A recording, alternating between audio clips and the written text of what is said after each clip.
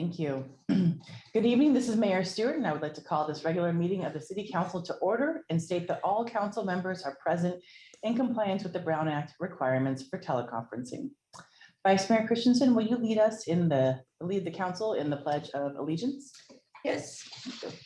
I pledge allegiance to the flag of the United States of America and to the republic for which it stands, one nation, under God, indivisible, with liberty and justice for all. Thank you so much.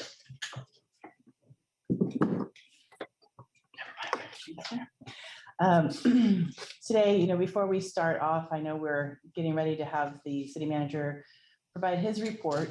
In this last week, many people have had heavy hearts due to the conflicts in Ukraine and Russia. And regardless of wherever you feel on these conflicts, I just feel for anyone who is being affected, whether they are affected in the military, just affected by humanity and where we're at right now. I just feel, just wanted to put out my empathy and my sorrow for people that are having to deal with all of this. So thank you for indulging me for a minute, Council, and go ahead and have City Manager Johnson. Would you like to present your report? Yes, thank you, Madam Mayor and members of the council. I'm excited to be here tonight and talk a little bit about the Community Academy. As you recall, part of the Major City Goal effort for 21-23 fiscal year included creating a community academy. This is one of the ways that we're looking to expand our connection with the community and really make sure that we have people who understand the city of San Luis Obispo, distinguish us between the services of the county of San Luis Obispo and the state of California, and really provide an opportunity for people to engage with their city.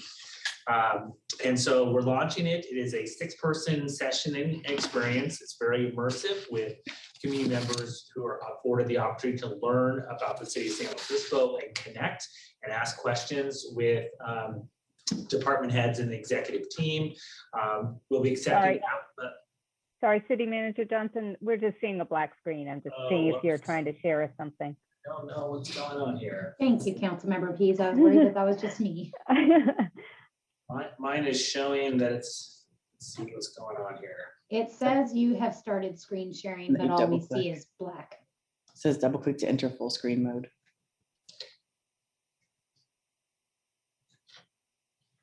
I need some technical help.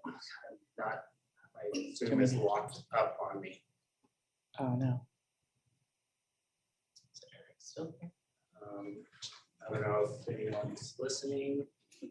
Do we want to Yeah, start the introductions, then come back to your screen? I'm getting advice on how to stop and share, but I don't have all of the menu has disappeared from. Start the introductions, then come back. So why don't we come back to that? I'm getting advice on how to stop and share, but I don't have all of the menu has disappeared from. So why don't we come back to that?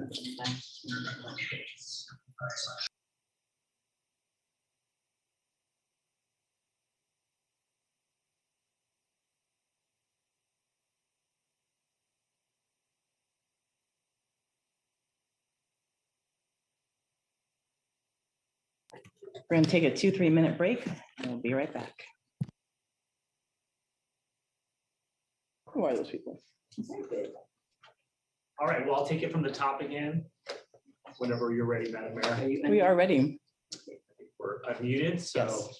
All right, so we're excited to roll out the Community Academy. It's a 6 Monday night session from April 25th to June the 6th. It's about a 2.5-hour commitment each night. We're inviting up to 30 applicants who live, work, or study in San Luis Obispo.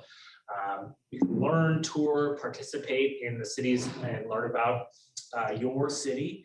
And costs are covered by the city of SLO. And we are anticipating that everything will wrap up by Monday, the June the 6th.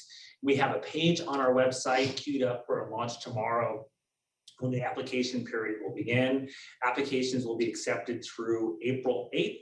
And if you want to go to the website, you can see it there on the screen, www.slowcity.org/academy. You'll see some of this information being pushed out to the community on some of our social media sites. To move down to the next slide and see if I can get this to advance. There we go. The Emerson Park Fitness Court ribbon cutting. So just a refresher that the Emerson Park Fitness ribbon cutting is scheduled for next Tuesday, March the 8th at 4:30 p.m. And the city of San Luis Obispo will celebrate the addition of this new fitness course at Emerson Park with a ribbon cutting ceremony and a grand opening celebration. The community is invited to participate. And the fitness court is really being recognized as the world's best outdoor gym and offers free outdoor fitness exercise. So if you haven't been over there yet, it's pretty fun. We took a tour last Friday, went over there, and it's certainly an accessible opportunity for everyone to engage in some cool fitness activities. Moving down to another ribbon cutting, the Railroad Safety Trail is scheduled for March the 16th from 3 to 4 o'clock. Many of you know this has been a decades-long endeavor to try to build this facility, and the work of countless number of people, including partners here in the city and our partner friends at Union Pacific and Cal Poly. And the event will take place at the Phillips Lane cul-de-sac, and invites have gone out this week. So please encourage people to come out. It's a really impressive facility that I think we have a lot to be proud of. Just also want to update the City Council on our work on the roundabout. You probably heard that there has been delays as a result of COVID-19 and some infections that happened with our contracting crews. So March through 2022, phase 3 will begin, and that's the Orchid Road north of intersection will be closed through traffic. Phase 4 begins in April, and it's the roundabout roadway will be open, serving all movements. So essentially we'll be restoring the traditional traffic patterns with a new roundabout. It won't be completed. And then phase 5, more work will happen, and the roundabout will continue to be open with all the movements still available. And our estimated completion date is June of 2022. And then we'll be putting the final touches on with an anticipated ribbon cutting ceremony scheduled for July. And as many of you know, we've been working closely with the SLO Museum of Art, and so that is one of the areas that's slated for some installation of some exciting artwork. So we hope to have this done and have really a way to really realize one of our general plan policies, which is to provide inviting gateways into the city. So you really have some sort of structure or welcoming feature for the city of SLO. So a lot of progress on the Orchid Roundabout. But also talk about some childcare grant funding, and this is one of the innovative ways that our staff has been partnering with the community. We've got grant funding, so this is limited funding to help provide some of the startup costs and permitting costs for establishing childcare in our region. And so just want to remind everyone of that grant funding. Grants are up to $5,000 for the direct support, and they're really designed to accelerate the establishment of additional quality childcare slots. And CAPSLO's committee reviews the application and has already selected 4 prospective childcare businesses to receive the grant. Also want to share with the City Council that we've got the annual planning for the St. Patrick's Day. I want to run through some of the planning that we've done. We'll be talking about this later this week with Cal Poly. There have been campus-wide communications. There has been extensive communications for safety messages with the Greek community. I know that Campus Health and Wellbeing has been working on some media as well for Aware, Awake, and Alive.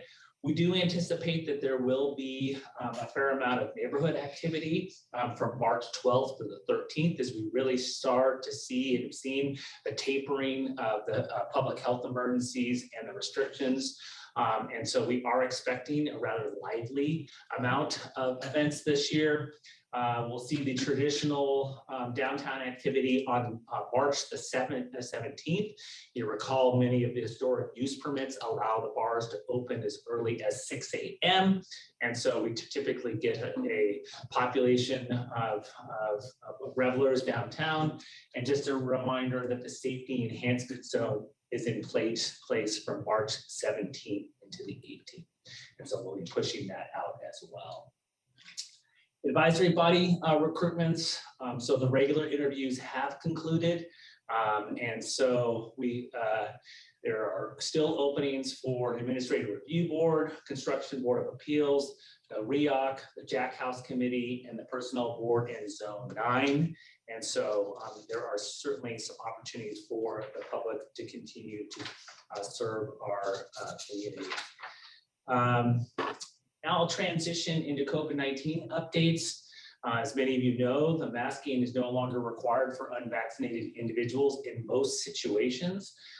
Beginning on March 12th, that's a Saturday, and so the last day of instruction will be on March 11th, which masking will still be required that day, but beginning on that following Monday, masking will no longer be required in schools. Masks just are still required for everyone in high transmission kind of settings, I think, whether it's impacted hospitals, prisons, congregate facilities, et cetera. We can provide more information about that. And the last bullet just provides updated information of the number of cases in the state and the number of deaths that have happened.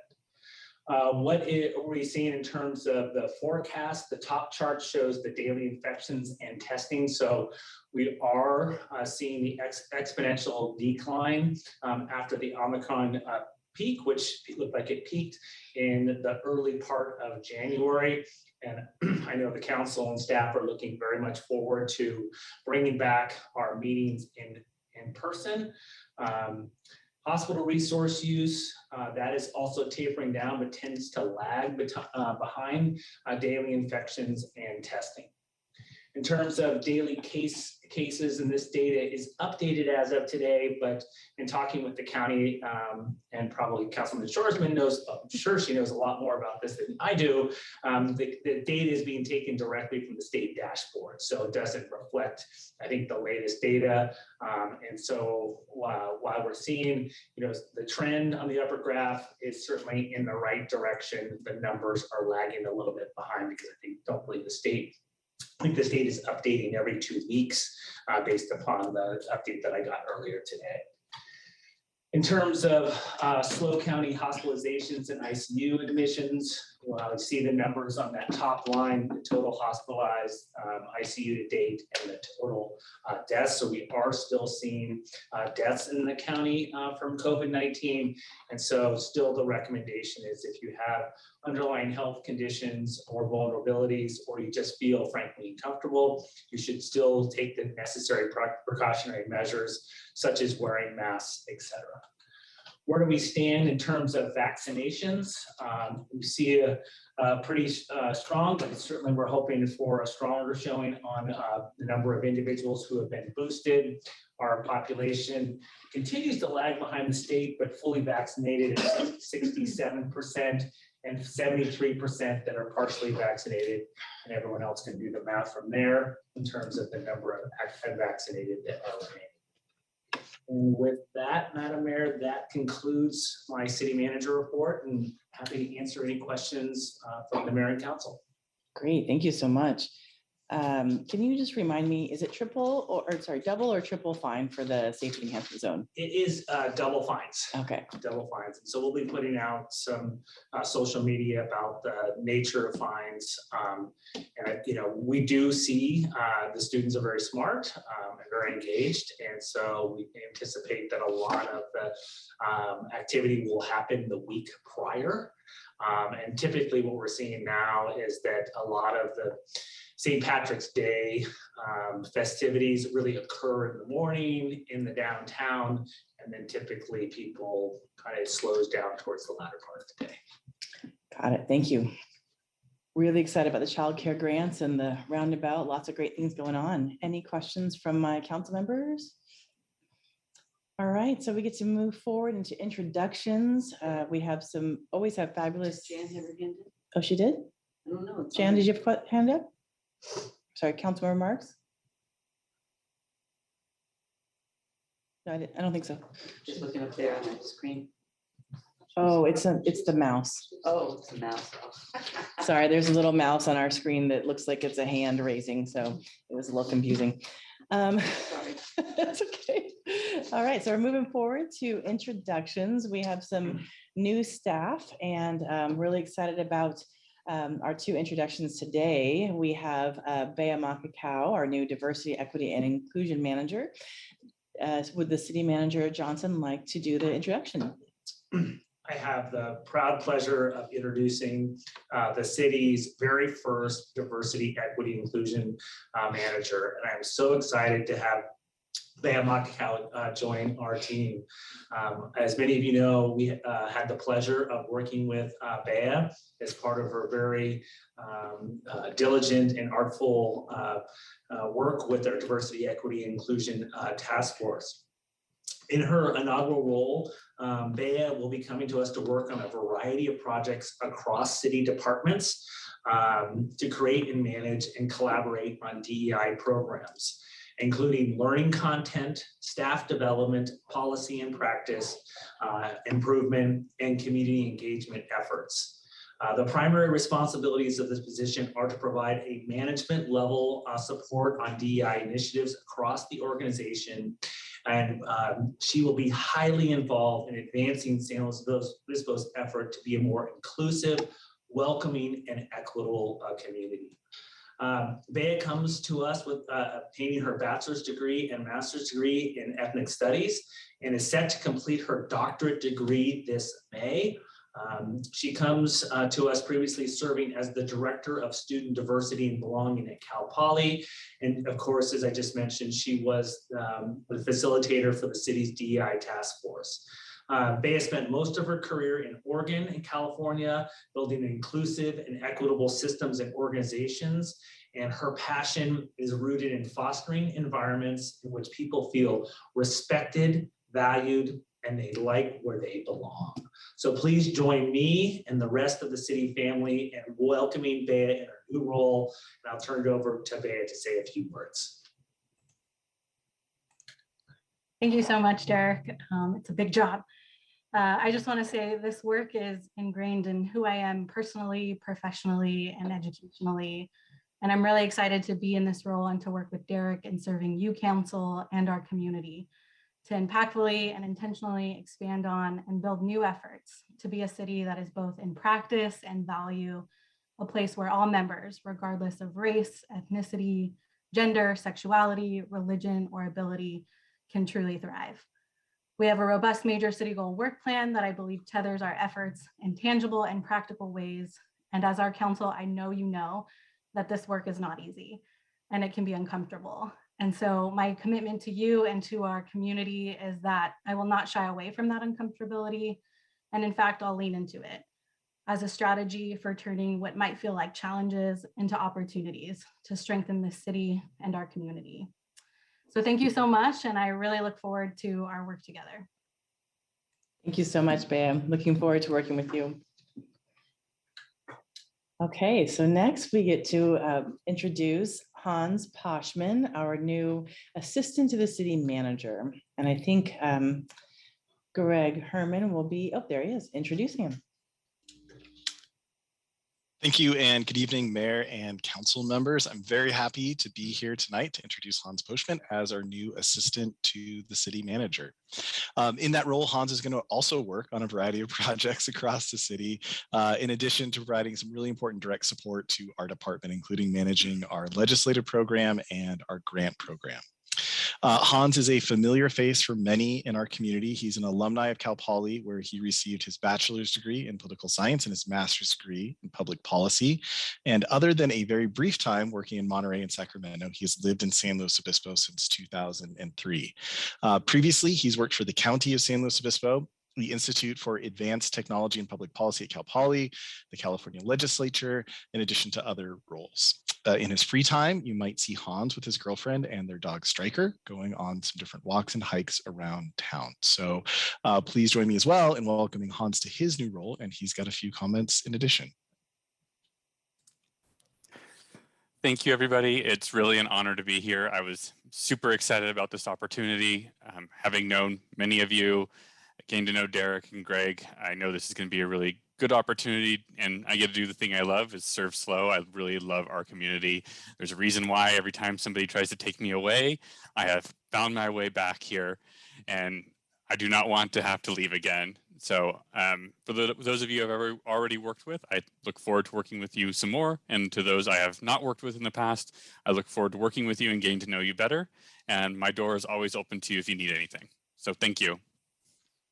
Thank you so much, Hans. We look forward to working more with you. Well, now we get to do the presentation of the Proclamation for Women's History Month. I thought it was only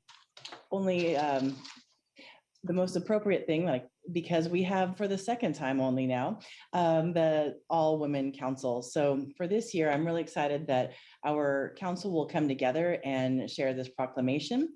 And to receive the proclamation will be Susan Devine from Women in the Pipeline, San Luis Obispo County.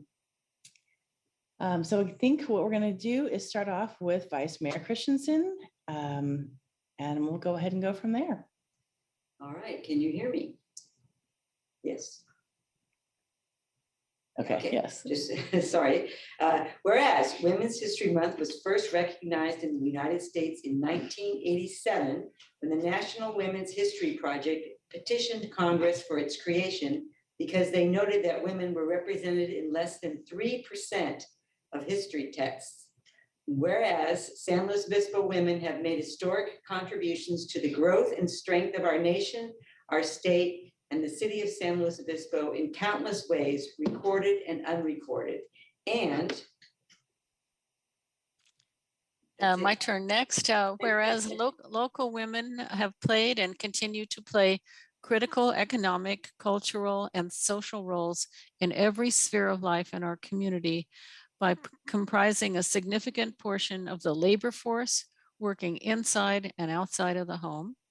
And whereas local women have played and continue to play essential roles in our local volunteer and nonprofit sector, starting and growing organizations like the League of Women Voters, the Monday Club, Women's Legacy Fund, Race Matters SLO, and Women in the Pipeline, San Luis Obispo County, among many others.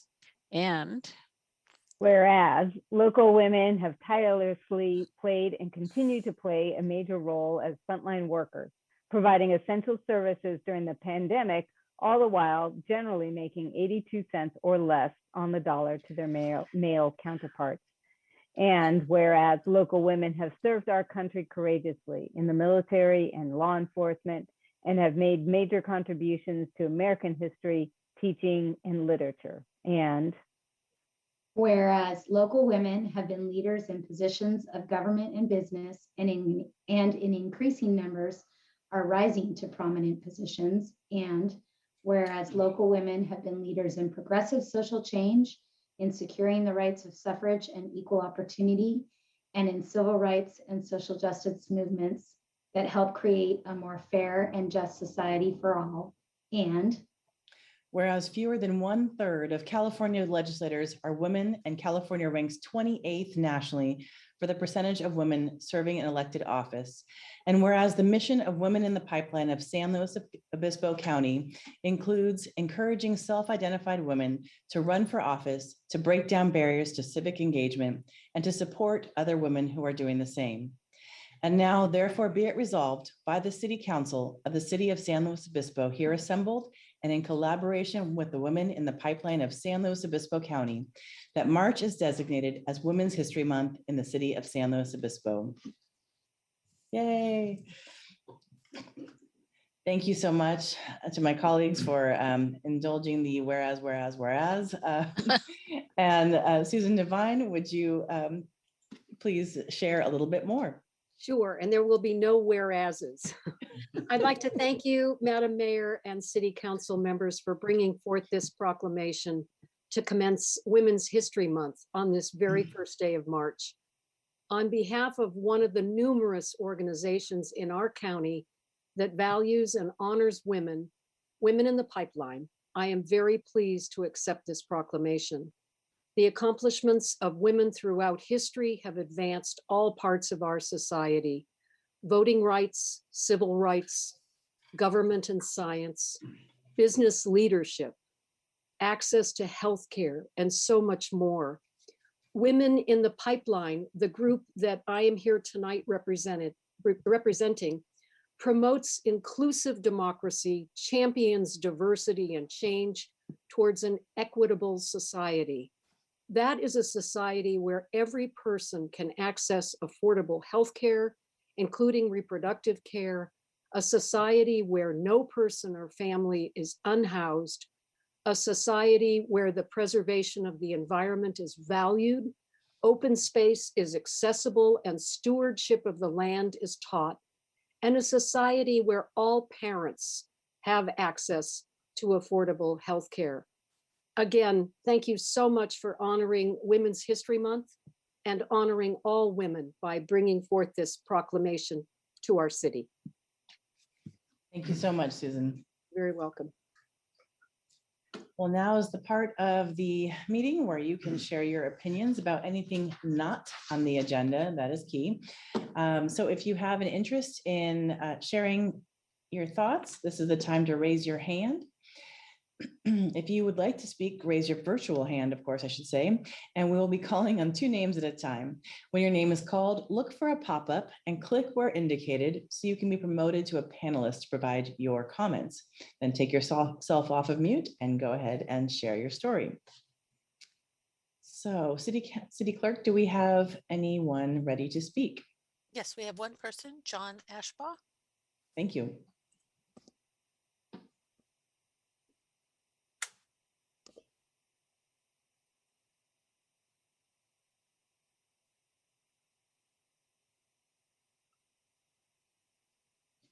Good evening. Good evening. Hi, this is John Ashbaugh. I'm president of the San Luis Obispo County History Center. I'm not sure I'm being heard. You are. We hear you. Oh, excellent. Thank you. Thank you, Mayor Stewart, members of the council. I just wanted to, first of all, compliment all of the participants in this last discussion about the proclamation of Women's History Month, which we are in now, and certainly we just left Black History Month. The History Center of San Luis Obispo, of course, is all about all of our history and trying to tell the stories that matter in this region as a whole, not just the city of San Luis Obispo, but our county. To that end, we are sponsoring, together with the South County Historical Society, a series of events that will begin. We hope will begin on April 16th, actually, but for certain on April 24th, the last week of April. We are asking cities and the County Board of Supervisors to proclaim that week as World War II Commemoration Week.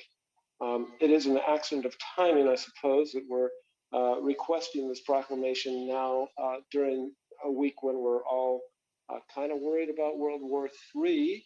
But certainly to me, it seems that this is a good time for us to reflect on the way in which the events of April 1942 are still resonating with us today. We have a whole week of events, virtually every day between April 24 and 30. The History Center will be sponsoring events, free public events, in which people can learn about some of the stories that need to be told about our county's participation in World War II, which totally transformed and helped our county to become what it is today. We participated in the national mobilization to defeat the forces of fascism and the Third Reich, and of course in the Pacific Theater, the Japanese Imperial Army and Navy. And we did so because we shared a common purpose, as we do today. And that's, I think, important for all of us to remember. We still have common values, a common set of principles that we stand for as a nation and as a people. So I have provided some draft language to you, Mayor Stewart, and to the city manager. We look forward to working with you, hammering out some of the details. If you want to edit it in any way to make it even more suitable for the people of our community, I welcome the opportunity to work with you. And I'm happy to take any questions, but I know you've got a long meeting tonight, so I'll just close with the request that you consider that proclamation. And also, you've just all been invited to our Carnegie Lecture Friday, which happens to be on the same subject. Sergeant Major Dan Sebi will be talking about the history of California in World War II, and specifically Camp San Luis Obispo, which of course lies halfway between us and Morro Bay. So thank you for the chance to take. Thank you so much, John. We appreciate your comments. And yes, we did receive your email. I did receive your email. Look forward to chatting with you all more about it. Great. Thank you. Thank you. City Clerk, are there any other people waiting for public comment? Yes, there's one more. Christian Ballas.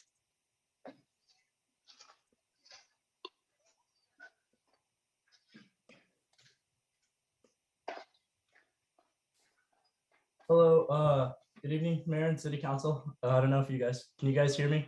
Yes, we can. Okay, I'm Christian Vise, a fourth year political science major, and I'm a part of a political participation class where my team went out and canvassed near Cal Poly just to get feedback and also inform tenants of their rights, because it is renting and all these leasings are coming up.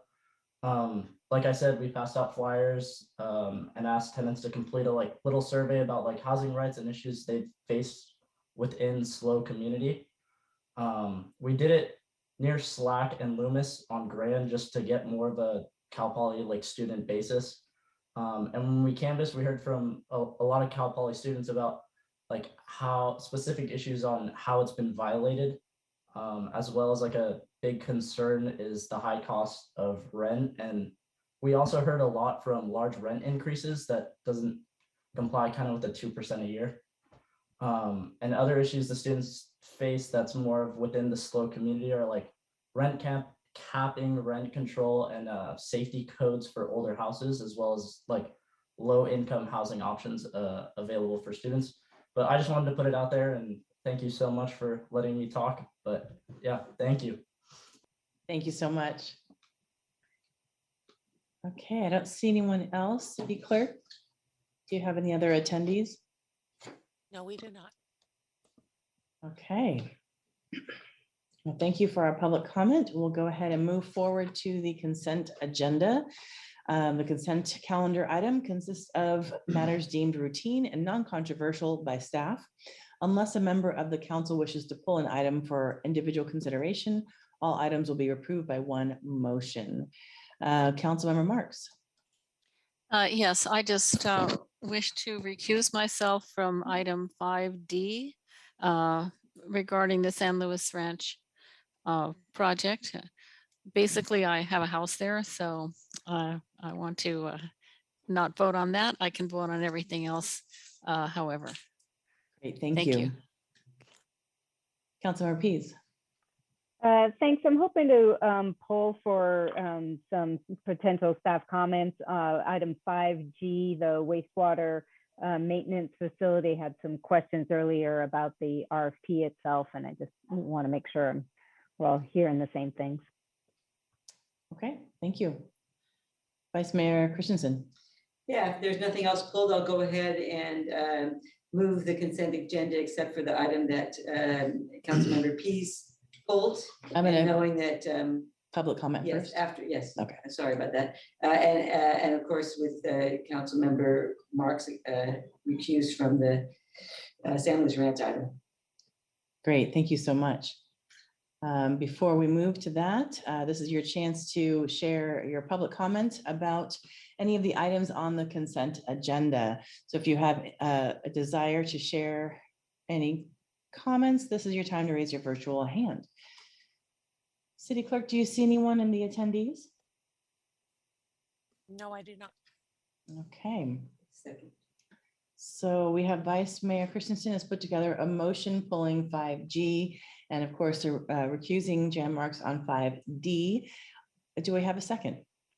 I'll Second. that. Oh, Yeah. Dan got it. No. You All go, right. okay, whoever. Councilmember Marks is seconding and Okay. and then City Clerk, will you please call roll? Vice Mayor Christensen, Yes. Councilmember Marks, Yes. Councilmember Pease, Yes. Councilmember Shorsman, Yes. Mayor Stewart. Yes. Motion passes 5-0 with the recusal, of course, of 5D from Jan Marks. Right. Do you want to talk about 5G now before we get into the rest of the? Yeah, I think it's relatively brief. I'm supportive of the item overall. This is an RFP for the wastewater maintenance facility.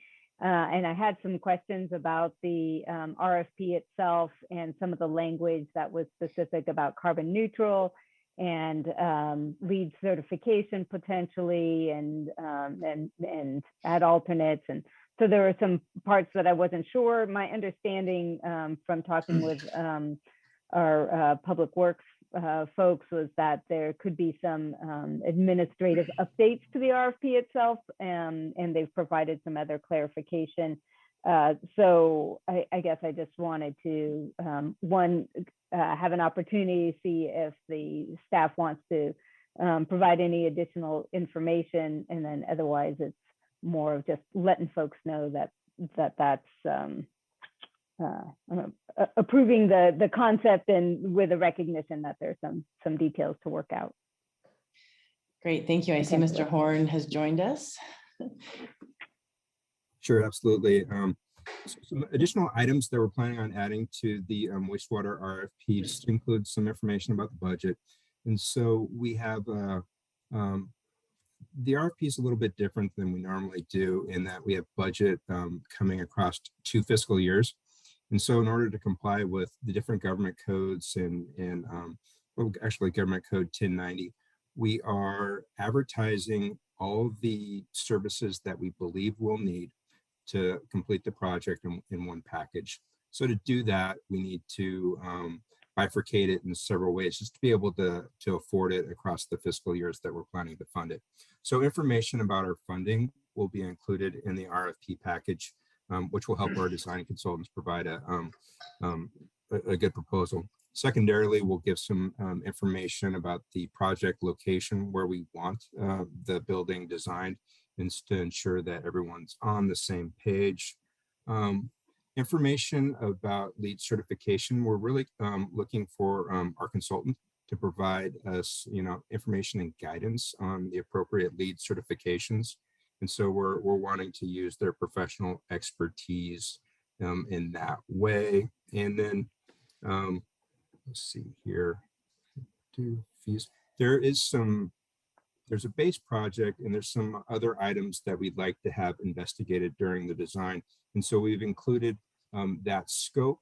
And as we go through the project, if we believe that we need that additional work, we can include that as an amendment to the contract.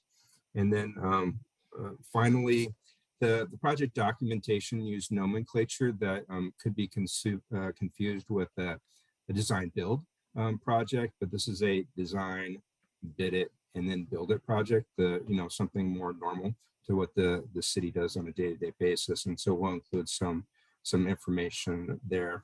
And just in context, in looking at our RFP document, it's fairly detailed. It's usually, this is a little bit more detailed than we typically provide for a request for design services. And so I think that might be part of the problem that we're coming into right now, is we have been so detailed of what we want from the consultant, it might cause a little bit of confusion. But we'll add that additional information, and I believe, and then just one kind of other note for you guys to have as we go through the public advertisement, as their consultants start looking at this RFP, they'll have questions. And it's an iterative process between the consultants and the city we provide information back and forth to ensure that, our thoughts are appropriately conveyed and everyone has all the same information. Great. Thank you so much. And I really appreciate that it's also a little bit different. I mean, we're asking for carbon neutral. And so, whoever comes on board as part of the design team, they'll be asking questions like, do you mean operationally carbon neutral? So we have enough PVs? Or are we really talking about like embodied carbon? Like what's the carbon footprint of the materials themselves? And is certification, LEED certification or something else an appropriate call into what level? So I'm excited about staff going that direction and putting that forward and just recognizing that, there's going to be some questions along the way. So I'm comfortable with that response, and I'd be happy to move approval of item 5G. Second. Thank you, Vice Mayor. Second, City Clerk, can you? Oh, do we need to take public comment on this separately? No. We pulled it? No? Okay. We do have someone who has their hand up. Well, nope, he took it down. Okay. Okay, so City Clerk, can you please call the roll? Councilmember Pease? Yes. Vice Mayor Christensen? Yes. Councilmember Marks? Yes. Councilmember Shorsman? Yes. Mayor Stewart? Yes. Thank you. And the motion passes 5-0. And I just wanted to comment earlier on the consent agenda. I'm just really excited to see the electric vehicle infrastructure. And we just continue to see our work, actually happening through the work plan. And sometimes the consent items, people don't really focus on it because we're not talking about it specifically in the meeting. So just like to really see what we're doing and share that. So thank you very much. Okay, I see Brigitte on the call here. So really excited to be able to have a little more clarity shared around the ARPA funding. I know that in the last meeting, it was a little bit confusing. And so the study session we're going to have before us will be ARPA, the American Rescue Plan Act, and state and local fiscal recovery funds. So Brigitte, would you like to start off? Hopefully that was not my unmuted. Can you hear me? We can hear you well. Good, wonderful. And you can see my screen as well? Yes, we can. Wonderful. And I do believe that your city manager is actually going to kick us off with the first introduction of the recommendations. Well, thank you, Madam Mayor, members of the council. So we want to come back and afford the council and the community the opportunity to talk a little bit more about the American Rescue Plan. You can see in the staff report, there's a lot of detail that, and this is different than previous years because we've never had ARPA funding before, and we've never had this size of change. So one of the things the council asked me to do in my goals was, where possible, accelerate and items in our work program. So I have taken that literally. And so at the last meeting, I took the opportunity to raise this issue with the city council, hoping of getting some programmatic direction. We got that programmatic direction, and we wanted to come back and provide some more opportunity for both the community and the council to give some direction. And so a couple things that I want to share with you. We provided some updated information, some corrections from community development. We do have some funding in our affordable housing fund that Brigitte can talk about as part of the presentation. But the recommendation is really, where we can align our ARPA funding and the 4 categories really with our major city goals. We go through an extensive strategic planning process to identify our major city goals for a 2-year time horizon. And that really sets forth really what our organizational priorities are in terms of our projects and new initiatives. Of course, we always have our core services. In this case, rather than taking up and looking at the guidelines and looking at opportunities for new things to do, the idea is, where can we align the restricted funding and pots with our major city goals? And in that instance, where it most aligns is with housing and homelessness. And then there's some opportunity for the council to then also provide some funding in the recommendation, what we believe is for infrastructure investment and annual grants. And we'll talk about that more. There is no urgency to act. You don't have to act tonight. The council can take as much time as it wants, and we're happy to engage whatever process you want. If the council wants to form an ad hoc committee and have a public process, we can undertake that separately, and we'll talk about what that would require. And the one thing that, and Brigitte will talk about this, is that we need to appropriate and then spend the dollars by appropriate by 2024, and then expend the dollars by 2026. That may seem like a far time away, but the reality is that this is a short time frame. And if we're particularly in where our funding, where the ARPA guidelines align with our major city goals and the types of projects really to kind of put that in motion, will really be pushing up against the deadline. And so that being said, the idea is that if the council does give us direction tonight, we'll come back and there'll be a full public hearing and process at the supplemental budget hearing scheduled for June the 7th. If council decides to take a different direction, we're happy to then host and have a number of meetings that the council wants. So with that, I'll turn it over to Brigitte, and we'll kind of get a step back a little bit and talk about the total ARPA funding, because there's lots of different pots when we talk about ARPA, and then we're going to drill it down to the funding that's made its way to the city of San Luis Obispo. So with that, Brigitte, you can take it away. Thank you so much, Derek. And again, a good evening, Mayor Stewart and council members. And as Derek mentioned, we just wanted to step back real quick and just give a brief overview on the American Rescue Plan Act, which was the congressional act that was approved and then ultimately signed into law by the president on March 11th, 2021. It's not even a year ago, just short of a year. It is also known as the COVID-19 stimulus package and allocated $1.9 trillion in funding to a multitude of areas, really designed to speed up the country's overall recovery from the economic and health effects from COVID-19. As Derek also mentioned, there are deadlines connected to the funding.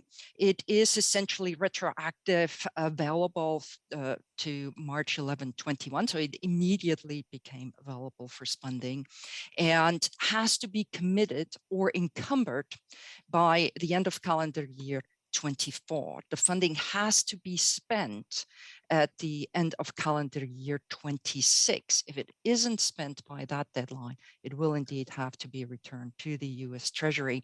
And also the reporting requirements have already commenced. The first report was actually due back in October, and the second report in January, and now every quarter we actually have to report to Treasury how we're utilizing the funding or the plans, and hence it's so important that we make a decision with the supplemental budget and then manifest that in the resolution that we can use for these reporting obligations. Now, as illustrated here, here are the $1.9 trillion split into the multitude of spending categories that were really designed to ensure that governments have the resources to fight the pandemic, to support families and businesses that were struggling with the impacts of the pandemic, but also to maintain vital public services amidst a declining revenue picture. I wanted to show this to you because you will receive other requests under ARPA, likely in the transportation and infrastructure area that allocated $71 billion, and staff wants to take advantage of that availability as well as it comes our way. And so you will see reports that talk about ARPA within different categories than what we're contemplating tonight. Tonight, we're really looking at the state and local fiscal recovery funds that allocated $350 billion to state, tribal, and local governments. $130 billion were directly tied to local governments, and that is how the city will see $13.5 million flowing into its coffers. And that is really a historic move, as the US Treasury and federal funds have never been given directly to municipalities, as it is now given under this program. The program itself has really four possible spending categories under the final rule, and the recommendations before you really concentrate on two of them. It is the revenue loss, which provides the most flexibility, as it can be used for general government services in the amount of the revenue loss that the jurisdiction has incurred. And based on Council's deliberation back in February, we concentrated on the economic recovery and public health category, since it is within this category that we see housing and homelessness being afforded, and there's the direct tie to the major city goals that the City Council has adopted for the 21-23 financial plan. Within the staff report that we provided to you, we addressed all four categories just to give a complete picture under the state and local fiscal recovery funds. However, we did pare it down to the spending categories that really are applicable to a municipality such as the city of San Luis Obispo, that has different spending categories and needs from a county or a state that obviously are encompassed within the greater picture for the spending. So we'll look first at the revenue loss, and the interim final rule that the US Treasury produced originally required us to actually calculate the revenue loss for a full calendar year. Yes, it was also actually a calendar year and no consideration of the fiscal years that most jurisdictions actually utilize. So it was a really great relief that the final rule then provides now for a $10 million standard allowance that can be used without further justification, and also allows that if you wanted to calculate the revenue loss, you could do that based on the fiscal year. So made it a little bit easier. However, for the city of San Luis Obispo, and having done the calculation, we do believe that the standard allowance actually benefits the city and could use that, as it also gives you the most flexibility under the state and local fiscal recovery funds, since it is essentially without further adherence to other final rule requirements. To reiterate, we had originally planned $8.9 million into the 21-23 financial plan. That was based on the first notification of the funding we would receive. It was planned into the financial plan for infrastructure, and especially in the infrastructure investment fund, because we knew we had to allocate more funding into operations to counteract the adverse effects of COVID-19. So $8.9 million were already built in to the financial plan. Now, if we use the $10 million, essentially $1.1 million remain under this most flexible of spending categories to make up the $10 million standard allowance. Now, if the city were considering to augment the grants in aid application process for, I do believe that's for fiscal year 22-23, we would recommend that you're utilizing some of the funding under revenue loss for that purpose. If it is tied to the reporting requirements, it might be difficult for some of these recipients to come through on those obligations and make sure that the city has everything to report back to Treasury as to the subrecipients' use of the funding. So utilizing this funding eliminates that need for the reporting. We then further recommend to use $1 million to infrastructure, which ties, as we will see here in the next slide, directly to your major city goal as well. And considering this approach, we will then have about $3.5 million that remain and will need to be spent in accordance with final rule and the the reporting obligations within. Now, I'd like to point out that within revenue laws, there are certain categories that we can absolutely not fund. And that is funding pertaining to debt payments. We would not be able to repay any tax reductions that the governing body permitted during the COVID years. This does not apply to the city of San Luis Obispo.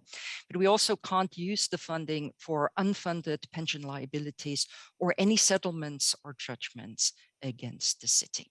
So these are the four big no-nos, so to speak. But other than that, the general government services apply for this category.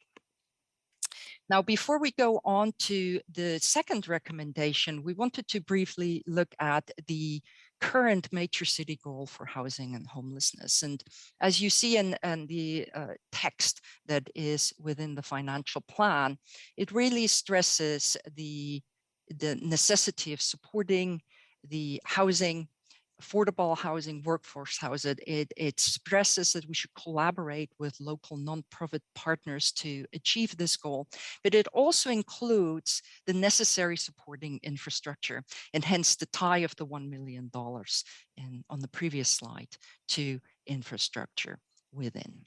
Now, this language ties really or aligns really well with the intent of ARPA and the eligible uses under the final rule that US Treasury has published.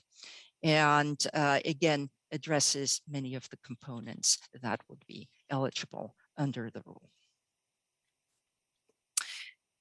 So when pursuing that, we had to look at the category of economic recovery and public health. And I listed here all of the applicable categories within that broader bucket of funding availability. But if we look at affordable housing, it is really tied to negative economic impacts. And just to reiterate, it's just a little bit over $3.5 million that would be available that are now directly tied to the final rule. And again, it is within negative economic impacts that we see the affordable housing program. Now, it was nice to see that under the final rule, there was a broader set of eligible uses, and it actually clarified that we could use the funding for capital expenditure that fit within this category. It can be further provided to any households, populations, and classes that experience pandemic impacts, and can go to subrecipients that could fulfill the rules and regulations given under the final rule. So if the council were to consider affordable housing projects, staff is recommending that council continues to use its longstanding criteria for awarding affordable housing projects. These criteria already include eligibility. They look at the need. They look at the suitability of the project, the timing, make sure that it's financially feasible and effective, and the project is ready to go forward. And because we're dealing with ARPA funding here, there are specific eligibility and reporting criteria that we would have to apply on top of the ones that are longstanding criteria in use for the Affordable Housing Fund. Now, because of those strict reporting requirements associated with ARPA, it is really recommended that the awards would be going to agencies that have experience in receiving and reporting federal funding resources. It will make that burden a little bit easier and facilitate the reporting requirement that is still the city's reporting requirement, but the subrecipients will have to provide it to the city. Now, there are several projects in the city's development review queue already that would be a good fit for the funding. And one specifically is a transition mental health project, which is the Palm Street Studios, which would provide housing for 8 homeless or at risk of being homeless residents with mental illness. And under the city's new housing element, this project qualifies for ministerial permit processing. And staff is actually planning to come back with this project on April 19th to present it to the council. But in this very case, the ARPA funding is a particularly good fit because it's a project under No Place Like Home grant. And under those rules, the project cannot receive funding from the city's own affordable housing. So ARPA could be used to make this project feasible.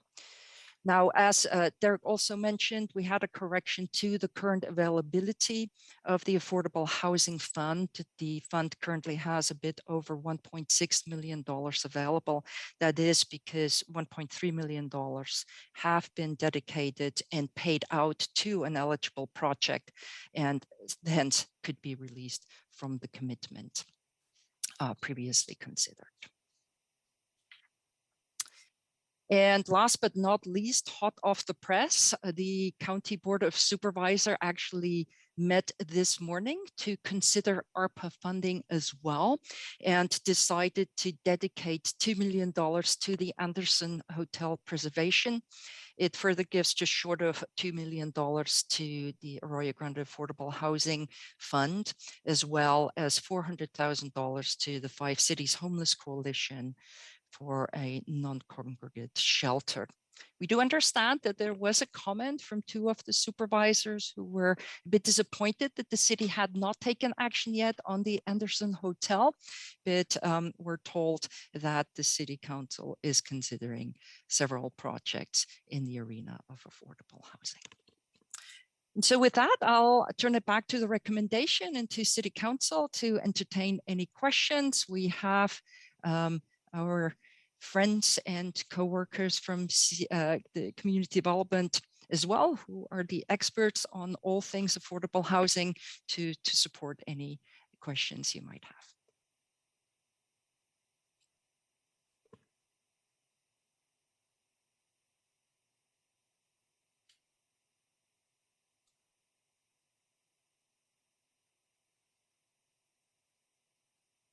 Y'all are on mute.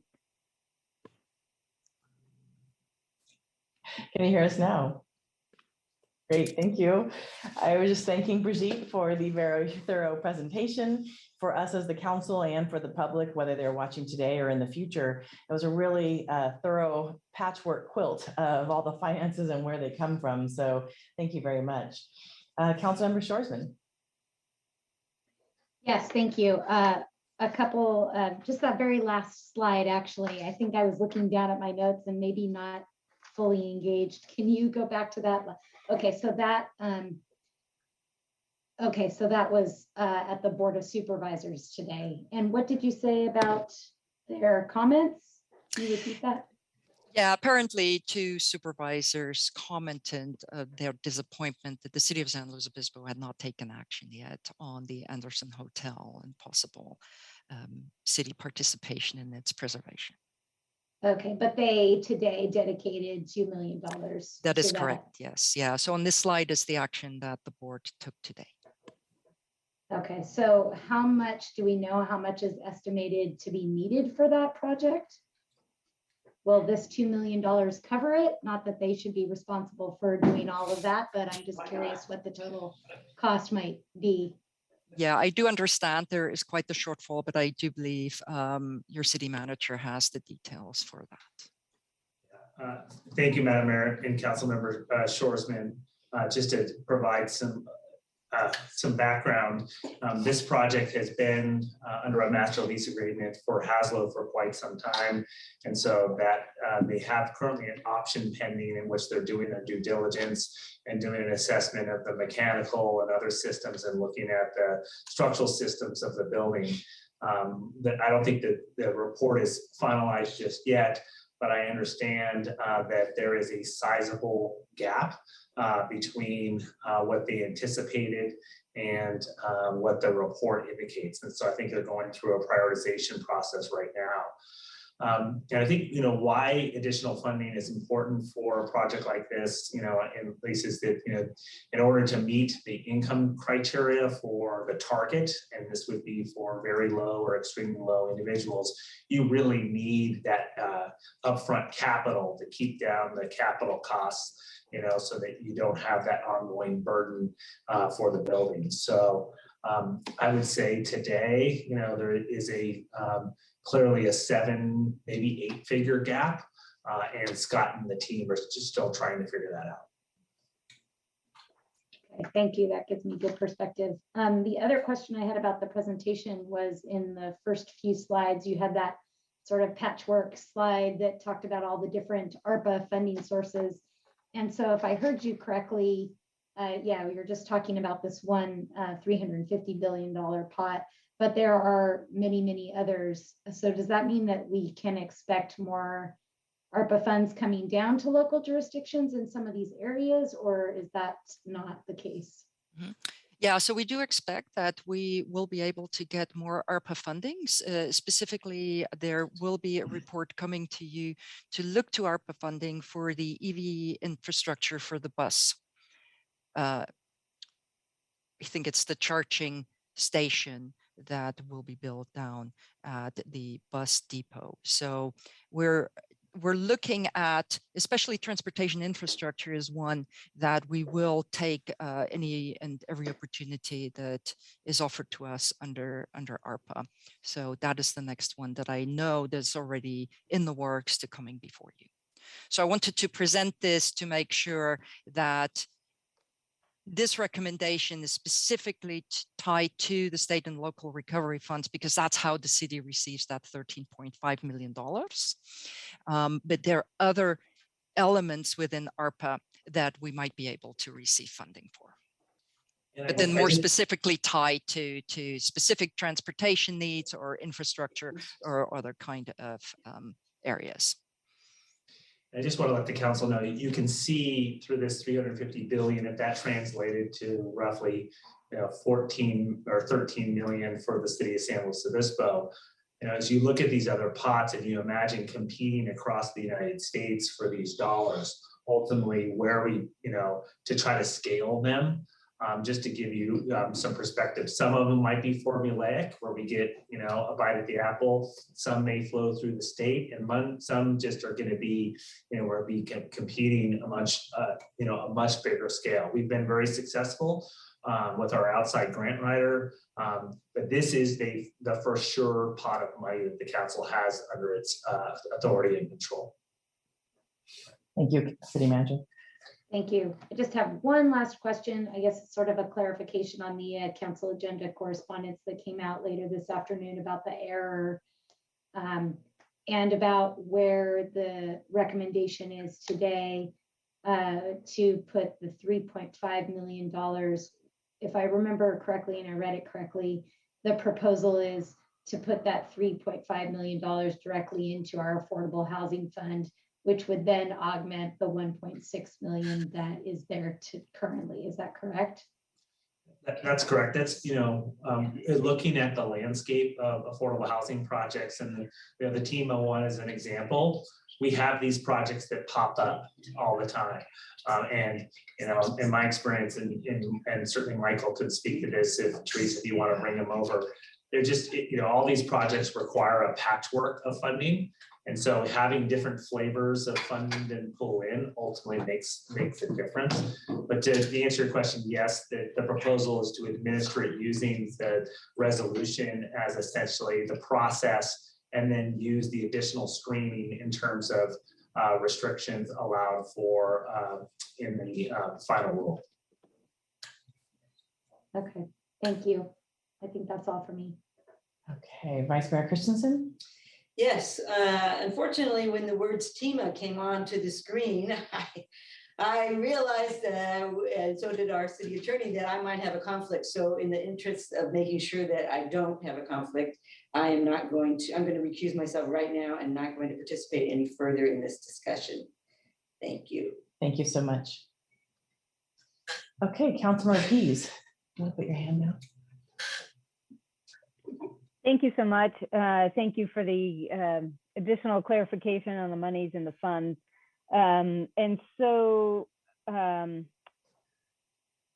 if the money went kind of straight to our affordable housing fund as kind of a supplement to that, would there still be a notice of funding availability and a process in order to solicit additional, see what projects are out there in order to kind of expend those funds in a timely fashion? Or or is the process, gosh, we already have the projects in the queue and really nothing else needs to be done?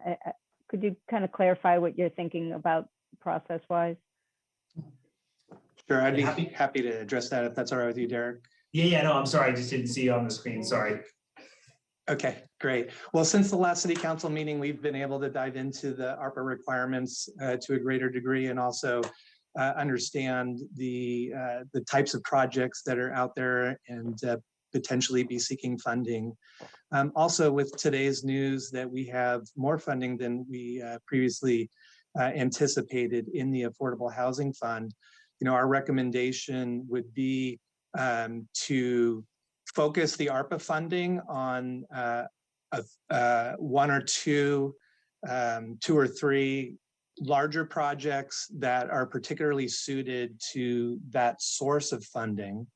Because it has certain time constraints, it has different reporting requirements, and different eligible uses. We want to, tailor those funds to projects that can really take advantage of that particular source. And then we have a lot more flexibility with the funding that is available in our Affordable Housing Fund, where the City Council can attach the criteria to it that it seeks, from a policy perspective in terms of the types of projects it's trying to achieve.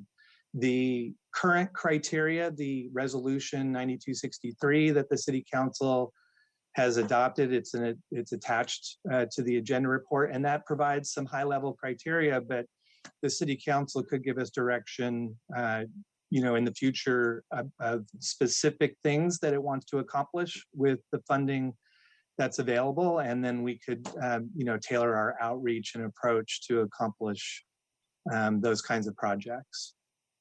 Historically, the Affordable Housing Fund and the criteria has been intended to meet projects that are like shovel ready. Like, we want it to be that last amount of financing in the picture that helps ensure feasibility and also ensures that when we allocate that money, the project is ready to go. So those are some of the criteria in there, and that's a little bit why we've managed it the way we have in the past. And thank you. And in thinking about those criteria, readiness is certainly listed in there, and so I wonder if that maybe limits some innovative kinds of thinking of ways to. I guess I'm just picturing, like, how do we have the kinds of projects that we see, micro homes like being proposed on Dana Street, or retrofits of commercial space with really kind of cooperative housing, kind of co-housing, cooperative housing kinds of arrangements, ways to help seed innovative model kinds of programs to get more roofs. Obviously, I want to fund and have success on all the the projects on that list, the Haslo, TEMA, People's Self-Help. I mean, those are fabulous projects, and I certainly support funding those as we are able to, and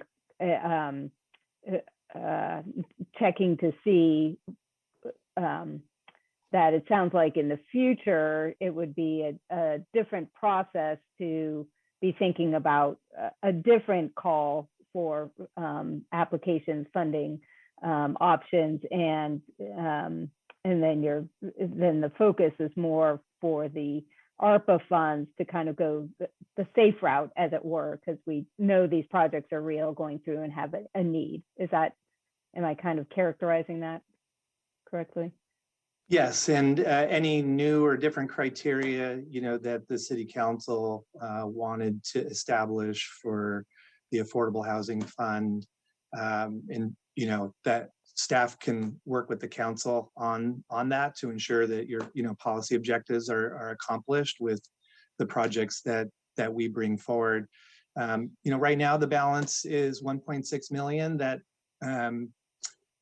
that we're always getting new revenues into the fund too. So that's something to consider just in terms of your concern about, you know, the timeframes. And if there's some of these projects that are innovative, but that they may take a little bit more time to plan, you know, certainly we could take direction from the city council to earmark some funds for those kinds of projects. It would require, you know, us to engage the council in that specific conversation around the use of affordable housing fund dollars, and then the council majority can direct us to use whatever criteria fits your policy objectives.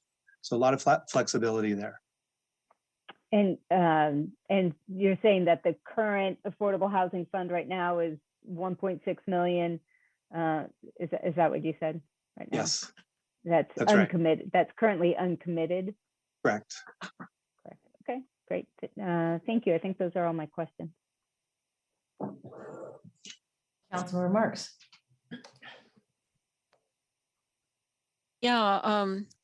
So it looks like to me, and I don't have the exact figures, but the staff recommendation of $3.5 million for affordable housing, if indeed we have $1.645 $1,645,000 there already, theoretically that would, instead of 200,000, which is what we were told earlier by community development, that would theoretically, and this is a question, leave about $2.2 million that council could allocate to other options that also meet the ARPA criteria. Is that correct?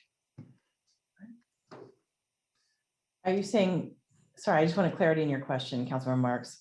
Are you saying 3.5 million ARPA money minus the current affordable housing balance of 1.6? Yeah. Well, I'm not asking if my arithmetic is correct. It's so I just want to make sure I understand your question. Thank you. No, well, my question actually is that we have a very strong and professionally done staff recommendation here, and I'm just curious about what kind of flexibility, what other kinds of options that council could look at, and I'm just realizing and want to have some feedback from staff about this, that we would, if we allocated you know, a good portion to affordable housing, that would bring us up to the same dollar amount that that staff had proposed, without giving the whole 3.5 million to affordable housing. What kind of flexibility would council have in terms of other suitable projects that staff has not brought to our attention? Got it. Thank you so much. I hope I'm being clear.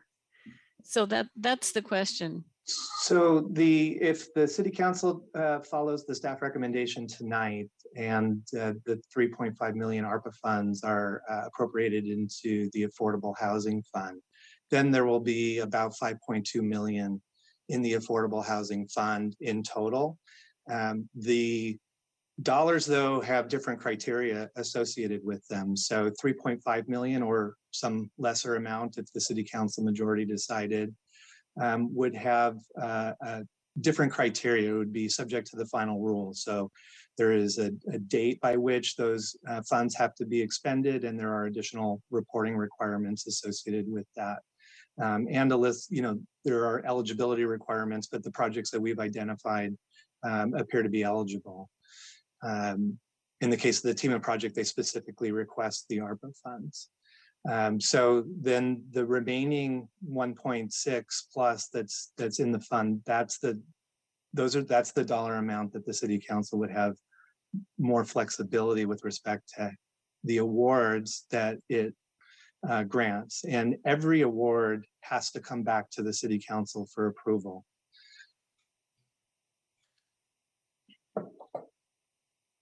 Now, what I'm looking at is the allocation is, I'm looking at that $3.5 million that staff has proposed and wondering if that whole amount would really be necessary, given the fact that there's much more money in the Affordable Housing Fund now than we thought was there earlier. When staff made that recommendation, they thought there was only 200,000 there. So I'm curious what kind of flexibility and other possible options might be there for council to consider besides the staff recommendation. You mean besides housing? Yeah. And maybe if I may, I can advance the slides to essentially the 4 buckets that are tied to the final rule.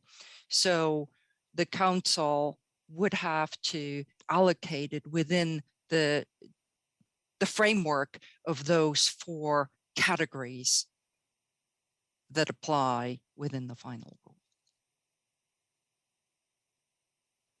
Okay. So thank you very much. Oh, that helps clarify. I appreciate that. Thank you. Thank you, Councilmember Marks. And City Manager, did you have a question? Yeah, I was just going to add that the reason why, staff proposed that amount, and I'll just say that, even if the council will, with the new information of 1.6 being in the fund with the 3.5, from my estimation and my vantage point, that amount is needed for those projects that we just showed the council. Notwithstanding, and the council may have other priorities, the reason we did not reach into those other buckets is either one, they weren't supporting the major city goals, or there were other funding sources. For example, water, sewer, and broadband. There are other funding that'll be coming forward. Premium pay, at least for city employees, we provided appreciation pay this year. And then the other buckets under the first blue box, the economic recovery, we have done things in our own major city goal. For example, we provided assistance for a grant for businesses. We've done that in a variety of ways as part of our major city goal. So we were looking for where there were gaps, and we could accelerate essentially the goal that the council had in mind for its major city goal. Thank you. Councilmember Shoresman. Thank you. I'm sorry, but Councilmember Marks's question spurred one more question for me. So just to clarify, based on what you were saying, whoever thinks is best to address this. So of those 4 buckets, so to speak, on the screen, if I'm not mistaken and understanding correctly, though, we are still limited to 1.1 million in the revenue loss category, correct? Because we can't go above 10 million and we've already used 8.9. So we could put 0.1 million more in that bucket than what is proposed in the staff recommendation, but the 3.5 needs to be over these other 3 categories. And of course, what we're looking for is alignment with the major city goals. Am I understanding that? And does that help you, Councilmember Marks, if I am getting that right? I'd like to hear staff's response to what you're saying. Thank you. So that is correct. We can claim $10 million under revenue loss, which is the most flexible of the categories we have, because it can simply be allocated to general government services. Since the city will receive 13.5 million, that leaves 3.5 million that are directly tied to the spending categories and the criteria under the US Treasury final rule. So it has to apply to one of those 3 other categories and the applicable criteria within each of those. Okay, and then of those 6 or 7 projects that you had up on one of your slides, including the Anderson Hotel and some of the team properties, it seems to me, just from what you said about the Anderson Hotel, that even if we gave, what is 3.5 and 1.6, 5.2 or whatever, I know my math isn't that good or that quick, but that's probably not even enough to scratch the surface of doing all 6 of these projects that are here. It's going to be a stretch, I think, and Michael's probably had more detailed conversations with Scott Smith and is certainly closer to Upper Monterey and Maxine Willis, but those are all projects. And it was interesting. I just want to echo what I said on the 15th, that we didn't see projects come forward to the county to apply for Project Home Key. And this is because it was essentially affirmed also in the other item you have tonight on community development block grants, that so many of the housing providers are in this phase where they're finishing up and delivering projects, i.e. they're under construction or they're in entitlement. So I do imagine the next couple of years, they'll be moving to project readiness, and we're going to see these projects and likely more come forward requesting city funding as part of the kind of makeup of funding to move those to the construction phase. Thank you. Yeah, and I could just add in terms of the city of San Luis Obispo has been working closely with the Housing Authority regarding the Anderson Hotel rehabilitation. So that's the project that obviously we care deeply about and want to see move forward successfully. One of the things that we have done to support that project is conduct our own, at the city's expense. We have funded a historic resources evaluation to produce a report that can be used by HASLO to fully understand exactly what are the historical architectural elements of the building that need to be preserved as part of the rehabilitation project. And we're working, closely with them to understand how that relates to costs, and then trying to draw the balance there between historic preservation and project feasibility. It's very similar to the process that was undertook for the rehabilitation of the Wyman Hotel, as an example, where the city did contribute $1.5 million from its affordable housing fund to the Wyman rehabilitation.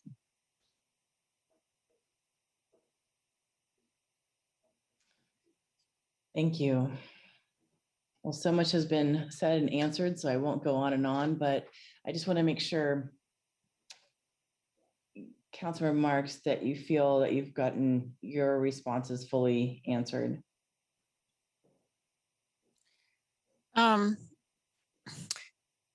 Well, I'm not exactly sure. I just think that this is a unique opportunity for the council to have some direct input into this unexpected,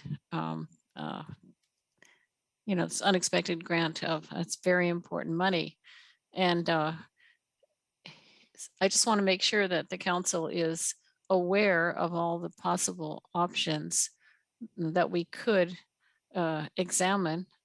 I'll talk about that more during deliberation, but I appreciate all the information. This is the fourth time I've read the darn report and try to understand the whole thing. So thank you. Thank you. And I know at one point we talked about essential worker hero pay, premium pay. Seems like that's part of this. That would be part of this opportunity if so desired from the council, right?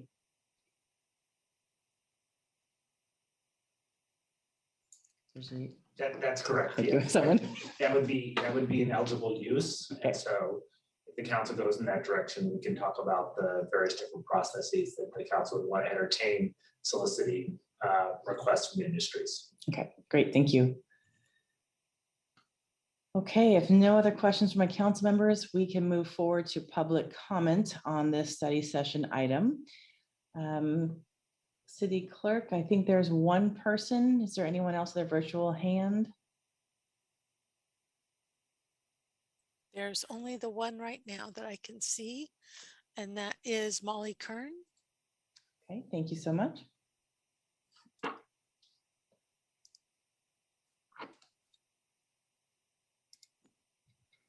Good evening, Mayor Stewart and council members.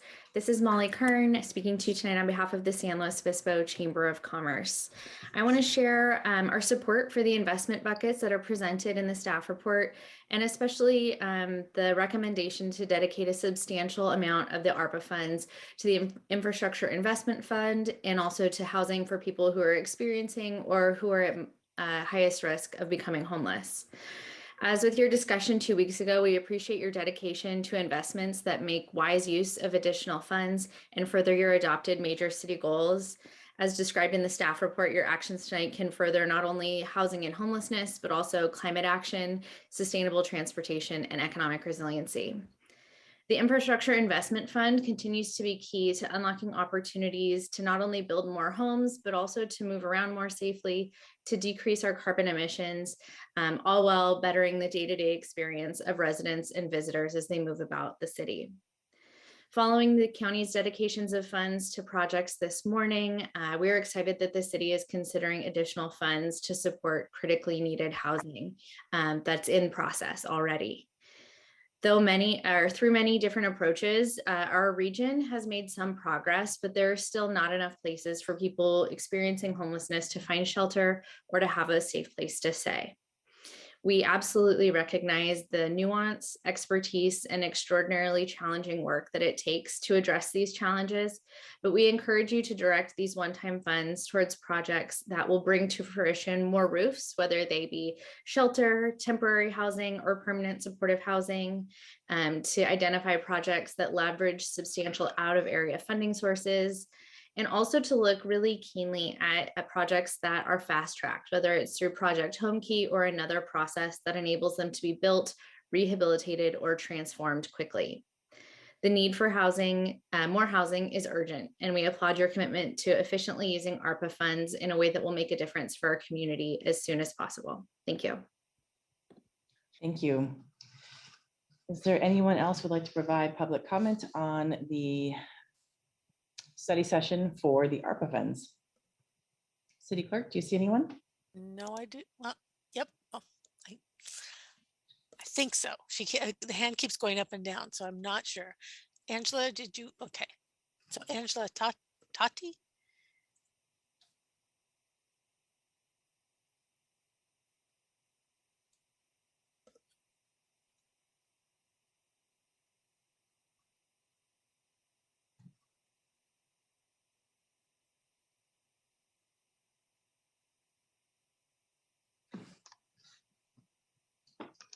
I'm here. I'm actually trying to find my remarks. Okay, got it. Thank you. And I'm going to stay off video because I'm in an unstable situation. That's okay. I hope you're safe. Yeah, no, just computer wise. Okay, so thank you again for the opportunity to speak to the Waterman Peace Village project, Mayor, City Council members, and staff. We have already been in the process for several years toward the vision of the project after responding independently to a call for letters of interest to improve the historic Rosa Patron adobe on Dana Street, two great local organizations.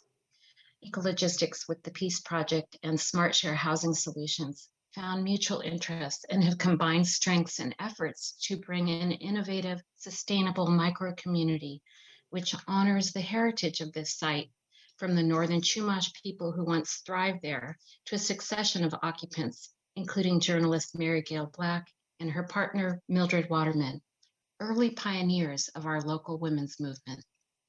Good intent and mindful work to meet key city goals have guided multiple steps. Since April 2020, in the face of the pandemic, as we saw the lack of affordable housing reach a crisis proportion, we assembled a diverse project planning team, including builders, engineers, architects, planners, and funders. We hammered out an exclusive negotiating agreement with your legal team, and this was approved by your council summer of 2021. We conducted extensive neighborhood and community outreach in the fall of 2021 and received project site plan and elevations by San Luis Sustainability Group and Hunter Smith Architects. We have hired an architectural historian to commence with historic resource evaluation and to ensure protection of this historic adobe. And together we invested more than $45,000 in kind staff contractor hours with the resources to continue the project design and permitting in hand. So please imagine 18 small houses scattered to the right side and near the rear property among the trees, mostly hidden from street view, and a new creative arts studio to the left, built of straw bale, complementing the rehabilitated historic adobe. Visualize a micro community of diverse individuals who may otherwise be housing insecure, bound not just by their socioeconomic status, but by their community mindedness, creativity, and interest in stewardship of the ancient adobe, treasured trees, creek overlook, flora, fauna, and sustainable living in downtown SLO's cultural district. Co-housing an intentional community where independent living and community collaboration are honored and leveraged. By their example, residents will also have use of the plenary space in the renovated adobe and new studio. Altogether, the residents support managed public hours in this tranquil interpretive park.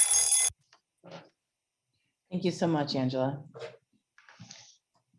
Okay, I don't see any other virtual hands for public comment. City Clerk, do you see anyone? No, I do not. Okay, great.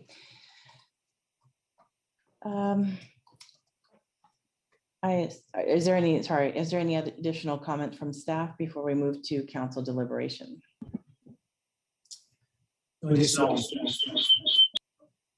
Sorry, it's a bad habit. I always want to unmute myself. And so anyways, no additional comments from staff. We're happy to take any direction from the council about where we want to go from here. Great, thank you so much. Okay, so now we move on to deliberations. Councilmember Pease. Great, thanks so much. And before I make my other comments, maybe one more clarifying question. So in terms of either the 3.5 or the 5 almost 6 million that is possible here in our affordable housing fund, for a project like the Waterman and the micro community or some other type of affordable housing an option that isn't coming from one of our big three in terms of developers of affordable housing, what would they still be eligible to apply, or what would that process be, or how would we need to amend our process in order to kind of allow for that type of project? Well, that project that we just heard about, very exciting, seems like a much better fit for the Affordable Housing Fund. And important to consider that one of the Inclusionary Housing Fund, Affordable Housing Fund criteria is readiness. And at the same time, city staff is in pretty constant communication with the groups that are moving forward to preserve and develop the site with some affordable housing. And so I think that this is a matter of staying in contact, understanding what the financial need might be, and managing our fund balance to be there and be ready when they are ready for an award. Gotcha. All right. Great. Thank you. And guys, I really appreciate the thoughtful work by staff in order to kind of meet the goals and balance, like what's already out there. And from what I'm seeing so far, I'll be supporting staff recommendation. The additional monies to infrastructure and on some ways is tempting, like, God, let's just put it all towards housing, but absolutely infrastructure supports housing. We know that. And it's real. I mean, COVID has absolutely impacted construction costs. So the fact that some projects are going to, be costing more, to have a little bit more money in that bucket, I think makes a lot of sense. Obviously, still support the 100,000 for the HSC HRC grants and aid. And then the 3.5 million, I think that makes sense to put into the affordable housing funds within the final rule. I would like to, in the future, be able to, I don't know if an actual change needs to be made, and I don't want to take up too much time tonight, but I would like to make sure that we have the creativity to be able to support innovative projects that are, co-housing, micro-community, retrofits, so that the smaller folks can maybe have some access to those types of projects. As Molly Kern noted, roofs, what are the quickest affordable ways to get roofs? Are there programs out there that we could really, with relatively small dollar amounts, really leverage opportunity there? So perhaps there's enough flexibility already, or perhaps we need to consider some amendments in there. It seems like the criteria has flexibility. It's more like we prefer this type of thing rather than a rigidity. So maybe nothing more needs to be done. But in the meantime, I think that we have a good approach in the staff recommendation. Thank you. City Manager?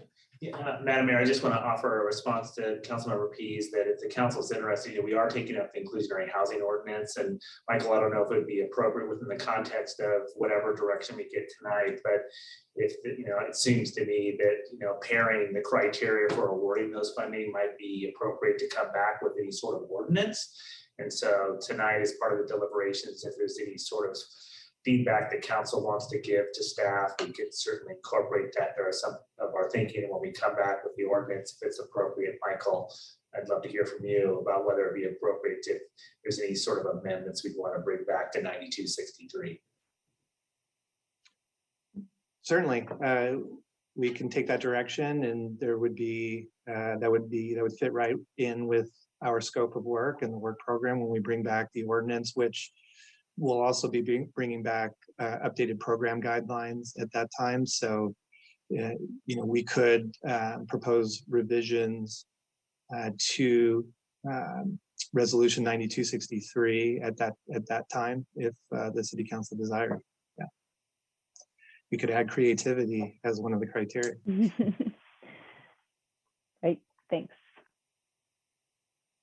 Housing, and I think the public comment from Ms. Tati, I think, is a perfect example of how being creative can create something wonderful in our community. So I think also my question around the grants and aid, 100,000, is that enough? I mean, obviously HRC isn't here, but just looking at our later item of the CDBG grants, there are clearly more requests than we can give money to. So is 100,000 enough? Yeah, I think that's a great question, Madam Mayor. I think what I heard last time on the 15th is that if there were requests that warranted funding and recommendation by the HRC, the council would entertain up to $100,000. I would just advise the council that if the council, certainly it's obviously your discretion how much you want to allocate towards it, because there's a huge need. Just to understand that this is one-time funding, and it will go away. So $100,000, I think, is a proportional amount to add to the pot. But absent in outer years, the council adding additional general fund, we're going to have a funding cliff, so to speak. And that's something that I know that you probably understand, Madam Mayor, from your experience on United Way. That's always challenging for those who are trying to sustain the program. Mm-hmm. Yeah, thank you. I know, I think this 21-22 year, 22-23 year are both going to have some kind of cliffs with one-time funds from many different reasons, from here to CDBG grants in the future, potentially to potentially DEI grants. I mean, I think there's going to be some one-time confusing feelings around when the future doesn't equal that same amount. So communication. Councilmember Marks. Thank you. Yeah, I just would like to ask my colleagues as we deliberate this item to consider whether we would want to explore other options that are available and that do fall within the criteria that we would have to comply with, given the federal funding. And if people would want to do that, if we would want to do that, then I would recommend that we take the alternative that's listed, that staff has listed as when at the end of the item, alternative number 2, I think it is, and form a subcommittee of 2 council members to really take a hard look at the options that we would have and come back to council and make a recommendation prior to June 7th. So I'm looking at, we have tonight, March 1st, and then the next time we'd be looking at this funding would be June 7th. So the question is, would we want to form a subcommittee and then have a chance to review the recommendations of the subcommittee prior to June 7th, so that when we go to June 7th, when we're looking at the whole budget, not just the ARPA funds, council's had a chance to have some really direct and authentic input. So I think I'm not in any way putting down the staff or the staff recommendation. I just think this is an amazing opportunity for the council to really be able to come up with some sort of fine-grained policy decisions regarding the use of these funds. So I want to put that out there as a question and have people respond. So thank you. Thank you. Councilmember Shorsman, are you responding or do you have a different question? You're on mute. I think that's an interesting idea. I can respond to that. I also just have some general comments to make. It's an interesting idea, Councilmember Marks. I hadn't really even thought, even though it was one of the options in the staff report as a recommendation, I hadn't gotten all the way there in my mind, but I'm willing to entertain that idea. I guess what I wanted to say mostly was that I think I've gone back and forth in my head about this over the duration of the time since I first started reading the report. And now I've gotten a lot more information tonight, even than I had in the very thorough staff report. I really appreciate the thorough staff report, the detailed information about the final rule, the details about other potential funding that might be coming and how many projects might be able to utilize some of the funds that we've been talking about, and really had no idea before tonight that there were options for those other buckets of money. We didn't get a chance to talk about that last time, and I didn't have all that information, so I do appreciate having it now and being able to have a more full deliberative discussion about it. I also acknowledge what Councilmember Mark said, is this seems like a pretty not once in a lifetime opportunity, but a pretty rare situation. And so I think it warrants discussing other ideas. I came into tonight thinking, well, maybe we could utilize some of these funds in a way that would more equitably meet the requirements of ARPA, but more equitably provide funding to more of our major city goal areas. And so I think that some of the ideas that are okay funding opportunities, things like broadband and maybe some of the hazard pay or the equity pay are worth considering. Although I acknowledge that there just isn't enough money, even with a windfall of 4.6 million, to do everything that I think I would like to do. So I'm intrigued by these other ideas, but I don't have any proposals off the top of my head tonight of how I would spend the money if I could just sort of make it so. And I do acknowledge the requirements. So I guess I'm sort of rambling a little bit, but that's okay. In the end, I think my preferences are to put as much of that 1.1 million that is dedicated to that in the recommendation is dedicated to infrastructure into that most flexible pot of money. And then, I think the proposal to put the other 3.2 4 or 5 into housing is not a bad one. It seems like it's still only going to scratch the surface. So I think it's worth entertaining, putting a little bit of money into some of the other categories as well. Thank you. I'd be open to this subcommittee idea. I'm not married to it, but I'm definitely open to it. I think one of the challenges we always have in discussing housing, specifically affordable housing, is the city doesn't build housing, and that's always the conversation. And yet every time we have development brought forward in these plans, there's a couple houses that meet the very low, or not even very low often, the low income. And so to me, if there's a chance that we can actually make an active change, an active growth in low income and very low income housing, I think this could be a great opportunity for that. And I also agree with the Molly Kern from the chamber, as in more roofs sooner than later. But more roofs doesn't necessarily mean specific houses. There's all different options and all different opportunities. I know that we are looking at CAPSLO and the CDBG grant later, where there's some other options that are going to be able to expand their, or potentially expand their capacity. And I know we've talked about other types of creative pallet housing and that kind of thing throughout the city, as well as throughout the county regionally. And I think as we continue to talk regionally, there's some other options we'll see for creative housing opportunities in the future too. So I do like, as we see, as Mr. Cadre mentioned, around having the additional affordable housing balance may help some of those creative ideas. So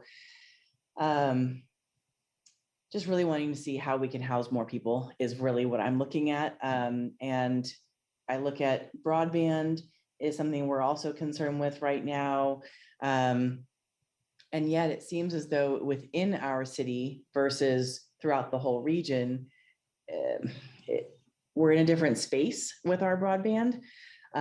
So I'm not sure of the grand answer for that right now, but that might be a subcommittee discussion or ad hoc committee discussion.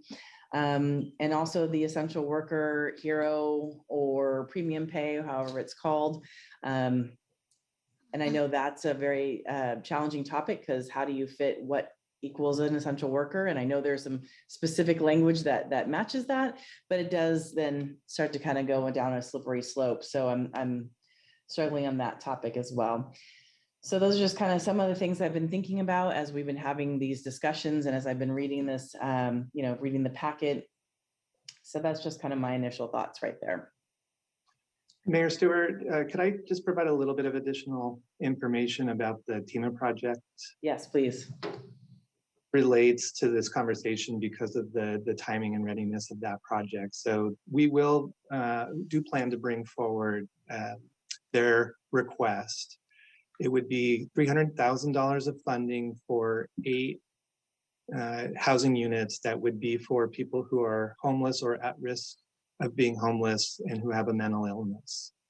It's a project that for $300,000 would deliver 8 housing units. So that's 1 housing unit per $37,500 of city investment. So we're really leveraging a lot of other grants, including county, state, and other inputs into that. And so it's one that's timely, and if they're awarded the grant, and they'll be much more competitive with the city's award, that it would be one of the most immediate new sources of housing for homeless in the city, because again, that would be a project that would go straight to building permit in our office. There would be no discretionary review. Thank you so much. Councilmember Pease.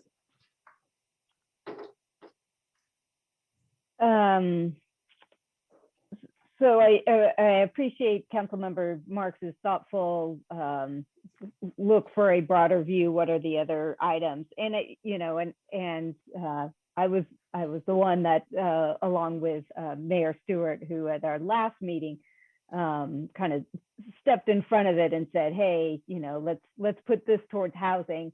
And I think because I had taken the time, and it feels like it's always been housing, right? That's, you know, when people come to us and their frustration about affordability, but also homeless folks and needing roofs overhead in kind of sustainable ways. So, but I recognize that in some ways I got ahead of my colleagues on that one. So this gives us a little bit of an opportunity to reset. So I do feel I have a lot of clarity that we should put as much as we can toward housing. And just as Director Codron noted, is that those monies leverage so much more. So I'm still supportive of the staff option, staff recommendation. We could also perhaps consider something in between, dedicate 2 million, you know, staff recommendations, but instead of 3.5, it's 2 million directly to the Affordable Housing Fund decided now. And then that way there's kind of some solidity for our housing providers, and then an ad hoc to consider 1.5 million in some of these other options. You know, there's I know that there's a lot in that that first category other than homelessness. I mean, it might be kind of, you know, childcare kinds of options or other services, or, you know, there are other things in there. So my preference would be to go with the staff recommendation as is.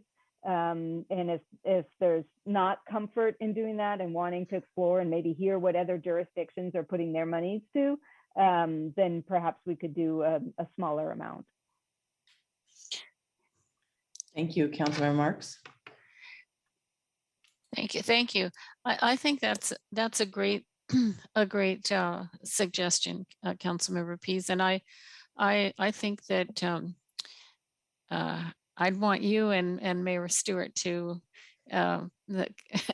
to be the subcommittee or the ad hoc committee. I'd be willing to serve on it, but I feel, you know, if you two would be willing to step up, I think that would be great. And I like the idea of saying yes, 2 million toward housing right now.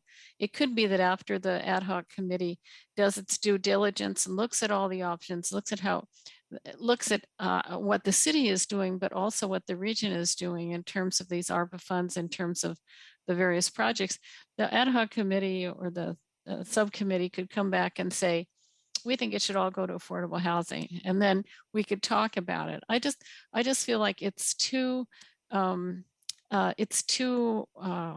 extraordinary of an opportunity for us to pass up. So when the moment is right, I'd like to make that motion, which is basically the staff recommendation, except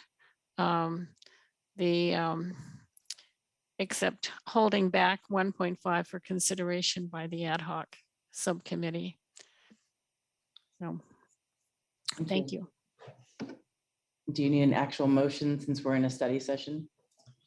It'd be helpful just to get some direction from the councils, just so I've got clarity about, because I've heard a lot of different thoughts, and I understand there's a lot of ways for it to go. So just trying to get clarity so that we understand what's within the purview of the ad hoc committee, and then what we can then pledge to the HRC, and then what Michael et al. Can then signal to the affordable housing providers. So if I could repeat back, what I heard was $2 million for affordable housing, and the balance was it $1.5 million for recommendation by the ad hoc committee, $100,000 available to the HRC if there are grant applications that warrant further funding, and then $1 million for the infrastructure investment fund. Yeah, yes, with the understanding that the ad hoc committee then would come back to the full council for deliberation as to the disposition of that 1.5 million. Correct. With all options being looked at, for sure. Yeah, I think that's what if I were making a motion, that's what I would want it to be. So yes. And let me just make sure I understand. You said 1 million to the infrastructure investment fund. No, but that's separate from the 8.9 going to the infrastructure investment fund, right? I think the 8.9 was already. Yeah, Correct. That is Yeah. correct. Yes. Okay, That is that's what I correct, thought yes. is, when I heard that twice, I went, wait a second. Yeah. Okay. Councilmember Pease, would you like to be on a subcommittee in the next 2 months? You know, I don't mind doing it. I think that, you know, I've been very public about my bias already. So, so I'm not sure the point. Honestly, as much as I appreciate the compromise position, I won't be seconding the motion because I really do, although I think it's a good between, and I would support it if the other two of you are, but if the motion goes without a second, I would propose the initial staff recommendation. Thank you. So what about Councilmember Shoresman?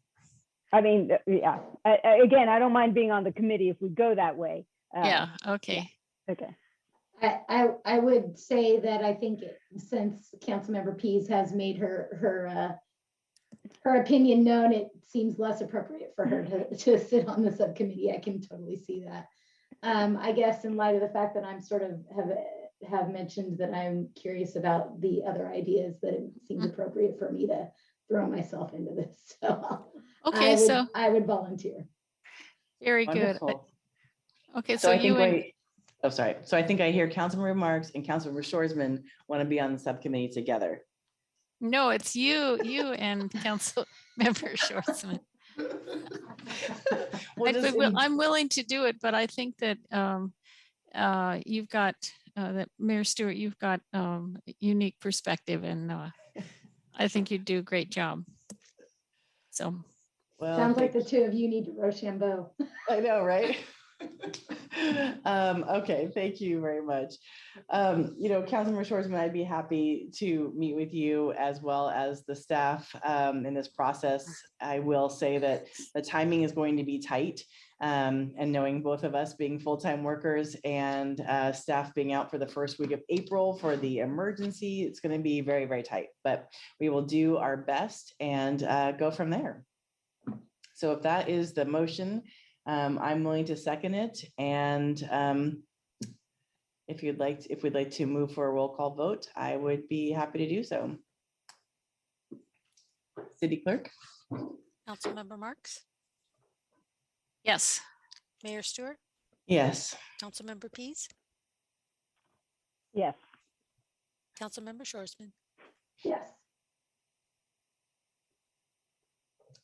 Okay, and one recusal, so motion passes 4-0. So that 4-0 equals $2 million solidified to go towards affordable housing, 1.5 million for the ad hoc committee, 1 million for the infrastructure investment account, and 100,000 for the grants and aid for HRC. Thank you so much for this time and this thorough walk through this process and this the funding. Brigitte, thank you so much, Michael, Derek. And with that, it's 7:36. Going to take a brief moment of brief break before we move into the next.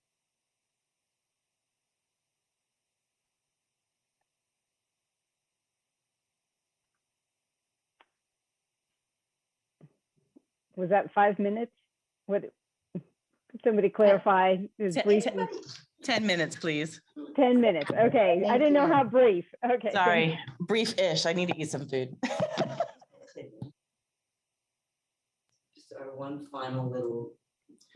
Okay, we're just waiting for one more council member and then we'll get started. There we go.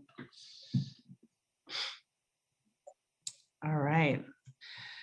So the next item before us is a study session to provide feedback on the Inclusionary Housing Ordinance update and below market rate housing administration. I see many new members on the Zoom, and we'll go ahead and have staff present the report. All right, good evening. Thank you, Mayor Stewart and council members. My name is Michael Codron, Community Development Director. I'm happy to kick off this study session on the city's Inclusionary Housing Ordinance updates. The agenda for tonight includes a presentation of some background information on the ordinance and the Nexus study that we completed and presented to the council and community in 2020. Then we're going to invite our friends from Economic and Planning Systems, EPS. Ashley and Jake are here on the call to present information on the financial feasibility analysis. And what we've done is we've overlaid that financial feasibility analysis on the Nexus study to develop our preliminary recommendations that were included in the agenda report. After we look at those preliminary recommendations, we'll hear from Julius Nyanda from Housekeys, and Housekeys is the city's below market rate housing administrator. And Julius is here, as part of our outreach efforts on the inclusionary housing ordinance. We received feedback and questions about their role. And so we thought this study session would be a good chance for the council to hear directly from Julius on the questions raised, many of which are summarized in the council agenda report and recent agenda correspondence. After the Housekeys discussion, we'll outline some core issues to help guide the City Council's discussion and answer any questions council members may have prior to public comments. And so with that, I will turn it over to Rachel Cohen. She's going to kick off the presentation, and then she'll actually hand it off to Teresa McClish as well. So we have, it's a team effort tonight. It's a study session. So we're going to cover, a number of different topics, but we have the issue area experts talking about each of those topics. And then we're all here to answer your questions. So thank you, and take it away, Rachel. Thank you, Michael, and good evening, Madam Mayor and fellow council members. As Michael mentioned, this evening, staff will be providing a presentation on the inclusionary housing ordinance update, as well as the below market rate administration. I'm going to go ahead and start off with just a little bit of a background about the city's inclusionary housing ordinance. The city first adopted an inclusionary housing ordinance in 1999. And since that time, over 1,200 affordable units have been planned for, entitled, or built in the city, as well as the city has utilized over $10 million in lieu fees to assist in the development of over 500 of those affordable housing units. And I did want to mention that the last time that the inclusionary housing ordinance was updated was in 2007. So in 2019-21, the major city goal work plan was to complete an affordable housing nexus study, and that nexus study was done to evaluate the nexus between new commercial and residential development. So in 2019, the city hired David Rosen and Associates to complete the nexus study. And in April of 2020, the findings of the Nexus study were presented to staff. And the Nexus study determined that both residential and commercial development are creating a demand for affordable housing that is not currently being met by the housing market within the city. The study's findings also verified that, the findings verified that there is a nexus for the city to have an inclusionary housing ordinance for both residential and commercial development. I want to note that the Nexus study identified a set of maximum fees that the city could require as part of their inclusionary housing ordinance based on the gap in housing affordability. However, the study notes that it's not recommended that the maximums be applied, and that the city identify what would be financially feasible through a feasibility analysis.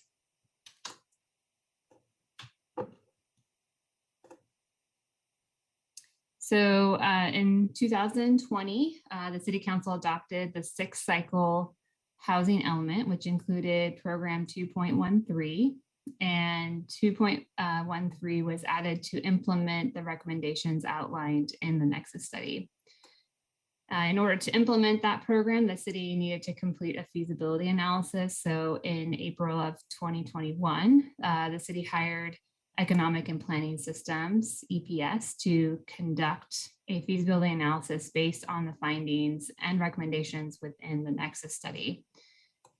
So over the last several months, staff has worked with EPS as they've analyzed the city's current inclusionary housing ordinance, the current market conditions, as well as the Nexus study to provide us with a preliminary recommendation. So at this time, I'm going to turn over the presentation to Ashley and Jake from EPS to discuss their analysis and recommendation. Thank you, Rachel, and good evening, Madam Mayor, members of the council. I'm really pleased to be before you this evening to discuss potential updates to the city's inclusionary housing ordinance. And before diving in, I want to just provide a brief summary of the tasks we've been working on in coordination with city staff, because we'll be touching on all of this in the following slides. So we started with an in-depth review of the city's current inclusionary housing ordinance, really trying to understand how it's applied, how effective it has been, and where there have been challenges with the implementation. We also, of course, reviewed the David Rosen Associates study, which was completed in 2019-2020. And as Rachel just mentioned, and as is typical of Nexus studies, we've done a lot of them ourselves, but the maximum fees that can be justified are often higher than new development can reasonably absorb. And so this is really the question at hand tonight. If the Nexus supported fees are unsupportable, what level of fees will help the city meet the community's affordable housing needs without dampening new development? So to answer part of that question, we surveyed affordable housing impact fees and inclusionary housing requirements among other jurisdictions in the county, some even outside of the county, which is just one way of informing potential fee levels. And then we also tested the feasibility of fees and inclusionary requirements using development pro formas tailored to different land use categories. And with all of that in the mix, tonight we're presenting a preliminary recommendation for a program structure and associated fee levels. Next, Rachel. And I won't go deep into the legal context here. I'm not an attorney, but affordable housing fees and inclusionary requirements are getting a lot of attention in state law. And I'll just say that with AB 1505, which was passed in 2017, state legislation is now very clear that inclusionary housing requirements may be adopted for both ownership and rental residential development projects. There was some uncertainty for a little while as to whether or not inclusionary requirements could apply to rental projects. It's very clear now. And then for non-residential development, the best practice really remains a commercial linkage fee, which is adopted under the Mitigation Fee Act. So different statutory authorizations there. Meanwhile, with SB 330, it's really intended to ensure that feasibility remains an important lens and is maintained as inclusionary requirements are introduced or updated. Next, please. So let's quickly review your current ordinance, maybe more for the benefit of the public than you probably know it well. On the non-residential side, the on-site requirement is that new commercial development provide 2 units per acre, but not less than 1 unit per project. Developments of fewer than 2,500 square feet are exempt, and there is an in lieu fee option. That fee is calculated on a case-by-case basis as 5% of the development's construction value. Next, please. A lot of similarities on the residential side. Here we have a project size threshold, which is that projects of fewer than 4 units are exempt, but projects of 5 or more units are required to set aside either 3% of units affordable to low-income households or 5% of units affordable to moderate income households. That's within the city boundaries. In the expansion area, which is essentially land needing annexation, the requirement is higher. Table 2A, which you'll hear more about, provides adjustment factors based on the size of the units and the size of the project. So if a developer opts to pay a fee in lieu of developing the units on site, the fee is calculated as 5% of the construction value, just like with the non-residential fee right now. Next, please. And we have a few slides now that just lay out some of our observations, some of the considerations that we've been talking about over these past months with the city staff team. And on the residential slide, let's first tackle Table 2A. Table 2A was intended to encourage smaller units that would be, naturally more affordable because they would be smaller. The incentives that were set no longer seem to be really achieving the intended goal. They are at this time exempting some units that are renting or selling at prices that actually require above moderate incomes. And as an example, the one that we've listed here is if you have a project of 24 or more units, and those units are 1,500 square feet, that project would be exempt from the inclusionary requirements, even though units of that size today, in today's market, are selling for more than $800,000 a unit. The way that Table 2A is laid out, I'm sure you've seen it, but it's an array of unit size and project size. So this is just one example, but there are myriad. Another observation is that the current in lieu fee is calculated as 5% of construction value. There's no agreed upon value. It's reported by the applicant and verified by staff. But this is not as transparent as it could be, and it results in inconsistent valuations and thus fees, even among very similar projects. Next, please. On the commercial side, an inclusionary program for commercial development is not standard. They're out there, but it's not standard. It's not always a given, for example, that a commercial developer would have the expertise or the skill set to provide the required residential units on site, even assuming that the zoning would permit it. And similar with the residential in lieu fee, the commercial in lieu fee is calculated as a percent of value, and in the same way that can result in inconsistent fees. And also in this market, it's resulting in higher than typical fees for commercial impact fees. Next, please. And so now I'd like to review the preliminary program recommendations. We'll end with the same information once we've reviewed the analysis, but I wanted to give you a sense of where we're going so you have a way of thinking about the slides that will follow. And on the residential side, we're proposing to update your current inclusionary program. So it's not a brand new program and it's not an impact fee. It's an update of the inclusionary program. We're proposing a citywide program that eliminates the expansion area. So one set of requirements citywide. We are distinguishing between for sale and rental development because of differences in the economics of each type of development. And on the for sale side, we're recommending a 10% inclusionary requirement split between moderate and low or very low, but at least low. And on the rental side, the recommendation is a 6% inclusionary requirement split also between moderate and low or lower.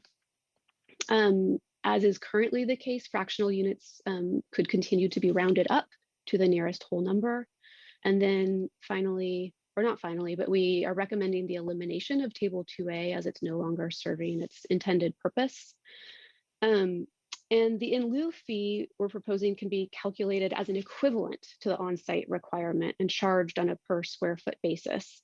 So in this way, the fee can be posted, it can be transparent, online, available to anyone who cares to look it up. And then because the fee is charged per square foot, there's an incentive, a sort of natural incentive there to develop smaller units. On the non-residential side, we're proposing a commercial linkage fee, and the fee will be based on land use, charged according to land use category as opposed to zoning. Those aren't necessarily always the same. And it too will be charged on a per square foot basis. Next, please, thanks. And now we've been talking about the David Rosen Nexus study. I'd like to just remind us all where this started. So this study was conducted in 2019, 2020. And as Rachel articulated at the beginning, its goal or the objective was to identify and quantify the relationship or the nexus between new market rate residential and commercial development on the need for affordable housing in the community. And the study appropriately, as it was intended to do, establishes the maximum fees that can be justified based on this nexus logic. On the residential side, we see maximum fees of $36,000 to $106,000 per market rate unit or on the per square foot basis, fees ranging from $48 a square foot to nearly $114 a square foot. And on the commercial side, we see a range of land use categories. And here the fees are, or as presented, they're ranging from $70 a square foot for retail development. Even service is a little bit lower at $66 a square foot, up to $173 a square foot for office development. And these are gasp-worthy fees, but they reflect the true costs of full mitigation. So they're really important to keep in mind. Next, please. So the fees that we just looked at on the preceding slides, they're based on an affordability gap analysis that compares the cost of development to what income constrained households can afford at very low, low, and moderate income levels. The difference is the gap analysis, or it's the subsidy required to build housing that is affordable, assuming a prototypical 2-bedroom unit in this case. The gaps decrease, you might see, as the household's income increases, not surprisingly. So the gap for a moderate income unit is less than the gap for a very low income unit. And the gaps vary between rental and for sale developments because, as I mentioned before, the development costs vary, the income limits are defined somewhat differently, just the economics. There's a variation in the economics there. But these gaps, I'm showing them here because they're the basis of the fees. Next slide, please. And I'm going to turn this over to my colleague Jake in just one moment, but first I want to say a few words about feasibility. The Nexus fees we just were talking about, I think I called them gasp worthy. They really can't reasonably be absorbed by new development, and likely they would render new development infeasible. That's not our goal here. The slides that Jake will walk us through is our analysis of what level of fees may be supportable by new development.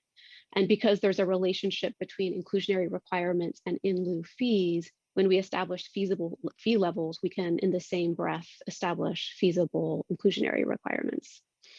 And I'd like to add just one caveat to the analysis Jake will share. It's really challenging for us to sit here prospectively evaluating feasibility in the absence of a specific project or a specific application. There are all kinds of, as you know, all kinds of factors that affect feasibility. You know, when the land was acquired, the cost basis, how the property will be used. Maybe someone has a brother who does construction. There's just no predicting every variable. So we've done our best based on current market data. And with that, I'll turn it over to Jake. All right, thank you, Ashley. Good evening, Madam Mayor and members of the council. Oh, can we go to the next slide, please? All right, thank you.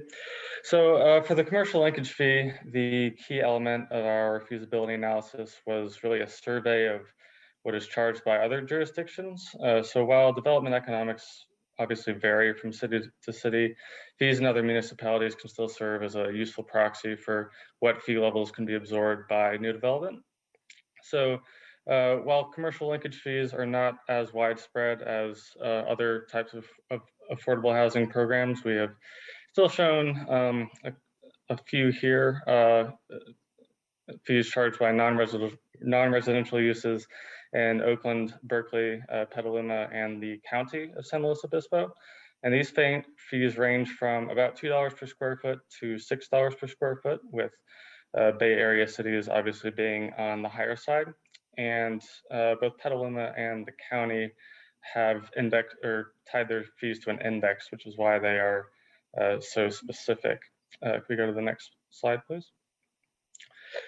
So this shows our recommended commercial fee levels by non-residential use, office, retail, hotel, and industrial.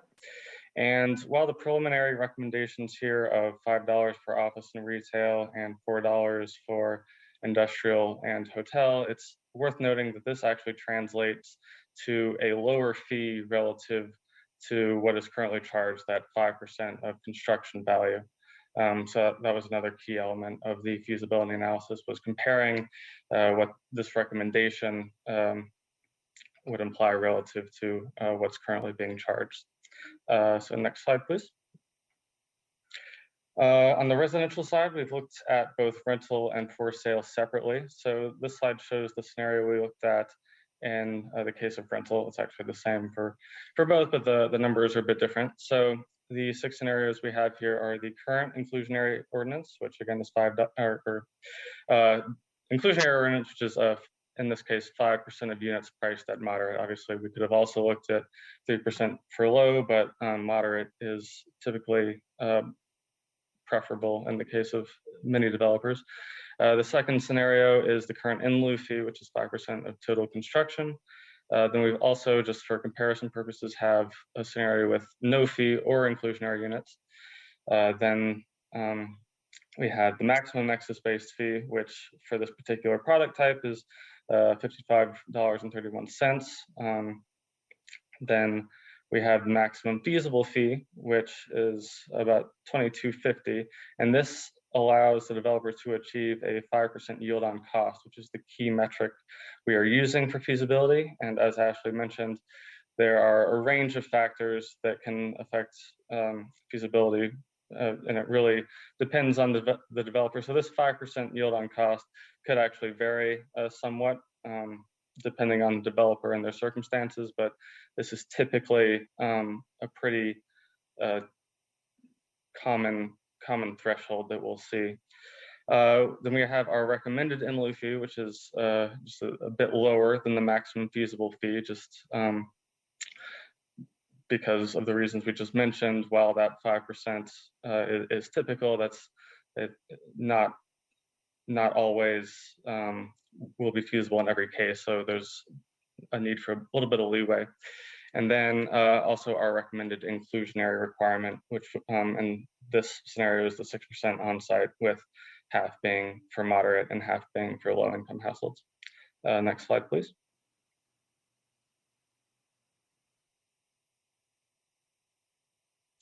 All right, so here we have the results. So the current inclusionary ordinance of 5% moderate household or units priced for moderate income households is feasible. However, the in lieu fee is kind of on the margin of feasibility. It's just a bit below the 5%. So we've got it hatched here because that's it's very close. So you can't really say definitively either way whether it's feasible or not.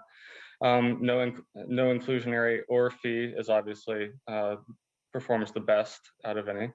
The maximum Nexus, as Rachel and Ashley mentioned before, is pretty certainly not feasible. And then we have our maximum feasible fee, which is right at that 5% threshold, with the recommended fee being a little bit above that and the inclusionary requirement being a bit above that. And just a quick note, I mean, while in some of these 0.3% may not seem like a lot, it can actually translate to somewhat substantial amounts of money. So for this particular product type and scenario, each basis point is about $1,000 of cost per unit. So that could obviously add up pretty quickly if you're building dozens of units. Next slide, please. So this is for sale, and it's essentially the same set of scenarios with one being added. So again, 5% for the current inclusionary ordinance, which is 5% being priced for moderate household incomes, current inclusionary or current in lieu fee, 5% of construction costs, no fee, the maximum Nexus, which for this product type, townhome, is $48.33, the maximum feasible fee, which is $34.60, the recommended in lieu fee of $25, and then the recommended inclusionary, which is 10% on-site, half being moderate and half being for low-income households. Next slide, please. So again, we have the results, and in this case, all are feasible with the exception of the maximum Nexus-based fee. Again, no inclusionary or fee performs the best.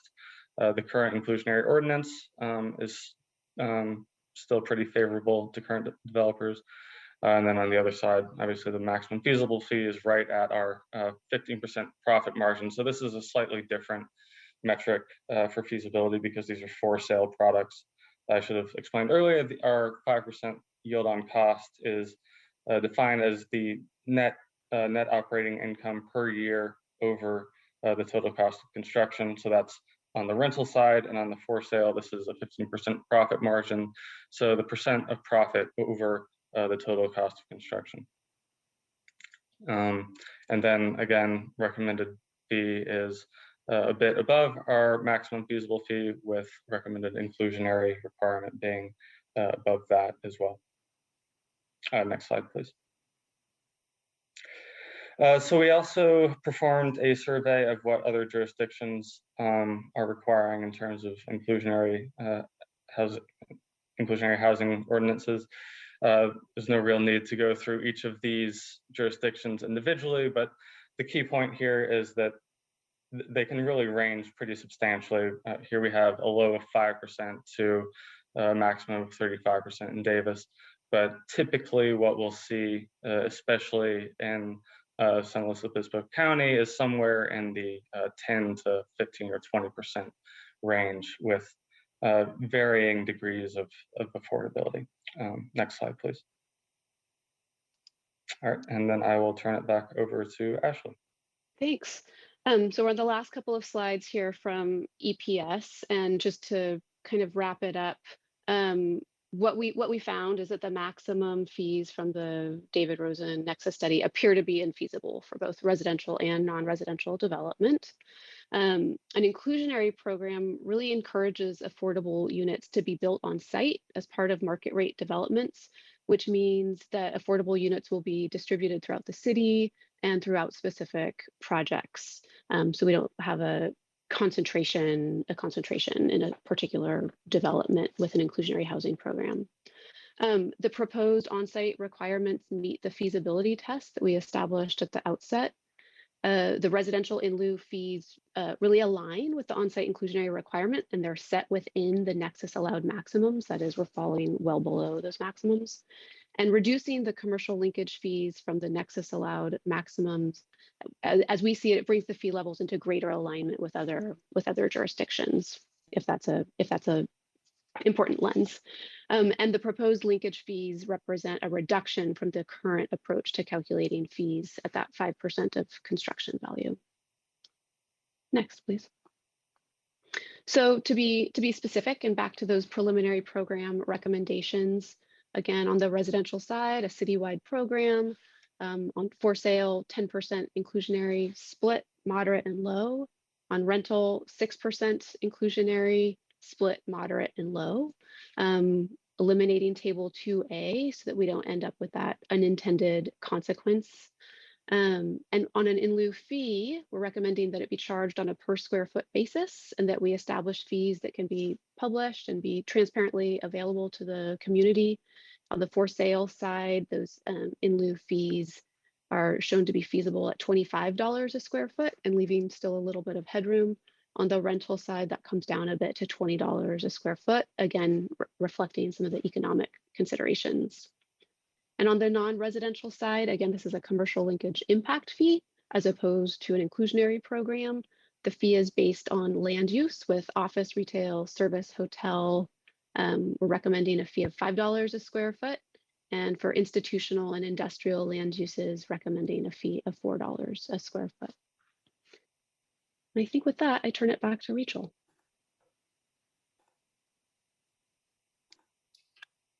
Thank you, Ashley.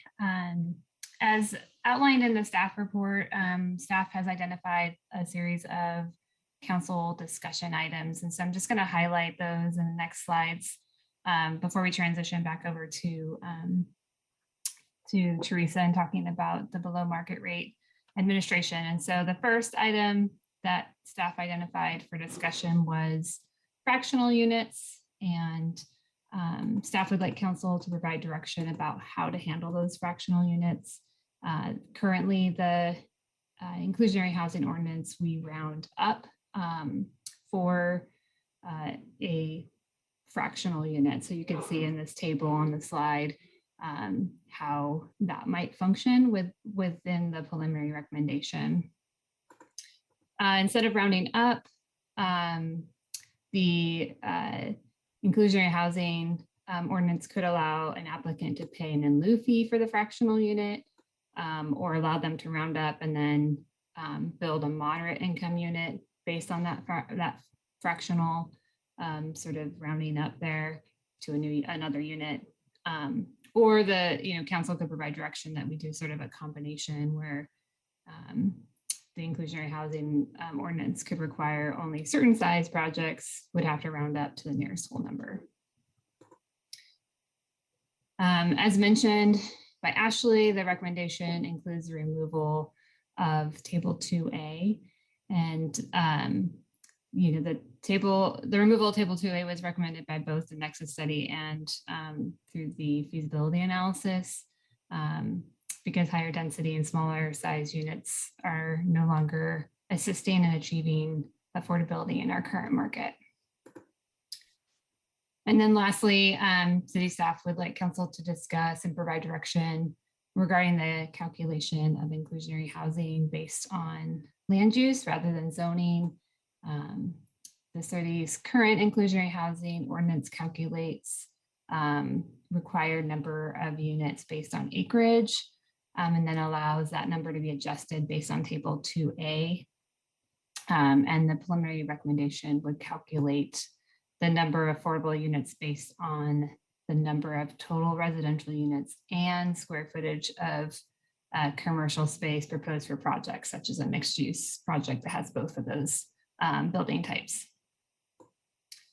And so under the preliminary recommendation, we have, we accurately kind of more capture the housing needs based on the actual uses as a part of that project.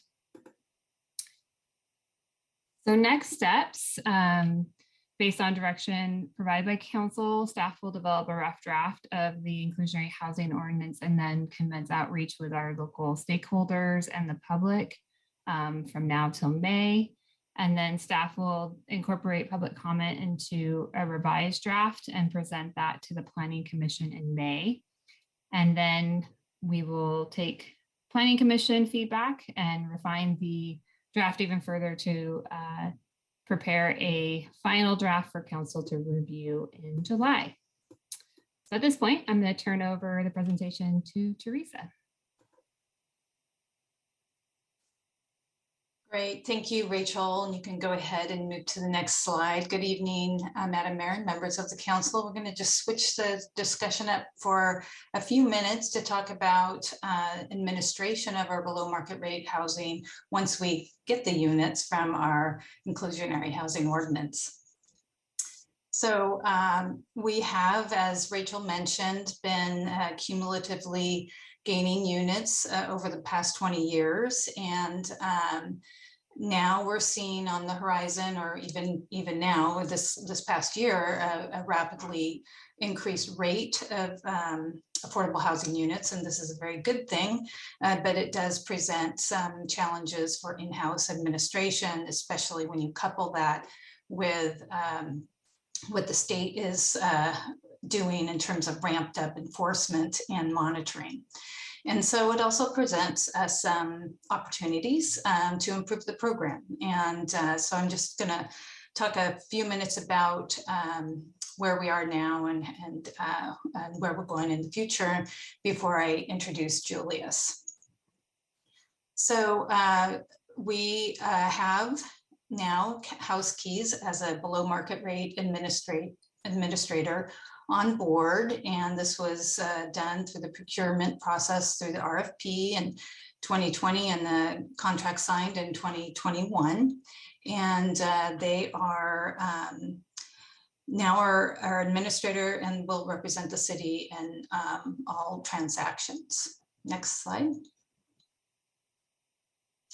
So this is a departure from city practice, and we've received, as Michael mentioned, some questions from the community, and we've been engaged in some outreach in recent months to just talk to the community about concerns and expectations for the program.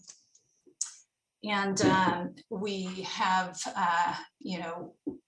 we're moving from a sort of a decentralized fashion of managing our units that has historically been done through an ecosystem of professionals, loan officers, real estate professionals, our nonprofit housing partner organizations who have been really helping us with some of the administration pieces of the program, including income certifications and developers. And it's been managed as we've gone along and in this sort of decentralized manner. And we've noticed some drawbacks that we're addressing now with a more formalized below market rate administrator. And so now with House Keys on board, we're looking forward to providing enhanced benefits. We see in terms of program compliance, which we'll go into more in a minute, as well as best practices. Next slide. So we've been focusing in our engagement on what we see as the goals and benefits of the program, and that reside in 5 main areas. And the first being transparency, and these are well aligned with our major city goals. We are expecting that having a below market rate administrator as the outward face of the city's program will really make it much more visible to users, including all of the players I mentioned, the developers, the lenders, the realtors, and our affordable housing partners, and all folks who want to participate in the program, and greatly help us as well with scrutiny that's increasing from the state, as I've mentioned. And efficiency as well. Our program is growing. We're preparing for that. We need to scale up, and we need to scale up with expertise in lending and real estate and affordable housing law without adding staff. And this is provided by House Keys. Accountability through a variety of methods, including annual compliance and checks, for example. House Keys will ensure compliance with state law, and Housing and Community Development HCD division at the state has really, I can't emphasize this enough, really ramped up their own resources for enforcement and monitoring, and we need to be responsive to that. Additionally, House Keys operates training programs for our ecosystem of professionals out there that will help ensure that participants are trained well and authorized to work within the city's program. And equity and inclusion, a very significant piece of this program. Ensuring all units that are in the program are marketed in an equitable manner, county-wide, so that everybody understands the program, everyone has a chance to participate, and having this below market rate administrator providing that helps us maintain correctly the active list of eligible buyers, and we can continually match households to buyers. And customer service. Finally, the below market rate housing transactions can be very complicated. There's lots of questions, lots of refinancing bouts recently, and we expect to be able to deliver a better customer service through our below market rate administrator. And so we wanted to just talk a little bit about this, some of our thoughts about the program. And with this, I'll introduce Julius Nyanda, who will talk a little bit about some of the questions and structure of the program. So next slide.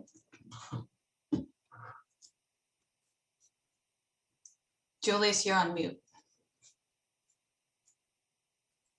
Good evening. Thank you, Madam Mayor and the council. My name is Julius Nyanda with House Keys. We are definitely excited to be part of the city of San Luis Obispo's effort for affordable housing. Just a little bit of background on us. So we started our company in 2015, and it was an outgrowth of nonprofits that were in the Bay Area that were going out of business at this time. If you all remember, 2015 and 2016 was a pretty rough time for nonprofits. We were about 3 years removed from redevelopment being dissolved. And actually 3 nonprofits that were major in housing in Silicon Valley went under around the same time: United Way Silicon Valley, South County Housing, and a NeighborWorks chartered entity called NHS Silicon Valley. And so we actually were kind of a jobs program of continuing the work that we were doing at that time, contracting with cities and trying to develop a sustainable way that was grant independent so that we didn't have to stop services when the grants dried up. And that's really how House Keys came to be in 2015. And so in our fee structure at that time, we probably had around 4 cities that were contracting with the nonprofit at the time. And city councils at that time were asking us in meetings while our agency was winding down, what is the more sustainable way to do this work? Because if you go out of business, now our community loses services. And so in response to that, we formed a for-profit entity called House Keys Inc. And we actually got tax exempt status for a nonprofit in 2017. And we started talking to cities about how we should price these programs. So there were 2 aspects of what we pitched to cities at that time was, one, there should be a limited amount that the city can sustainably pay, typically 1 to 2 to 3 full-time equivalents, depending on how large their program is. So some cities had 600, 700 units in their program. Some cities had 50 or less. And so we basically put a fee structure in place that said $75,000 can cover up to about 150 units in any combination. So that includes home ownership units, rental units, and finance units. The city of San Luis Obispo, when we bid on the contract, had about 73 units in ownership, 106 units in rental, and 11 units in finance. And so that's how we came up with the base cost. The second component of our fee schedule was focused on as transactions happen, as units turn over, as new construction units come into the portfolio, at the point of transaction was an opportunity for us to create a fee schedule that would allow us to keep the cost fixed for the city and then deal at a point of sale point when those transactions took place. And so what you end up with is sort of a fee structure that subsidizes the total cost of program administration, because while the application process for applicants, happens almost daily. People are always calling and asking about the program. There's education components to be able to have outreach for the community. There's also the matter of compliance and working with these units once they're built, and then also providing services and questions continuing for folks as they turn from applicants in the program to actually participants in the program that need to comply with what really is a very litigious and legal process that they're signing up for as first-time home buyers or tenants that are looking for housing. And so that's the basic structure of how the system runs. And that third point is pretty important because while these fees are being charged today, none of those fees accumulate to the program. So it's, as an example, San Luis Obispo probably sells around 150 homes a month. So if you take a project, like a large project that's affordable housing in the city right now, Avila Ranch, there are actually 52 for sale units and 44 for rent units in the same project to make up that 96. So our fee structure allows us to work with the builder to help them satisfy and work with the city to help them satisfy both the 52 for sale units, House Keys is helping with that, and also the 44 for rent units as well from the same team. And so that's kind of how this process works, is that because program administration is multifaceted and requires teams that can focus on rental or finance or ownership at the same time, it was key for us to build a sustainable model that combined fixed costs for the cities and transaction costs to developers and also when homes are reselling. Next slide, please. So there are 5 major aspects to what we do whenever we take on a new city. The first is very much so about program formalization and standardization. So how the application forms are put together, what kind of marketing plan is going to be done for every project, what are the requirements, how do you want to publish and make it aware to the public that a new unit is available? Are there news publications or social media or flyers or community organizations that you want to reach out to? All of that becomes a part of the process. Pricing is going to be a big issue going forward as the state looks at how you all determine what was the price that you charge for sale or the price you charge for rent. And that's a big part of how we formalize the calculation with cities as well. And so the guideline development, getting the guidelines updated and approved by council to cover both your ownership and your rental program, and really cover how you underwrite and determine who's eligible and who's not, how you calculate income. All these things become as you scale your program and get more people participating in it, you're going to get more questions around how these different rules work. Next is your program inventory, where we start to organize, how you understand your cumulative inventory, just like I did now with how many units are for sale, for rent, and in finance as well. Program relationship management is probably one of our biggest responsibilities. I think, we've gone through 3 now public sessions with different stakeholders in the community of San Luis Obispo, talking developers, nonprofits, and practitioners in real estate and lending about how this process is going to work, how they'll be affected, and how will they work alongside the administrator to be able to complete these transactions. And so that's a big part of what we do as well. And then also making sure that applicants have a process, not just to apply for a single project, but to maintain a relationship with the program on an ongoing basis as other projects become available over time. And so it's super important for us to sort of open up the program so that people feel like on any given day, whether it's weekend, day or night, I'm able to apply for this program, establish a profile, and find out what's going on with the city's programs. Program operations management. I think this probably is one of the biggest pieces thinking about the city's DEI goals here is that, giving everybody a chance to sort of figure out how they want to sell a unit or how they want to rent a unit, how that selection process works, creates different experiences for different members of the community. So if one developer decides to really do a first come, first serve, or another developer decides to do a lottery, then that creates an inconsistent process for the public. And so ideally, every single available unit goes through some kind of lottery process so that everybody has a chance to at least apply and they can know how that selection process is going to work. City staff members, whether it be the clerk or the council or the public, can serve as witnesses to those lotteries. And so every single selection process is daylighted for folks to understand how did that particular household get allocated a unit.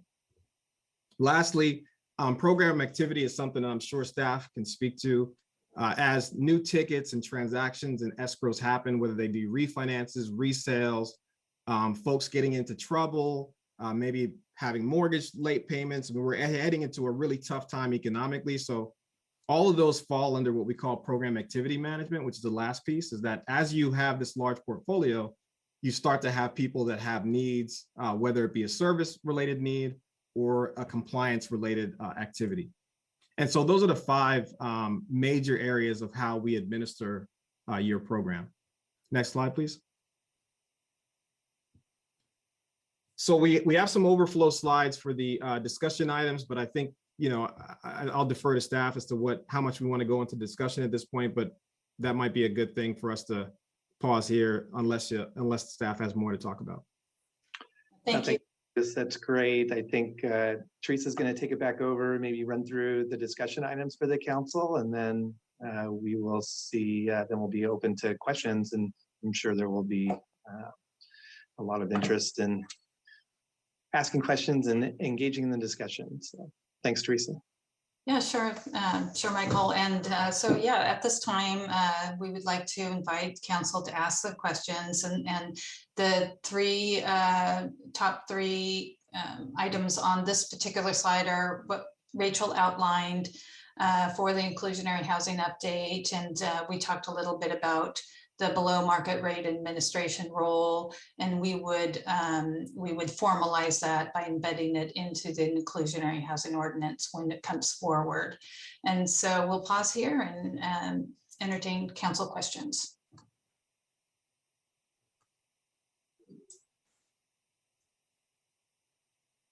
Thank you. Wow, what a thorough presentation, and you have lots of questions already ready to ask. Vice Mayor Christensen. Yes, thank you very much. I spent a lot of time going through this material and appreciate the staff report.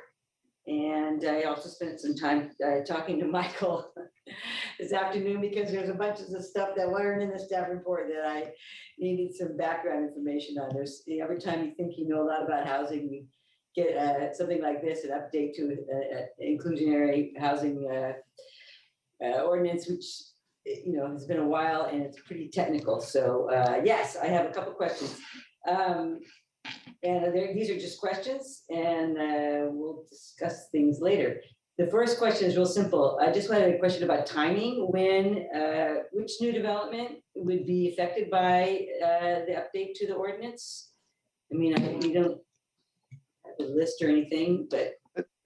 That's a really good question. I think what we're gonna, when we come back with the recommendation for adoption, we will ask the city council to establish a date after which every planning application that's submitted would be subject to the requirement. Okay, so this is the kind of thing which I should know, but I don't. So things like the Avila housing stuff or the San Luis Ranch stuff that's coming through, that's already been approved. So that's not, I mean, some of that stuff's coming back, but a lot of it's already done. It's just hard for me to keep track of all the things we've been doing. That's right. Yeah. So those are projects that have vesting subdivision maps. So they're vested in the ordinances and fees that were in place at the time of the project approval. How about like Froome Ranch? And how about all the tank farms, 600, 650, the ones we just did? Yeah, Froome Ranch is interesting because they did not, there was no subdivision approved as part of their project, and no vested map. So they're going to have to come in and subdivide. And at that point, they would be subject to what ordinances are in place at the time.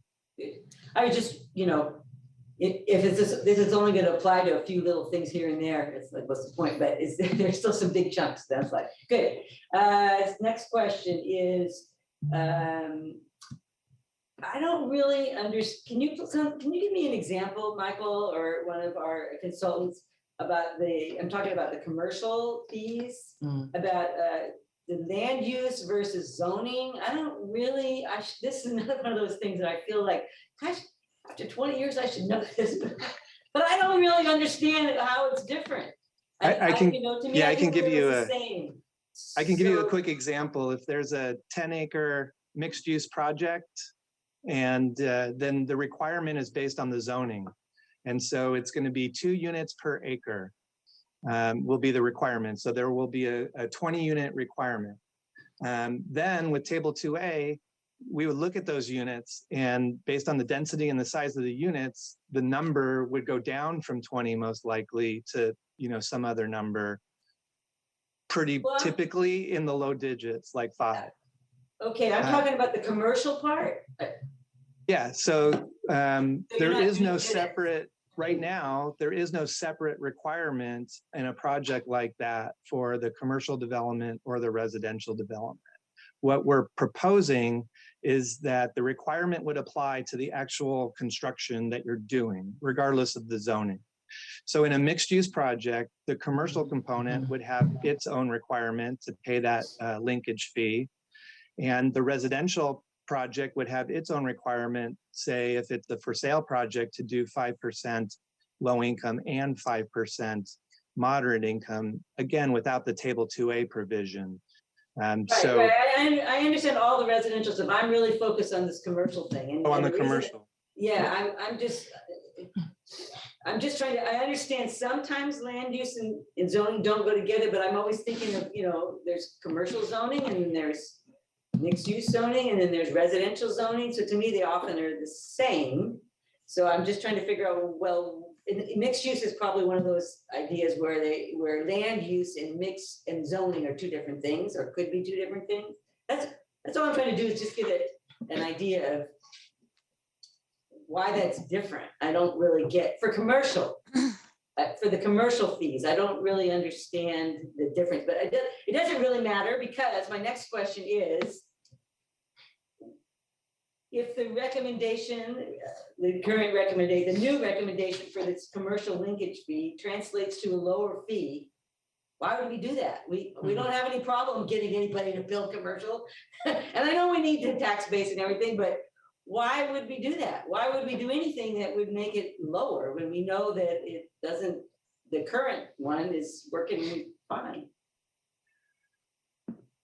Well, I might ask Ashley to respond to that. I think that in her presentation that she hit on that, but Well, she said something about matching other jurisdictions, and we don't care about that. That's not. But we do care. I don't care about that in the sense of. we care about the method and that it's consistent and predictable. And that it, in this case, what. Sorry, I mean to, this is why I wanted you to call me this afternoon. I'm just kind of I'm getting to someplace. I understand consistent and predictable, but why not just set it higher? Well, we could, Yeah. but the change here is going from a percentage of the construction valuation to a per square foot fee. Right. But and yeah. if you would like the analysis to be equal, like to where there's no, essentially the math would be the same for a given project, then we can take direction from the council to do that. And we would end up with a little bit higher commercial linkage fee than what is in the preliminary recommendation. Right.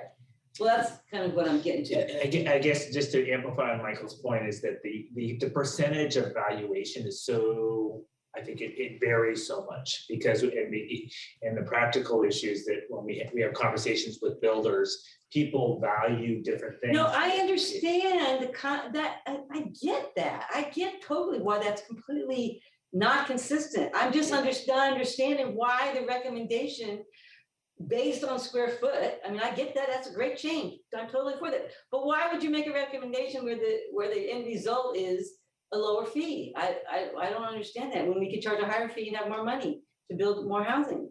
At this point, the recommendation is for discussion. Okay. Right. Well, but all right. I just didn't understand why. I understand the reason for changing from value to square footage. Totally understand that. I just don't understand why the number you're giving us, the percentage, it results in an actually lower fee. I mean, I keep thinking there must be a reason for that, and because why would we do a lower fee when we're not having it? It looks like Ashley has maybe a response. Maybe. Maybe. You raise good questions, and I think that there is some room there. What we were noting is that, just outside your borders in the unincorporated county, the county has a commercial linkage fee, and it's set on a per square foot basis and quite a bit lower. And so if there is any, if there's a focus on competitive. Just to say, it is quite a bit lower, and yet guess what? People still build stuff here in our town. So to me, that's completely irrelevant. I mean, literally irrelevant. So I guess it's relevant to you, and that's why you're mentioning it. But to me, it's totally relevant. Okay, we can go on. 1, 2, 3. Or what if we don't? Okay, now I'm moving on to the below market rate administration. And I will have some things to discuss about this, but my question up front is, what if we don't codify it now? What if we say, hey, it's a new program, we understand why it could be codified, but we're not ready to? What would be, can you tell me why is that not good, or does it matter? It's simply a best practice, and it doesn't necessarily matter who the administrator is, but it's good in an ordinance to specify what the purpose of an administrator is, the function that they play in the program, roles, responsibilities, such that if we were to have a new administrator in the future, there's that fundamental, those roles are specified in the ordinance. And so it's clear, what the role would be if there was a change. It effectively makes it a regulatory measure to utilize the city's designated administrator. Okay, all right. Okay, I just wanted to have a better idea of why we're being asked to do this. And I can think of other good reasons too. Last question for now is, and this is for our House Keys representative. And I spent quite a bit of time on the House Keys website today, including a number of cities that use House Keys and very nice websites. But I don't understand if we're talking about really having what you call a program operations management, where you really want to make sure that you're getting equal opportunity and equal access, and anybody who's interested in an affordable rental or housing unit can just go on the website and see it. I can see that if you spoke English and not if you spoke Spanish or if you spoke Tagalog or one of the other many languages up in the Bay Area. So I was looking at Alameda and Santa Clara and Gilroy. So I don't understand that, because normally I would say, okay, maybe there's not a lot of monolingual Spanish speakers buying houses at full market rate, you know, just in terms of demographics. But surely, if you're talking about affordability and in terms of either affordable house ownership or affordable rental, you're going to have at least some applicants and then participants who are monolingual Spanish. So that was very surprising, and I was just wondering what's the plan there and why hasn't it been done already? You've been in existence for long enough. Yeah, that's a good question. So one of the things we started to do in 2019, ironically, right before things sort of changed, was we had stayed pretty small for the majority of our time. We only had 2 cities for the first 2.5 to 3 years. And so we worked a lot in those first 3 to 5 years on standardizing the language in English that needed to be provided to applicants, participants, all the stakeholders, et cetera. And we've done since then workshops in different languages. And so part of what we're working on now is really taking the standardization that we're doing about the English version of all the documentation and creating the alternative languages. And that includes even the marketing plans, because for instance, we have various cities that require different languages based on what they consider their top 2 or 3 languages. So we typically end up creating website materials or presentation decks. As an example, we did a Spanish speaking presentation in 3 cities in the last 90 days. And the presentation is all Spanish, but then you have some cities that are all, you know, may lead with other languages. And so part of what we're doing now is actually in the process of creating the materials across the board. But you're right, it is something that we're working on. And part of the challenge is that trying to simplify the language to get just a set of simple language put together in English so that we can create the right translation that's going to be evergreen for all future projects in all future cities. Okay, thank you. And if somebody who was, say, a monolingual Spanish speaker in, say, Gilroy, wanted information about this, is there a way that they could talk to somebody who spoke Spanish? I mean, how are you doing it now when you don't have it actually on a website, or maybe there's part of a website I don't know about? Yeah, we have 5 Spanish speakers on our staff. We have material in Spanish. We have, like I said, the advertisement for particular projects are done on Spanish media as well. And part of again, it's, as we start getting into the guidelines, you'll sort of see that there's a lot, like we have a 32-page guideline book, right? We're trying to reduce that down to probably 15 to 17 key. But now people can get access to the information in Spanish for sure. But once we do the content overhaul, that'll be a pretty big leap for everybody, even the English speakers, right? Because it's just complicated stuff to kind of standardize. Okay, thank you. Yep. Okay, Councilmember Marks. Oh, thank you. I had just a really basic question. When we're talking about per square footage, are we talking about the building itself or Yes. the property surrounding the building? The building. Just the building. Okay, thank you. Now, the other question was in terms of the house keys program.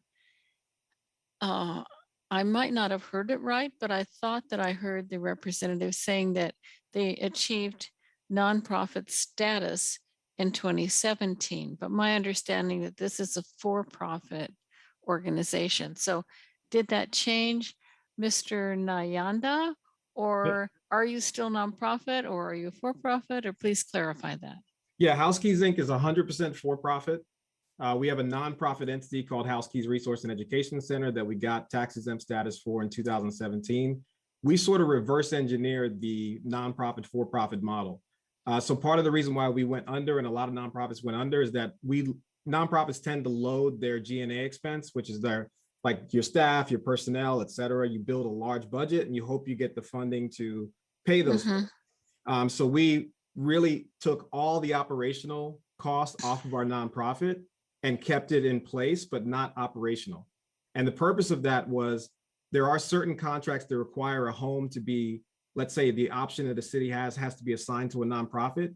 That's the only time we use our nonprofit.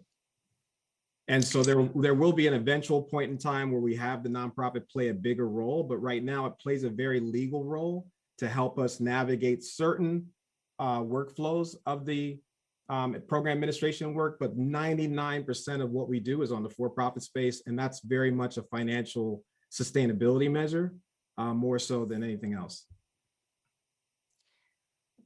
Okay. So in terms of your for-profit model, I've been told from the staff report and staff correspondence and that there will be no change in the cost of these different transactions by placing house keys in as a middleman or middle person. I just can't imagine that that would be true. So we're adding one more entity, one more player, and we've got the buyer, the seller, the lender, and now we have house keys in the middle of it, taking a certain percentage, I believe it's 2%. I'm just concerned about making the whole, and this is my question really, would house keys be making the whole transactional ecology, if you want to call that, more expensive? And I'm especially concerned about the buyers, and we're trying to benefit these people who are very low income, maybe moderate. Are you making the whole, is your model that you propose making the whole transaction ecology more expensive all around?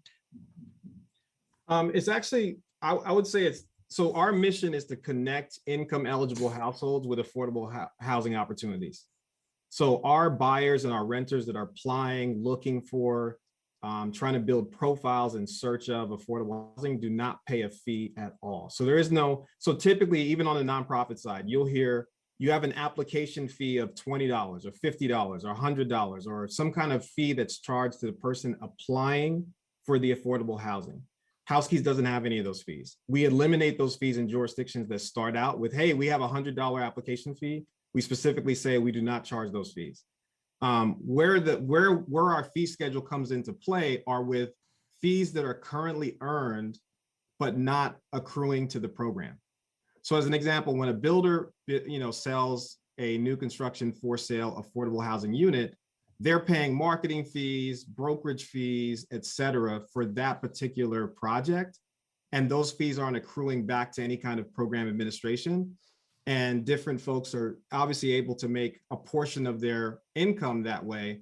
But what you lose is the capability of building a strong administrator that can make sure that that transaction actually gets the attention and workflow that's specific to the administrator.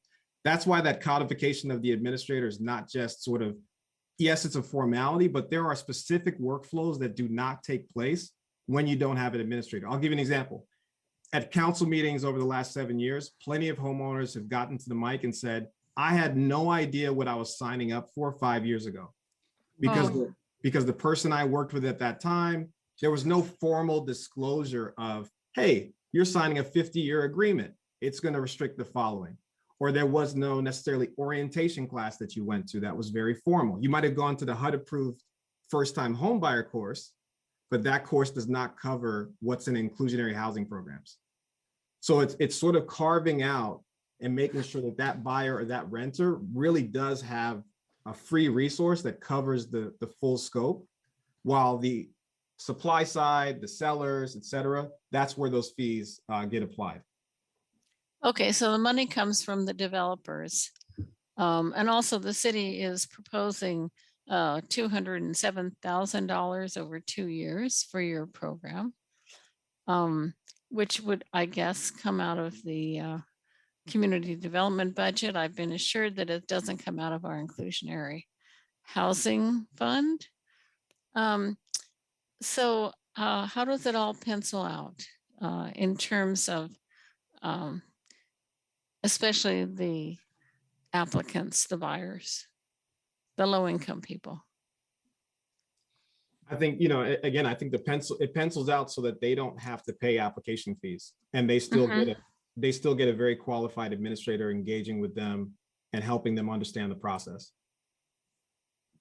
And Okay. in every case, Councilmember Marks, in every case, the transaction itself is accountable to the city's affordable housing standards and to state and applicable state and federal requirements to ensure that that buyer is not experiencing costs or spending more than what the maximums are as established the program. And that's another feature we're going to be, when we come back to the city council with our program guidelines, for example, we're going to have additional considerations for how these prices get set so that HOA fees are considered, for example, which they're not right now. Right. And under HCD, that's something that they want to make sure factors into an affordable home for the buyer. Right, because affordability is not just the rent or the purchase price, it's also the cost of living, utilities, HOA yep. fees, all that stuff. Okay, so I had another question that doesn't involve house keys, and that is that this 2019 study that was done, housing prices have skyrocketed since then. Has there been an update, or are we still imagining pre-COVID prices? And I'm a little concerned about that because I follow the housing market pretty closely.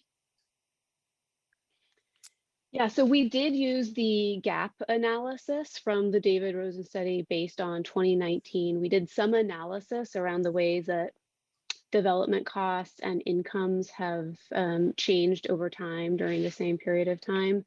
What we would probably recommend, and this is to be discussed as part of implementation, is that if our fees have been established based on the gaps established on the 2019 study, just like your current fees are currently indexed to keep pace with construction costs using the construction cost index, we could do the same upon implementation here. But we were not tasked with redoing or reimagining that gap analysis. So they are based on the 2019 gaps. Do you have anything to add to that, Jake? I feel like maybe I didn't set the Well, I mean, the only thing I would add was even if the gaps from 2019 don't translate to feasible fees now, the gap is certainly larger now probably, but that would just make the fee even less feasible from a developmental standpoint. Yeah, I have to say that I've got a niece trying to buy a house, has been hanging out here and renting for 2 years, waiting for the market to come down. And I keep telling her, move now. And, she hasn't done it, but I'm just tracking it really closely. And I think the situation has gotten worse. And we need to take that into consideration. So I think that's all my questions right now, but thank you very much. Thank you, Councilmember Shoresman. Yep, I'll try to keep mine brief. Just a clarification on, first of all, from something that I saw in the slides that doesn't jive with what I saw in the staff report. The percentage of units for rent, I believe in your slides was 6%, and it was divided between low income and moderate, but I thought that the rental units were 3% low income and 3% very low income, and it was the for sale units that were divided between low income and moderate. Is that correct? I believe in the slides you said for both for sale and rental, I believe you said low income, and they were divided between low income and moderate. Yeah, that's the intent with the is to go with, for the rental would be low and very low, and then with the for sale, it's moderate and low. So it's just a. So table 3 on page 182 of the packet, Yep, that's what I'm looking at. that's correct. Okay. And then the second question was, we did get some public comment about the table 2A, and while I'm pretty sure I know what I think about table 2A already, the proposal was sort of, why not just adjust table 2A rather than get rid of it altogether and try to manipulate it so that it creates the outcomes we want. And I was curious what staff or what EPS would have to say about the idea of just modifying the table 2A, and if that would create the desired outcomes. Yeah, well, I'll start just by saying that our recommendation is to eliminate table 2A. The council could give us direction to explore this with as we do our outreach in terms of modifying it versus eliminating it. However, our recommendation would be to eliminate it. And what we would do is work like we have in a number of other programmatic policy areas to continue to incentivize the smaller units and the higher intensity, high density projects.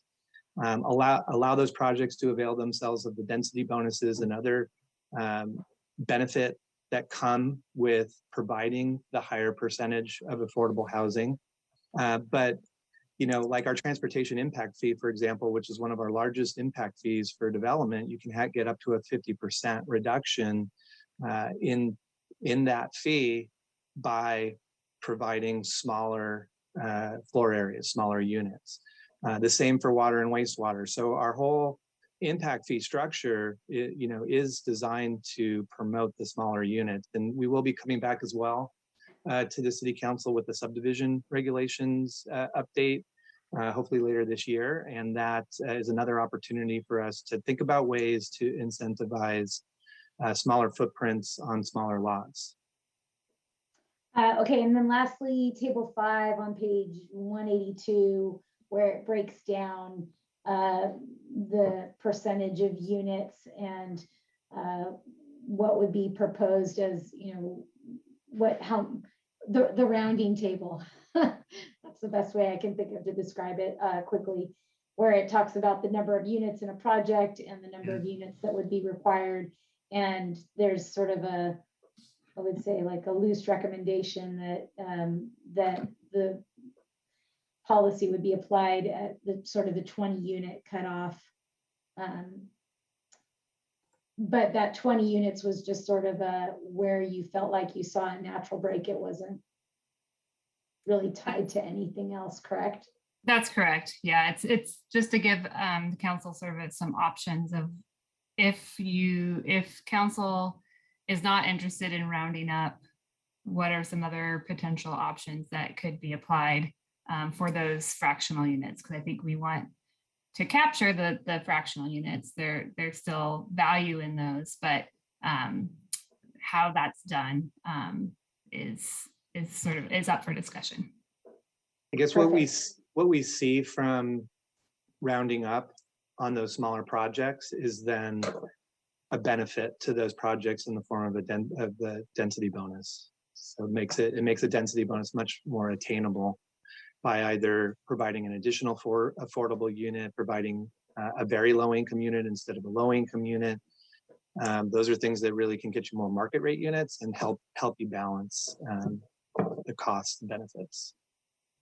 Right. Okay. Thank you. I appreciate that. That's it for me. Thank you, Councilmember Pease. Thank you so much. Thanks for the questions already. Let's see. So in the EPS study for the in lieu fee, it looks like there's a max that's listed. And I wonder why bother with the max? If somebody's going to have a big house, why would we cap their fee? I don't know.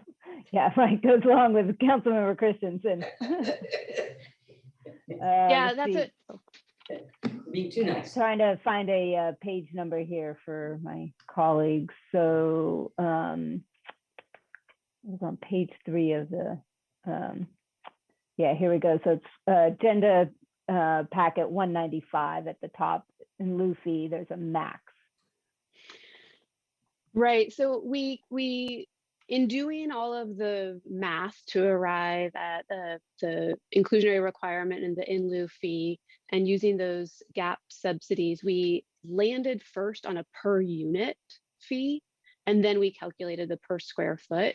And in keeping with Nexus logic, where there is a maximum fee, we use that verbiage, but I think that's very good direction and something we should consider going forward, whether or not we actually would max that out. Is there a legal limit?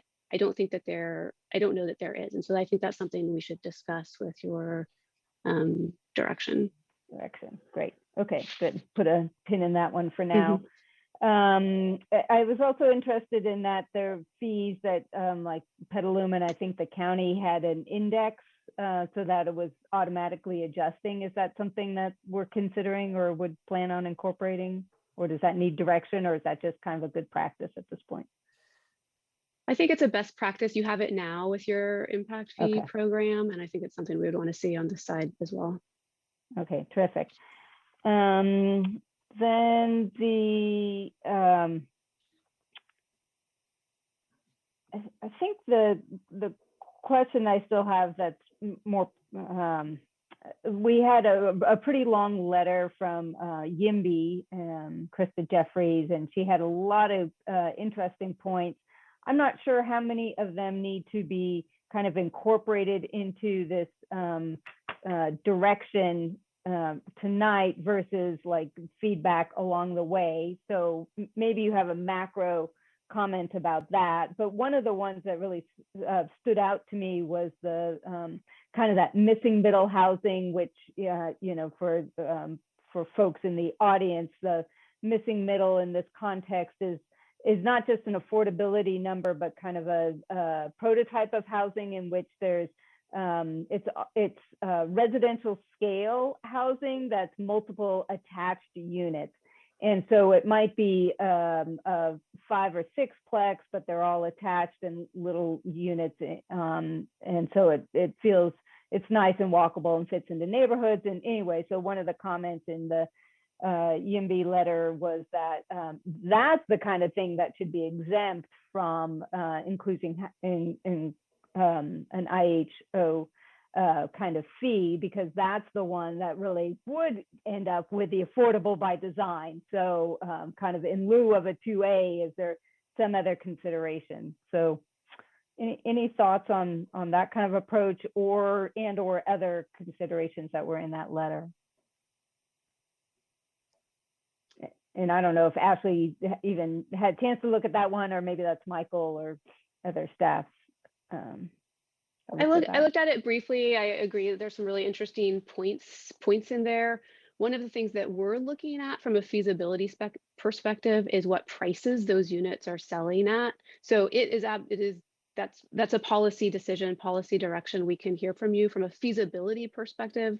We're seeing those units still, you know, selling a 1,500 square foot unit selling for $800,000, and that's you know, that was part of the feasibility lens that we're looking at. So it's the price point really that was sort of driving some of our analysis, but that's good policy direction as well that we can take into account. And then are there other, I guess, again, leaning to staff in terms of direction versus just exploratory? Were there other issues that were brought up there that seem like that they should be addressed tonight, or would they otherwise kind of get incorporated?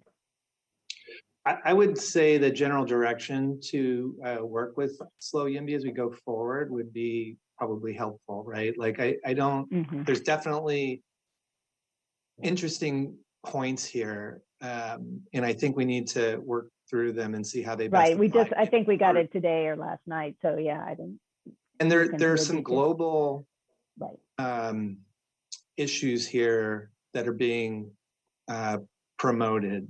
in terms of that would require a more wholesale change of our entire development program. So what we would want to do is look at what specifically applies to this project. We have the housing element program to update our inclusionary housing ordinance. We're going to move forward with that. That doesn't mean we won't get great ideas from this input that we can pursue, separately. Everybody's dream would be for an inclusionary housing requirement to not be needed. And that's not the case right now. The market, whether it's the fault of the city's development program or just the function of being coastal California, or, you name it, the market is not producing any affordable housing in any of the categories, that we track. And that's, that's why we have to have units for sale that have government deed restrictions on them, as unfortunate as that is. All right, well, good. So great, thank you. I appreciate that as kind of a global thought that we are doing this thing without, and we need to be working on the other in the first place about why this is happening, why the market can't respond at any scale right now. And then my last question is there's a little footnote about the equity share program and kind of that context. I'm not sure if that's something that was kind of that's separate, and as we do the inclusionary housing ordinance, we might need to adjust that, or if that's something that we even need to be talking about tonight. I don't know that program particularly at the city, so I'm just making sure it doesn't need some additional direction. Well, I'll just highlight real quickly that we do have two methods of on for sale units. One is an equity share program, and that's a different type of promissory note and deed of trust from our long-term affordable program. And the long-term affordable is 45 years of deed restriction until the household can own the property free and clear. Whereas the equity share, you can sell the property at market rate after a period of time and share the equity of that sale with the city. We were partners to the original purchase, so the city has a deed that's valued at that gap, and so we make it possible for the household to purchase the unit, and as the unit increases in value and then sells at market rate, we should be, we share then in the equity so that we can purchase more affordable housing elsewhere. There's a policy debate to be had in there as to whether or not the purpose of the program is to get a roof over somebody's head and provide them with that stability in order to create generational wealth and just stability and connection to a place. Versus an equity share program, which maybe does a better job of, building wealth for that particular household. And I think we're studying this issue. There's questions about whether or not an equity share sale complies with our, original deeds, which, if you have a project that has a 20 unit requirement for affordable units and through equity share, 10 years down the road, there's no more affordable housing in that project. I think there's a question there that we need to discuss as to whether or not that's what the city wants to accomplish. Certainly we would have some equity then to build affordable housing or support affordable housing development elsewhere. But that policy discussion will come back to the council in the form of the updated program guidelines.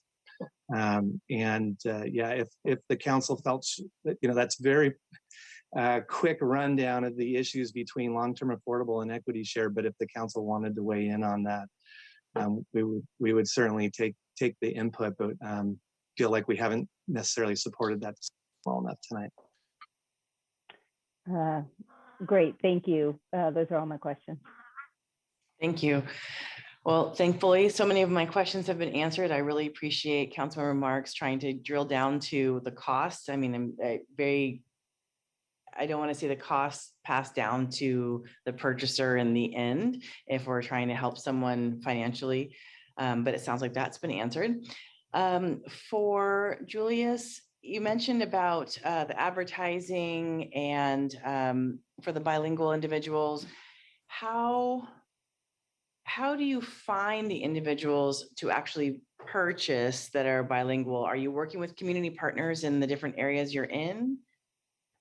Yeah, so in formalizing the marketing plan, that's what we get the cities to identify, like, identifying the different cohorts of organizations or pockets of outreach that the city wants to accomplish across every single project as part of that formalization process. And then we have now a protocol for every project going forward. Okay, that makes sense. Thank you. Let me just make sure. I think I have one more question, but I've got to find it. Okay, so Michael, you were mentioning that, or I think someone from staff was mentioning that we had been communicating with people about the community with the below market rates, but not communicating with the community about the fees and developers. So from now till May, we'll talk to developers about the fees. Was that what I was understanding? It's kind of confusing. Well, that's going on right now.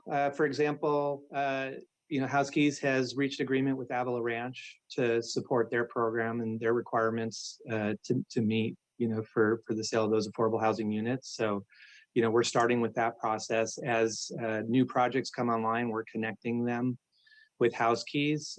San Luis Ranch was a little bit too far along. They're getting ready to hold their lottery. I think you're going to participate in that. Yeah. So they're, so it's a process of onboarding, and Housekeys has experience of doing that midstream, but a lot of times they come on with a brand new ordinance and it's a little bit simpler. Okay. Mayor Stewart, also, we've been onboarding and engaging on the below market rate administration piece, but we're just starting the stakeholder outreach for the inclusionary housing ordinance update. That's we haven't really engaged in yet. We're getting direction here tonight, and we'll be going forward on the stakeholder outreach for that. That's what I thought I understood. So, okay, because I think one of the things that I have challenges with sometimes is providing direction on something that the community hasn't responded on yet. It seems backwards. So to me, if the developers are sharing, hey, the fees are already too high, we can't do this, we're not going to build any more projects. I'm not saying they're saying that, but just if that was the case, then that's a different discussion than, okay, it's a little high, and here's how I think it could work. I guess I just feel like we don't have that part of it, that part of the conversation right now, and I don't feel great about having that discussion later. So that's what it is. Okay, thank you. I think we have some hands raised for public comment. City Clerk? Yes, we do. The first two are Jim D'Antona and Jana Nichols. Great, thank you. And I'll just mention for the public, if they're on and you would like to provide some public comment, this is the time to raise your virtual hand while others are chatting. Thank you. Good evening, Madam Mayor, council members, staff. I'm Jim D'Antona, President and CEO for the San Luis Obispo Chamber of Commerce. Thank you for taking up this discussion tonight on the city's inclusionary housing ordinance. We can all agree that affordable housing is one of the greatest inhibitors to the success of our city, our region, our state.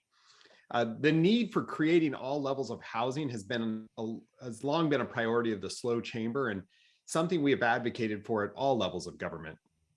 Tonight, we want to share some preliminary comments on behalf of the Chamber to help add our thoughts to the staff report submitted for this discussion and our organization's policy priorities. Regarding the removal of Table 2A and the for sale in lieu fee, we'd ask for you to consider actions that would incentivize that smaller missing middle housing option, as Councilmember Pease just talked about, as opposed to keeping a flat fee that is applied equally from the smallest for sale unit to the biggest mansion. Table 2A does try to do that by incentivizing more density and smaller units. We understand staff's desire to optimize Table 2A, but want to stress that the bigger idea of creating smaller, more affordable units that Table 2A tries to deliver should be maintained in some fashion within the inclusionary ordinance rather than a blanket fee. A math guy would love to debate the math feasibility with your consultant tonight, but clearly can't do that within my 3 minutes. Regarding the commercial development linkage fee, while the Nexus study points to commercial development as inducing demand for affordable housing, that is a bit too broad of a statement. I certainly could point to communities that are struggling with affordability throughout our region who lack significant commercial development. We aren't here to litigate that specific issue, but I'd ask you to consider a linkage fee that we don't constrain or disincentivize that development, which will lead to the creation of head of household jobs and bringing great opportunity to the Central Coast. The current proposal is indiscriminate, its application of the fee, and we'd like to have your discussion be much more of a scalpel approach on that. Councilmember Christensen, specific to your question, COVID changed the future of commercial building, and more than happy to talk more about that offline. Our final point is, as you move forward with the more detailed analysis of the potential changes you want to bring forward on the inclusionary housing ordinance, we'd ask that you also take into account all of the fees that are included in developing housing, affordable or market rate, not just those fees associated with the inclusionary ordinance. It is the accumulation of all fees like impact, development fees, costs associated with HouseKey's management of affordable units that drive the cost and amount of housing developed. This Thursday, city staff will be joining our Economic Development Committee so that we can develop detailed recommendations for your consideration. As always, we truly appreciate staff making time to come to discuss these issues with our committee and engaging the business community on city policy. We look forward to bringing back those recommendations from our board that will build on the city's existing affordable housing successes, pave the way for more. Thank you so much for your time tonight. Thank you. Jana Nichols. You are on mute. Good evening, Council. Jana Nichols from the Five Cities Homeless Coalition. I'm actually on this evening to talk about a separate item on your agenda, but found tonight's discussion quite illuminating. And I only want to bring out a couple of questions as I have listened to the conversation in your work session. And that is the discussion between home ownership and rental affordability and rental housing. And I'm understanding a bit about what the Home Keys program might provide, but I would ask what the nexus is between existing rapid rehousing activities are in the community, such as that provided by our agency, and how those two entities work together.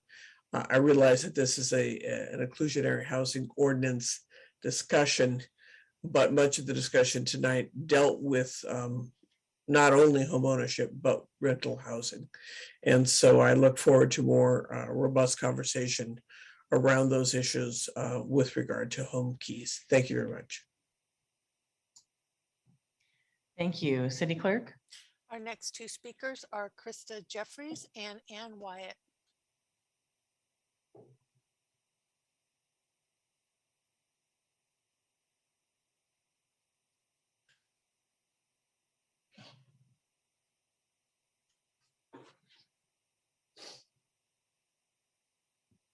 Good evening, council members. Can you hear me? Yes, we can. Thank you for taking my comments. I wanted to attend tonight's meeting to express both frustration and some encouragement. I'm going to go through the frustration very quickly first, just to summarize some interactions I've had with staff and electeds on this issue.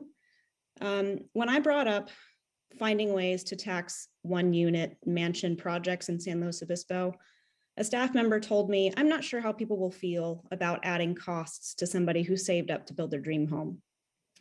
And that comment has kept me awake for a couple of nights now. In another interaction, a staff member told me when I suggested that we reform the missing middle table 2A or whatever, instead of getting rid of it, she said, "Well, we're really trying to do all we can to get as many of those," and I quote, "precious inclusionary units And the idea that some kinds of housing would be precious, but other kinds weren't, I think is just kind of reflective of how narrow and almost kind of navel-gazing we've gotten on this issue. There's a real need to take 2 steps back from the painting and look at the big picture.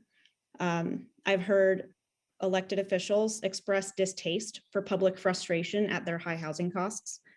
I have heard people just really kind of wave off the need for public comment that supports the things that we know through data, which is that housing, it just costs too much and it's hurting absolutely everything else. It's hurting all of the other goals that you have in the city.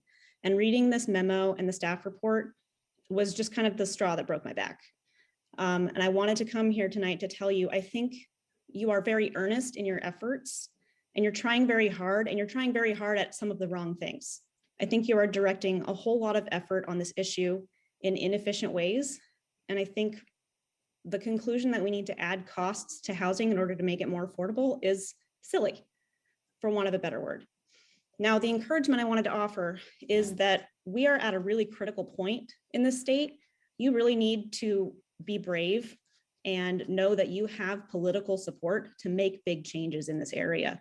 The people who are the naysayers, they are truly a minority.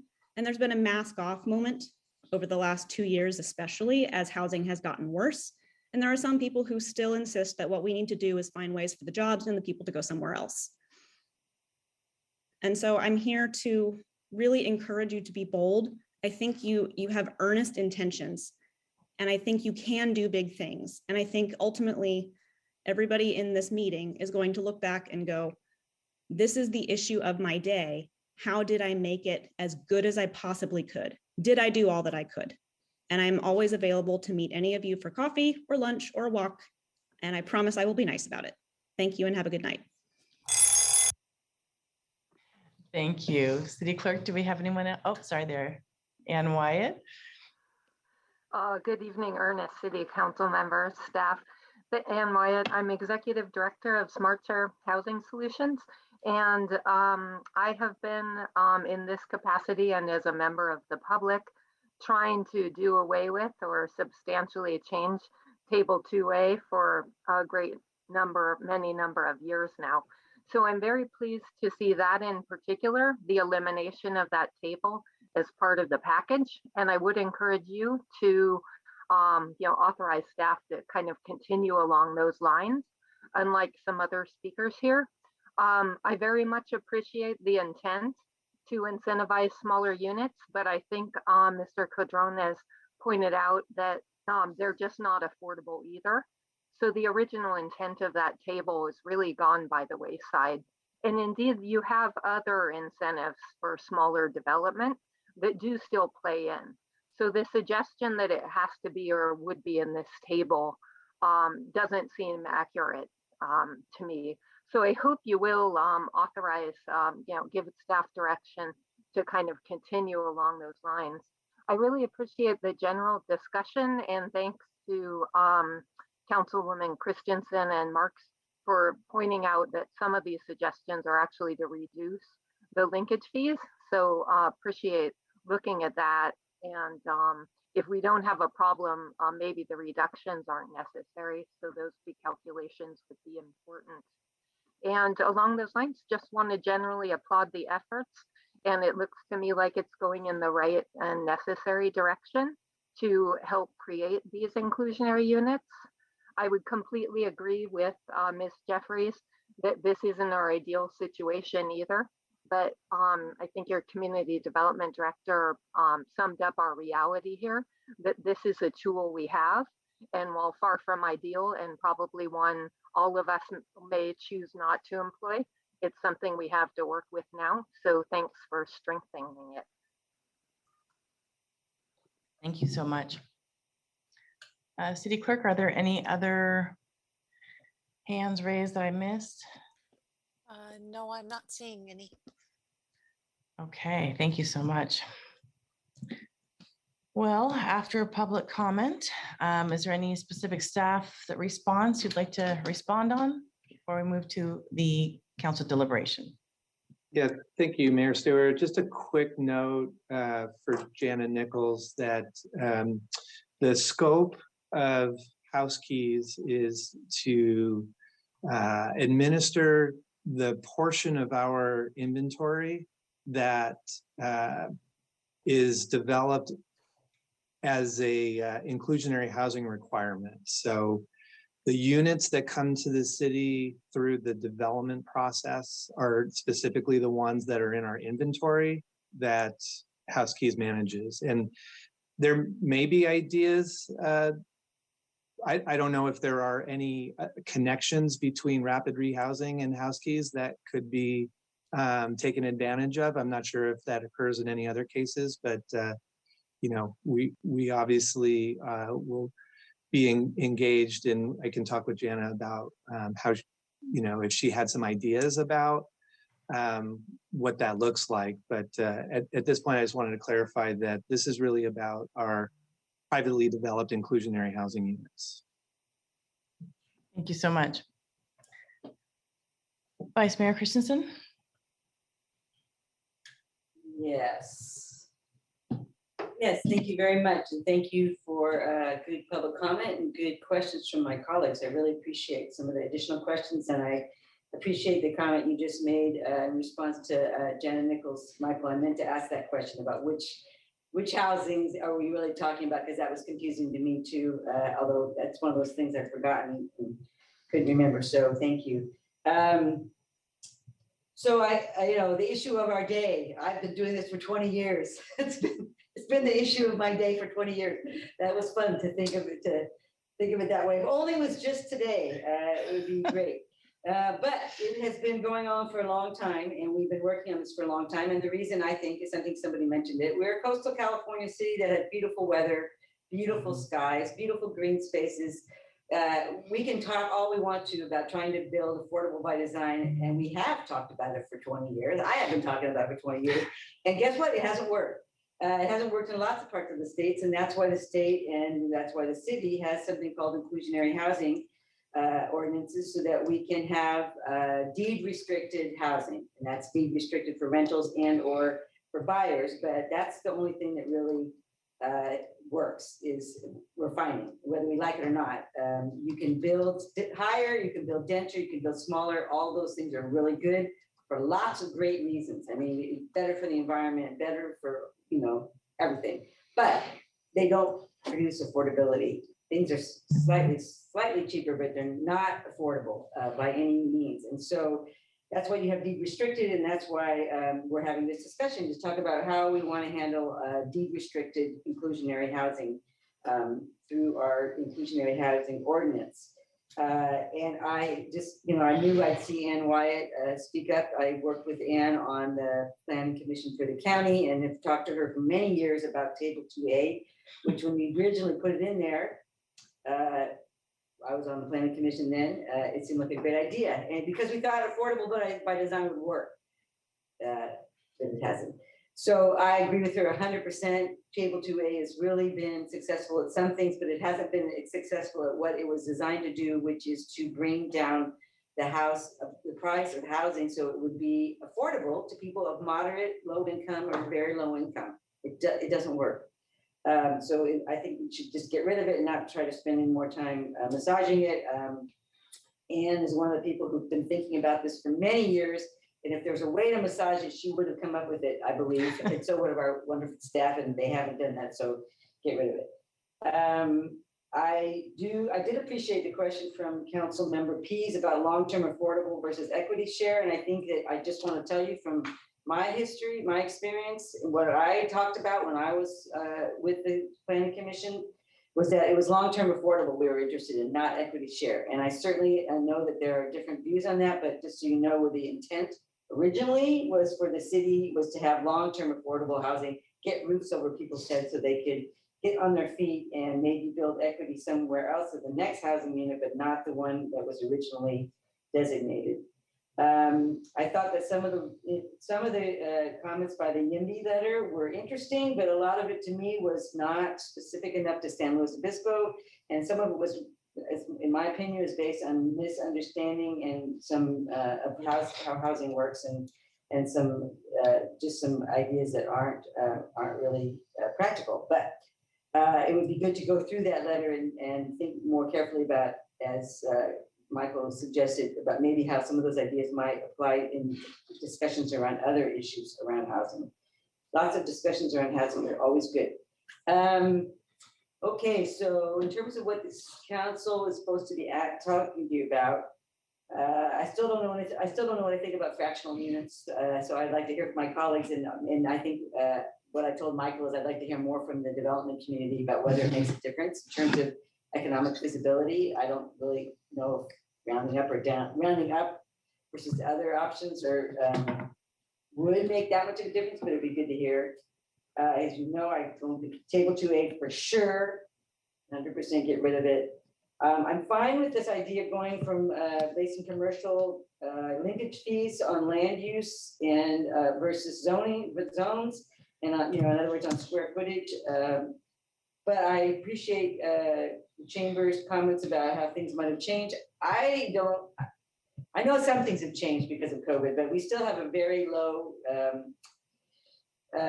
we still have a lot of commercial, and I would like to see, personally, I would not like to see a commercial linkage fee that ended up with actually lower amounts being contributed to housing. But we can see how that. I think that should be developed and talked about more with our stakeholders. In terms of codifying the BMR administration, yes, I'm understanding. I wasn't sure about that, but I can understand better why that's a good idea. So I'm okay with that, or at least going forward with exploring it, trying it. I want to say about the way Housekeys is doing things that I do think the 5% max is more typical around here. I was negotiating lower than 6% 15 years ago when I was buying a house, my little house that I have. So yeah, when you have really high housing prices, the full 6%, which is customary, for many decades in California, it just seems ridiculous. So a lot of people do negotiate that down. I think that our council would probably like to see a focus on getting locals, people who are working in the city or living in the city, to get some kind of priority, if at all possible legally. Although this regional idea is great, but I would like, because I'm a city council person, I'd like to focus on the city. I'd like to give that little direction, and I appreciate I do appreciate the complexities of translation and bilingualism and that kind of thing, but it seems to me that on a website where you're supposed to be having total access to everybody, there should at least be something on the front of the website in Spanish that says, call this number or click on this thing, because right now there is nothing besides question number 29 on your frequently asked questions that says you're developing Spanish speaking materials and we have Spanish speaking staff, but there's no way for anybody who only speaks Spanish to know how to get to any of that. So I really think that that's a minimum that should be on any website. All those websites, go out there and do that right now. And the last thing is I would be interested in hearing Councilmember Peace talk more about this maximum, the not having a maximum residential size as a limit. I didn't even think about that or even look at that. So that would be great to hear more about. I think that's it for right this minute. Thank you. Okay, thank you. Councilmember Marks. Thank you. Well, I wanted to just start out by saying that I share Councilmember Christensen's long-term advocacy and interest in affordable housing. I came across the speech that I wrote in 2002 when I actually was able to draw the first lots in the lottery for affordable housing in Hamish Marshall's project De Tolosa. And I explained in that speech how we got to an affordable housing inclusionary ordinance. I was on the planning commission with John Ewan and Charlie Sin and John Ashbaugh, other commissioners, and we appointed a committee of city residents and developers and worked with city staff to draft an inclusionary housing ordinance for the city council approval. It provided for 15% of all residential units would have to be affordable, actually built or paid in lieu. And then I got elected to city council, was able to actually vote on it. So the reason I'm bringing that up now, besides a war story, as they say, is just, I think that I appreciate the work of EPS, but I think we should go with the 15% provided by the Nexus study. I don't think we have to worry about dampening the development market, the building market in our city. It is hot. It is way over the top. It's really doing very, very well. So I think we should go for 15%, at least for the next year, check it out. And then if we feel later we have to bargain against ourselves and say, okay, 10%, we can do that. But right now, I think 15% is appropriate. Feasibility, the feasibility study to me is just putting a thumb on the scale in favor of the developers. They always say, oh, it won't pencil out. I can't do this development unless you cut me all the slack. City council bends over backwards to accommodate the developer. And then when you look at the market, the housing market, what actually happens, often those units go for twice as much as the developer was telling us originally. It was cost, or even more over time, even more. So just going through what staff is offering as the grid here for discussion items. Yes, eliminate 2A. Affordable by design in this market, in our city, it might be a good concept, but it does not work. What determines the price of housing is the market. Willing seller, willing buyer, and it continues to go up, both in terms of purchasing and rental. Yes, round the fractional units up. I think that's appropriate. Yes, land use versus zoning, go with land use. And I think there does need to be a priority in terms of affordable housing for people living or working in our city as step number 1, and then our county as step number 2. I was skeptical about house keys, but I have to say that was a very persuasive presentation tonight. And so I would say, yes, let's codify the BMR administration to include house keys. So that's where I'm at right now. I'm encouraged that we're going to actually get to see more housing. I'm not worried about requiring the 15%. I'm repeating myself here, but I don't think it's going to discourage people from building more housing and more commercial units. I mean, in fact, everybody wants to live here. Everybody wants to do business here. We're in a good space. So thank you. That's all I have to say right now. Thank you, Councilmember Schwarzman. Yes, I think my comments will be shorter since some of the things that I was going to say were already said. But I'm going to approach the first 2 items that we were asked to discuss from the perspective of a relatively recent planning commissioner. And I'm going to split hairs a little bit on the rounding of fractional units issue, because I think in general, if you go back to the table on page 182, where staff proposed 3 different options, and the second one is requirement results in less than 1 affordable unit or fraction of units. An applicant may pay the in lieu fee for those fractional units or round up or provide the unit. And they propose 20, or I guess it's option 3, says apply option 2 to a certain size of residential projects, and they propose 20 units or less. And I guess I would err towards 10 units or less.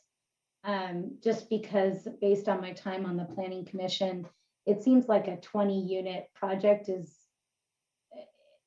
there. I had some frustration as a planning commissioner that a 20-unit project, I could only get 2 units out of it. Seems like a relatively small, I know it's still 10% compared to 1 unit out of a 10-unit complex, but 1 unit just seems like a fair number out of a 10-unit complex. And so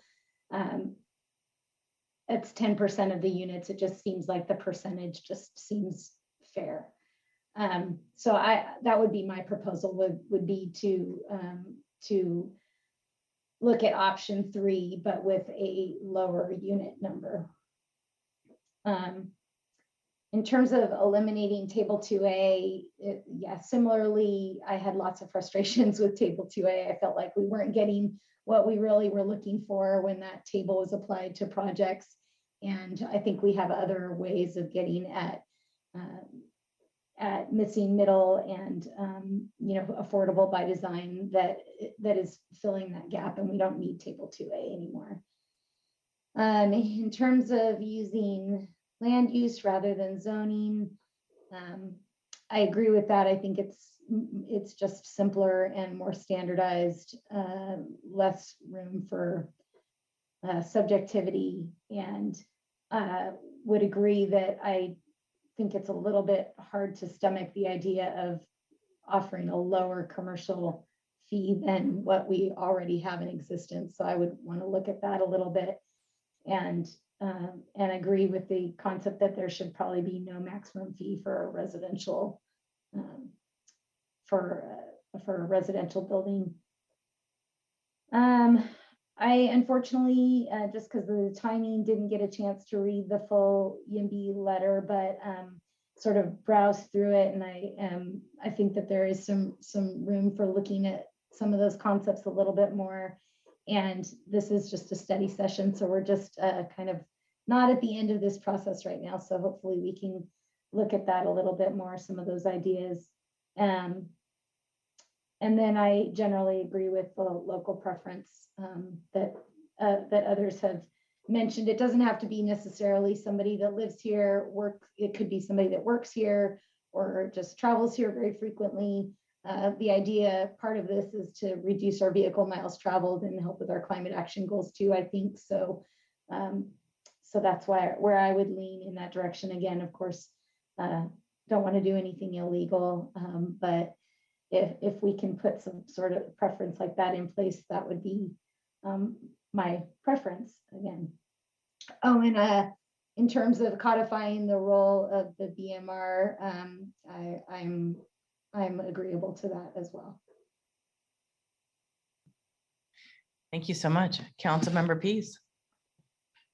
Great, thank you for the prior comments and for the public participation. In terms of the rounding of the fractional units, I agree that just rounding up for those small units is disproportionately high burden on those smaller developments. So I would have leaned toward the 20, but I appreciate Councilmember Shoresman's assessment that maybe 10 is the right number, somewhere in there. So that would be my approach there.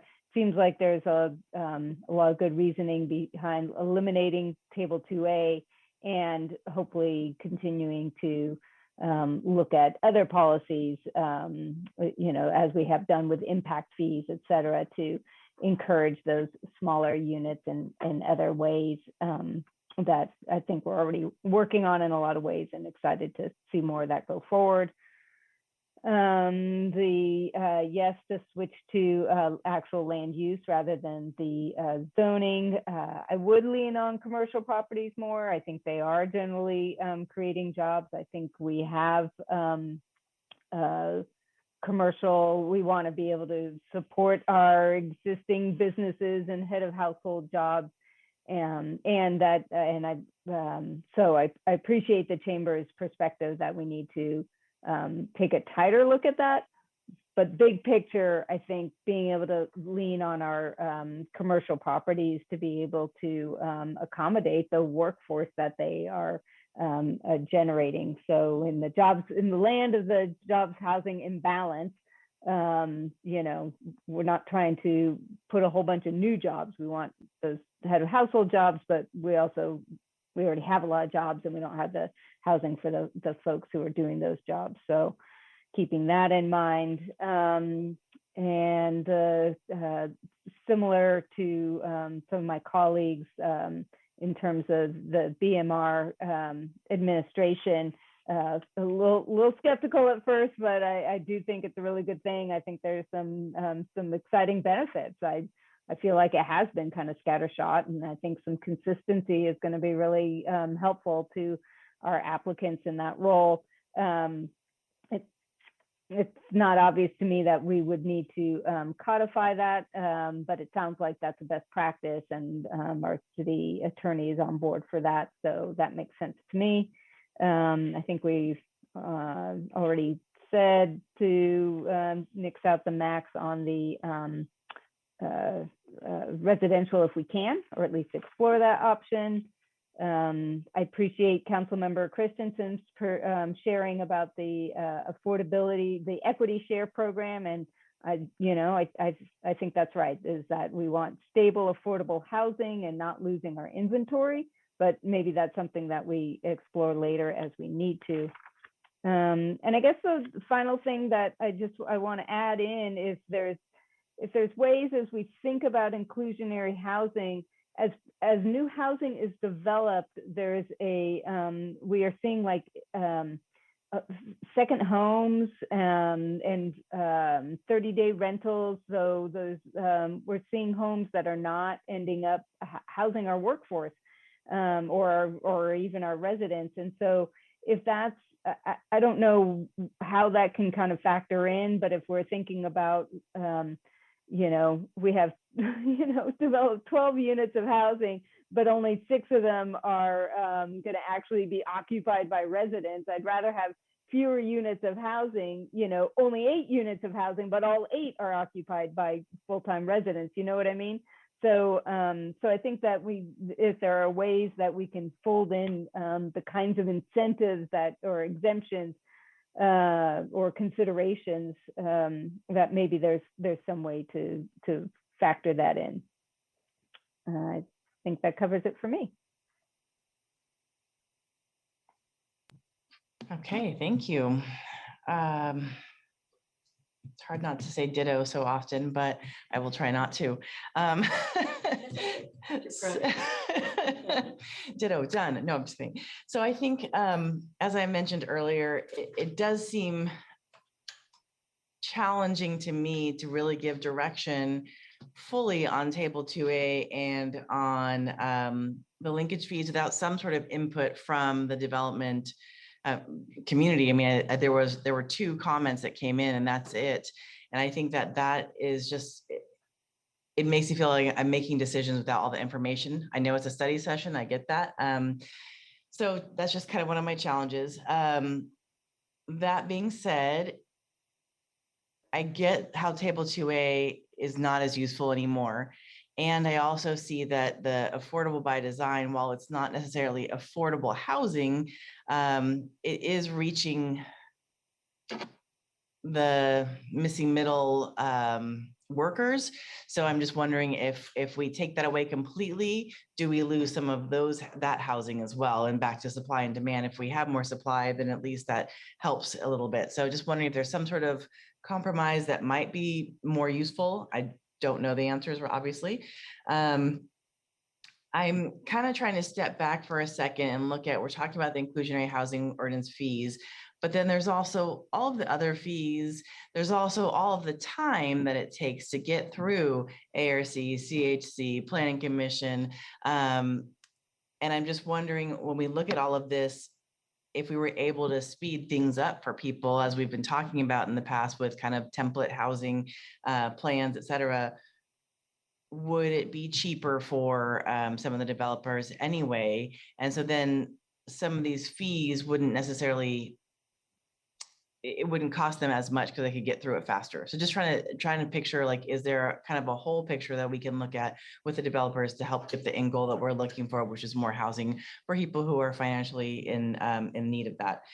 So I think as far as I couldn't understand why commercial was getting less fees either. So I'm really thankful that my colleagues brought that up, because I thought, wow, I'm really missing something. So thank you for that.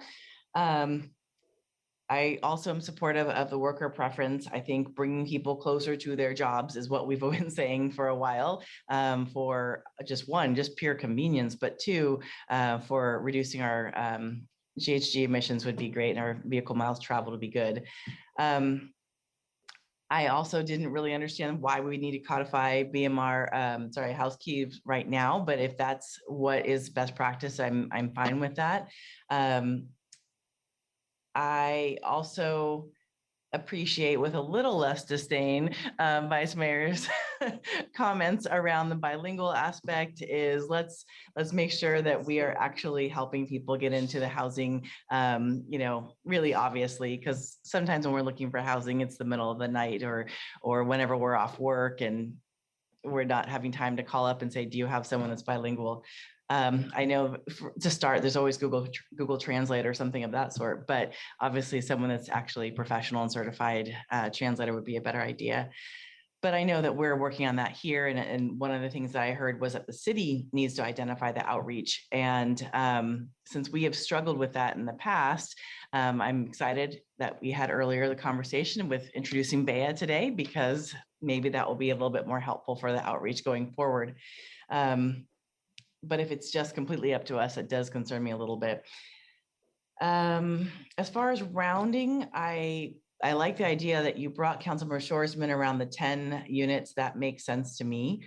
The one that struck me was the 0.36 unit, and I just thought maybe they could do the in lieu fee instead, because I just thought that someone is putting together 6 units. I just don't feel like they're a big developer that has lots and lots of money, but I could be wrong. So that one just struck me as it's not even 0.5. So how is that rounding up? And just, I know I said it earlier, but thank you for explaining how the pricing works. And I hope that can be something that's really obvious on HouseKey's website going forward too, because I think it's confusing for the community how this works, how it's not going to pass through costs.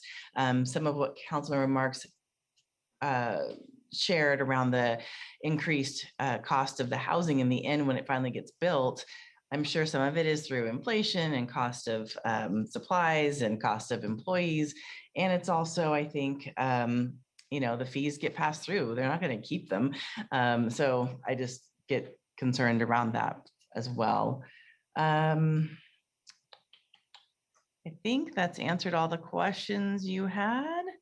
So thank you so much for this very, very long study session, but hopefully it really shared a lot for people who care to watch this later when they're, working and want this in their ear later or something. I don't know. But this is, I think, very, very helpful and very thorough. And thank you so much for all of your time, my colleagues, HouseKeys, EPS, and all of the staff that's not even on this video for that matter. So thank you. I look forward to the Yeah, I just want to say I look forward to the community outreach. I think that's really, really key. And I know I say it every time, but I think that will be helpful. And we do as well. I think, as you heard from Mr. D'Antona, we're starting Thursday morning with a presentation to the Chamber Economic Development Committee, and we're looking forward to jumping out. And the study session is just fantastic because it really helps us understand how the council is thinking about these things, and it will make the public outreach that we do more effective. We can really focus on these issues, and you all gave us more feedback than we even asked for, so it's perfect. Really appreciate it. Madam Mayor and Michael, do you need any clarity about 9263 Rezo before we drop off tonight? I know we trailed that item on previous discussion. So that was the consider updates to the affordable housing criteria. Correct. Yeah, I just want to check with Michael, make sure if there's any linkage to those two. We've got the council's intentions to have affordable housing, whether or not that would be helpful to bundle those. It would be helpful to make sure that we have a majority of council interested in us proposing a revision to 9263 that would allow us to tailor to smaller, more creative projects. I guess the direction that I'd want to see if colleagues are supportive is more of, and that's why I didn't end up following through, is because it's possible that the ordinance has enough flexibility as it is. So it was more of like, is there an analysis that says like, oh gosh, the way it's written is leaving things out? I don't know that it needs to be written to leave bigger projects out, as much as I just want to make sure that we don't have something so rigid that, oh, it's got to be a this and such. So I was trying to read through it again quickly, and it seems like it was more of, you know, here's generally what we're looking for, but it didn't seem like it was necessarily binding. Is that fair? Correct. Yeah, that's fair. We've funded lots of different types of projects through this fund. Yeah, so maybe that would be more of a rabbit hole than it needs to be. So. Councilmember Marks. Thank you. Yeah, you know, actually, I was on the council when we did this ordinance way back when. I would just say, though, looking at it from today's point of view, that readiness, number 6, I think just an amendment to the existing ordinance would be good enough. So to say the project, perhaps we'd say something like priority will be given to projects that have all the necessary city approvals and are ready to proceed. So it's not like a hard stop on projects that aren't quite ready yet, but at the same time, if we do have projects that are ready to go and we've got the money and the will and the community support, it does make sense that they would be given some kind of priority. So I think maybe just a little amendment would be good enough as far as I'm concerned. Thank you. Councilmember Shorsman. Yeah, I'm just wondering, I guess I don't understand why I make that distinction. Well, the way it reads right now is that it's sort of a requirement. The project it's an affirmative statement. The project has all necessary city approvals and is ready to proceed. If the statement was that those types of projects are prioritized, it doesn't exclude projects that aren't quite ready, but are more of a vision and they need some seed money or they need some assurance that the city will be there for them.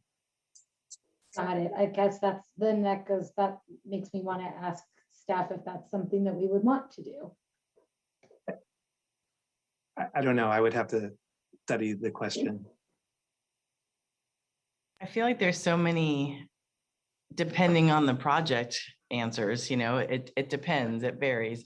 And I think kind of as we discussed earlier today around TEMA, since we already voted, it's okay, is this money would give the ability for them to have leverage. And I think that's where sometimes some of these projects are very patchwork. And so if that meant, if we were the final key to get that other bit of money, I think that makes sense. So anyway, I think preference would make sense, but I don't think requirement is necessary to be 100% ready. That's my opinion. Thanks. I think we're good. I think we have what we need on this resolution. Great. Thank you so much. All right. Well, the last and final item of the night.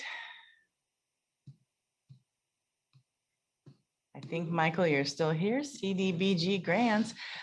We are having before us the public hearing item to consider the fiscal year 2022 to 2023 community development block grant funding recommendations. So will you share the report? Yes, thank you, Mayor Stewart. I'm going to introduce Owen Good, who's an assistant planner in the community development department. And Owen has been doing great work. He's in an acting capacity right now as our housing Programs Coordinator. He's been supporting the Human Relations Commission as their liaison. And really appreciate his engagement on this topic. And he's going to give the presentation on our funding recommendations. Thanks for the introduction, Michael. Good evening, Madam Mayor and members of the council.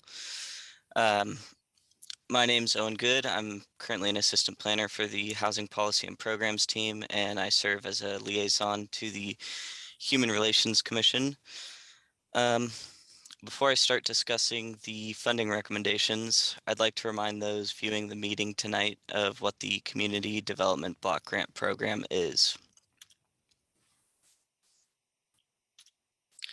The Community Development Block Grant Program is a federally administered program by Housing and Urban Development.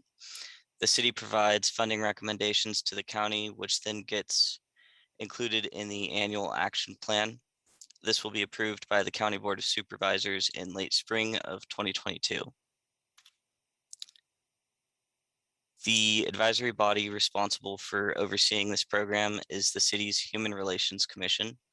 They oversee other programs as well, but tonight we will only be providing recommendations regarding the federally administered Community Development Block Grants Program. I'd also like to briefly describe the relationship between CDBG funding and the city's Grants and Aid Program, or GIA funding. The GIA program often has smaller grant disbursements provided to promote economic and social well-being in the community. These funds are used to combat hunger, prevent homelessness, and to support services for youth, seniors, and people with disabilities. CDBG funding is generally used for capital improvement projects, land acquisition, development of affordable housing, and a small portion is reserved for administrative services. Tonight, we will only provide funding recommendations for the CDBG applications that were received. So the city is estimated to receive $494,210 in CDBG funding. These estimates are often accurate and used to provide direction for the funding recommendations that will be confirmed tonight.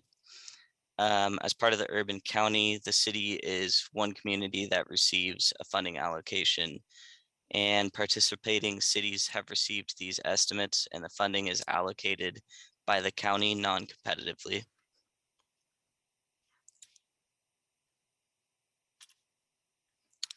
The county released the notice of funding availability in September.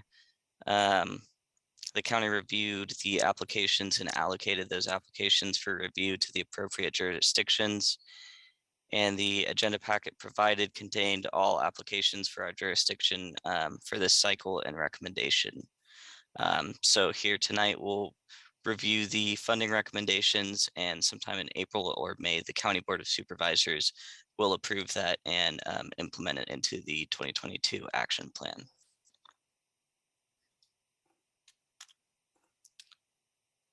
HRC and staff used the CDBG funding priorities as guidance during review of the applications. The first priority aligns with the public services and housing. The first priority aligns with the public services category. And the second, third, and fourth priority align with the housing and public facilities section of the funding allocations for community development block grants.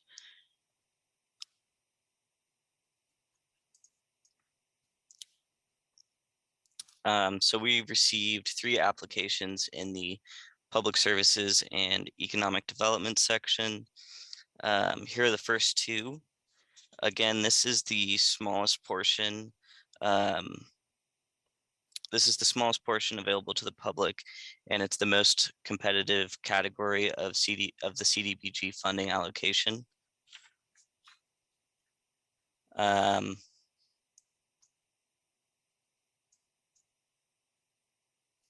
Sorry, lost my position here.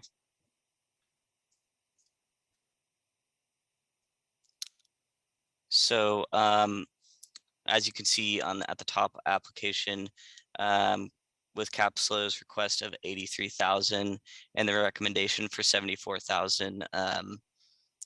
Capslo did meet the first ranked priority and ranked the highest among the 3 applications. And I'll show the third application as well.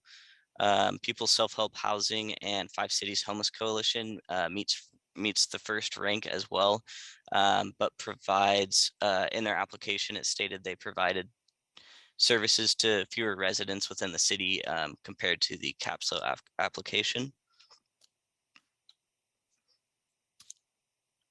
This year, we did not receive any housing project applications within the housing and public facilities projects category.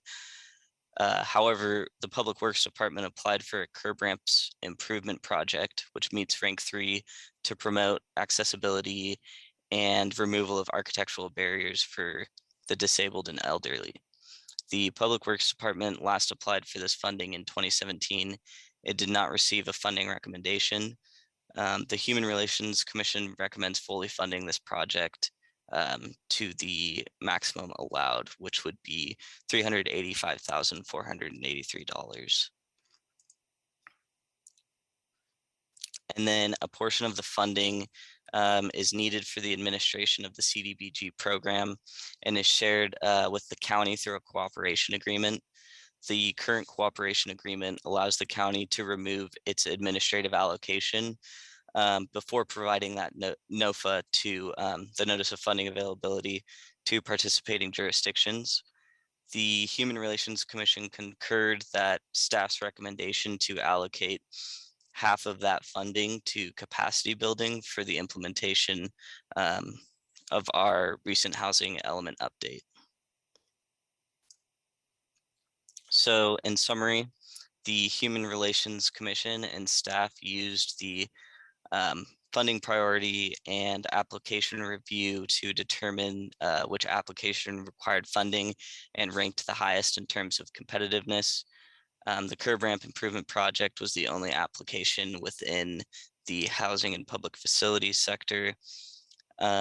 And there are currently no unexpended, there's no unexpended balance available for reallocation. So as recommended by the Human Relations Commission, adopt a resolution titled "A Resolution of the City Council of the City of San Luis Obispo, California, approving the 2023 Community Development Block Grant Program to approve funding allocations for an estimated total of $494,210 of CDBG funds for the 2022-23 fiscal year." And I'd be happy to answer any questions. Thank you so much. Are there any questions from my colleagues? Okay, if there's anyone, oh, Councilmember Pease. Sorry, I That's okay. was surprised that the 2 were denied for relatively small amounts. So I'm but I trust that they're HRC and staff, etc. So maybe it's just not clear to me. So was it because they were more programmatic instead of actual housing that the HRC felt like maybe they would be a better fit under the grants and aid? Is that kind of where that comes from? I would agree with that a little bit. It wasn't just that as well, though. It's also, I think, reviewing the applications when it came down to the total of number estimated for persons that would receive services through those programs. Capslo estimated that that category is it can be program specific to even like day-to-day operations, but it's all for services. So Capslo's estimated number of persons that would receive services through their funding was 1,600, where People's Self-Help Housing came in at 500 persons receiving services, and 5 Cities Homeless Coalition came in at 400. So it was a combination of the competitiveness of the applications And there were a number of factors surrounding that decision, yes. So, I mean, I wouldn't imagine them having to compete against Capslow as much as compete against curb ramps. But maybe there was a differentiation there. Yeah, that's right. Oh, and maybe explain the difference in those categories. Yeah, so the curb ramps project, there's a set amount of allocation. So that public services sector, the maximum allowed from our NOFA is 15%. So 74,000. Sorry, I don't have the exact number in front of me, but that number for the public services sector is the maximum available for those three applications. Gotcha. Okay, thank you. That was the piece I missed. Thank you. Yeah. I'll also just say historically that we've not tried to break up that administration amount so that it can have the maximum effect. And oftentimes those programs are eligible for GIA, as you mentioned. Councilmember Pease, I had the same question, so I understand your thoughts there. Do we have any other questions from my colleagues? Okay, so if there's anyone left on the call, this is the time to provide public comment, and you can raise your virtual hand and share your thoughts on the community development grant. Oh, we have one, I believe, City Clerk. Yes, Jenna Nichols. Thank you.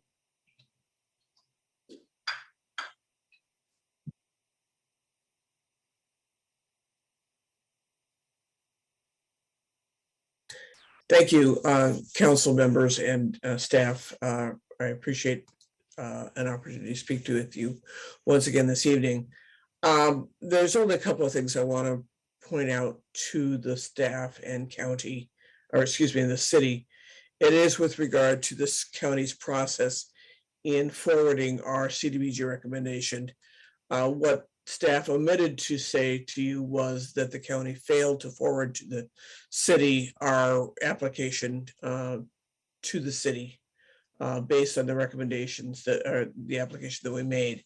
So we did in fact make an application for CDBG based on a certain dollar amount that initially was not forwarded by the county.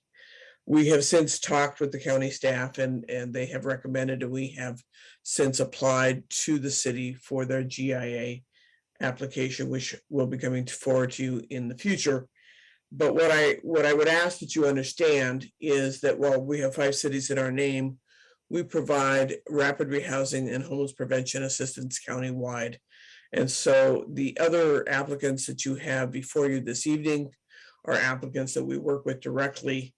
And it is our agency that pays for the deposit assistance or pays for the homeless prevention rental assistance for many city residents through the referrals of, for example, Capslow.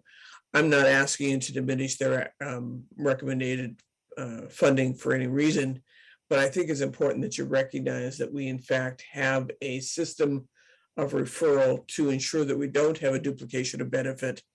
And it is in fact 5 CAC's responsibility to provide the deposit and a rental assistance. That seemingly was omitted in the deliberation.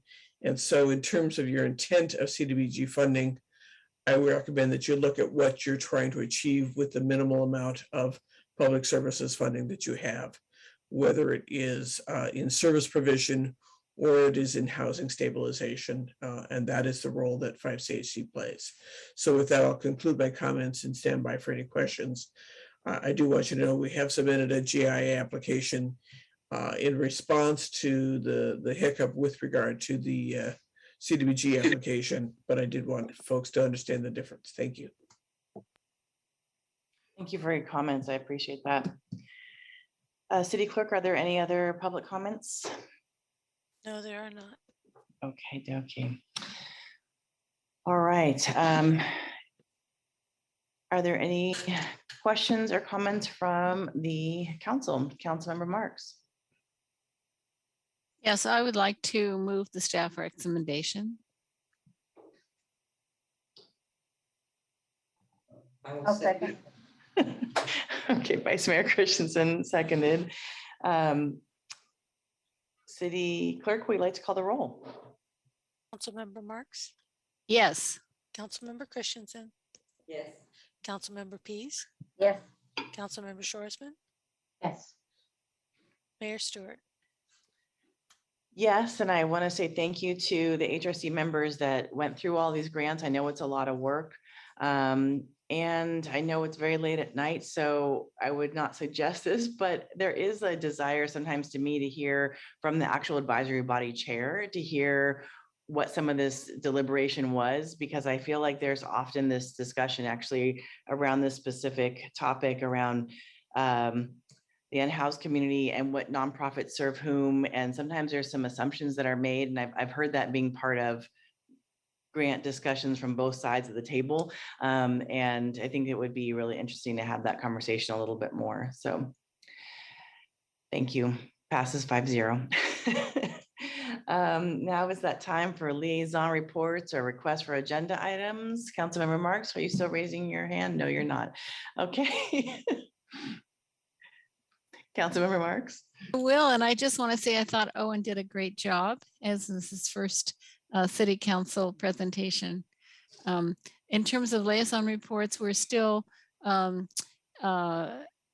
integrated waste management is still making great progress, and you'll be seeing agenda items coming up on our agenda in the future. So thank you.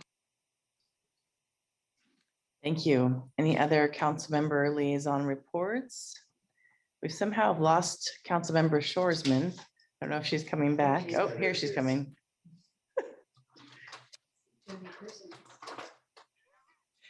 You Got back? kicked off. We were done with you. No, just kidding. Do You you have a any? hint? No. Do you have any liaison reports or anything you'd like to request for the agenda? Not at this time, no, thank you. Great. Just want to say very quickly, I'm thankful for our Capslows warming center that's been necessary throughout a couple of days out of this month.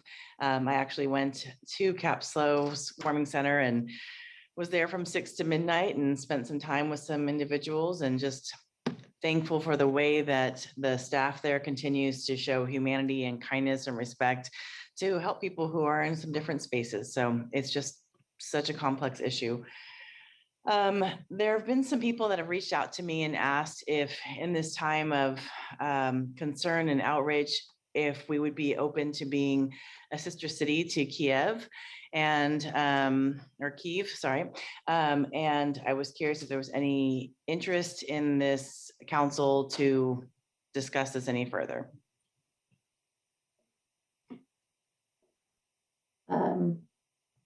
I'm curious what exactly that would mean. That's a great question. And we have much more to discuss on that if we were to discuss it. City Manager Johnson, did you want to share the brief little bit of information you have? Sure. Madam Mayor, members of council, we've briefed the council, I think, a few times. I think the idea of a sister city has come up over the course of a few years. We've had different proposals, and we've provided background information to the council about both the one-time and ongoing costs and the typical exchange between elected officials between different cities. So we're happy to provide that information to the council again, if that's something that's of interest. We can do that at an agendized meeting if the council's interested in that. Thank you. Councilmember Marks. Well, I have great compassion with what's happening in Kyiv. But Sister Cities programs involves the other cities sending representatives, coming up with some funding. We do the same thing. I think they've got higher priorities, i.e. surviving right now. I just don't think, I think the intent is well meant. But this is not, they're under attack right now. I just don't think it's an appropriate moment for our city to consider becoming a sister city with them. In general, the city of San Luis Obispo has declined this program over the years because there are a lot of different cities around the world that want to be sister cities with us, and it can become somewhat burdensome. So that's been the policy in the past. I think for now, if people want to help the Ukrainian nation, there are lots of nonprofits that are, they need to check out and make sure they're viable, but this is not the way to go, in my opinion. Thank you. Thank you, Vice Mayor Christensen. I'll just say ditto. I know Ditto. Council, thank you. I know Councilmember Pease, you've brought this up for other sister cities in the past as well, and I know it's definitely takes some time. And I also appreciate the concern and the solidarity that people would like to have here for the people who are in Ukraine and as you put it, Councilmember Marks, just trying to survive. So I just wanted to bring it forth because I know that there's just a feeling of not ability to help and a feeling of empathy and concern. And so I appreciate that. And yeah, as we continue, we'll figure out if there's any ways that we can all help. I know there's some wonderful people in the community who are working with refugees in other ways. If that ever comes to the need, we may be helping in that way as well. So thank you very much. I don't think I have anything else other than we have our city university quarterly meeting on Thursday. Thank you. It's the end of the night. Thursday the 3rd. So I look forward to that and hearing how we continue to work better together with the Cal Poly. And I hope you all have a wonderful night. In person in 2 weeks. Yes, I'll see you all in person in 2 weeks, March 15th, and that will be at the Chamber right here at 990 Palm Street. Obviously, masks are, if you wish to wear them, you may, you will not be required to. There's currently the expectation that people who are unvaccinated would wear them, but then again, that's going to change again in a week. So there we go. Stay tuned, and as we get closer, we'll pay attention to what the governor says closer to the 15th and go from there. Thank you very much and good night. Good night.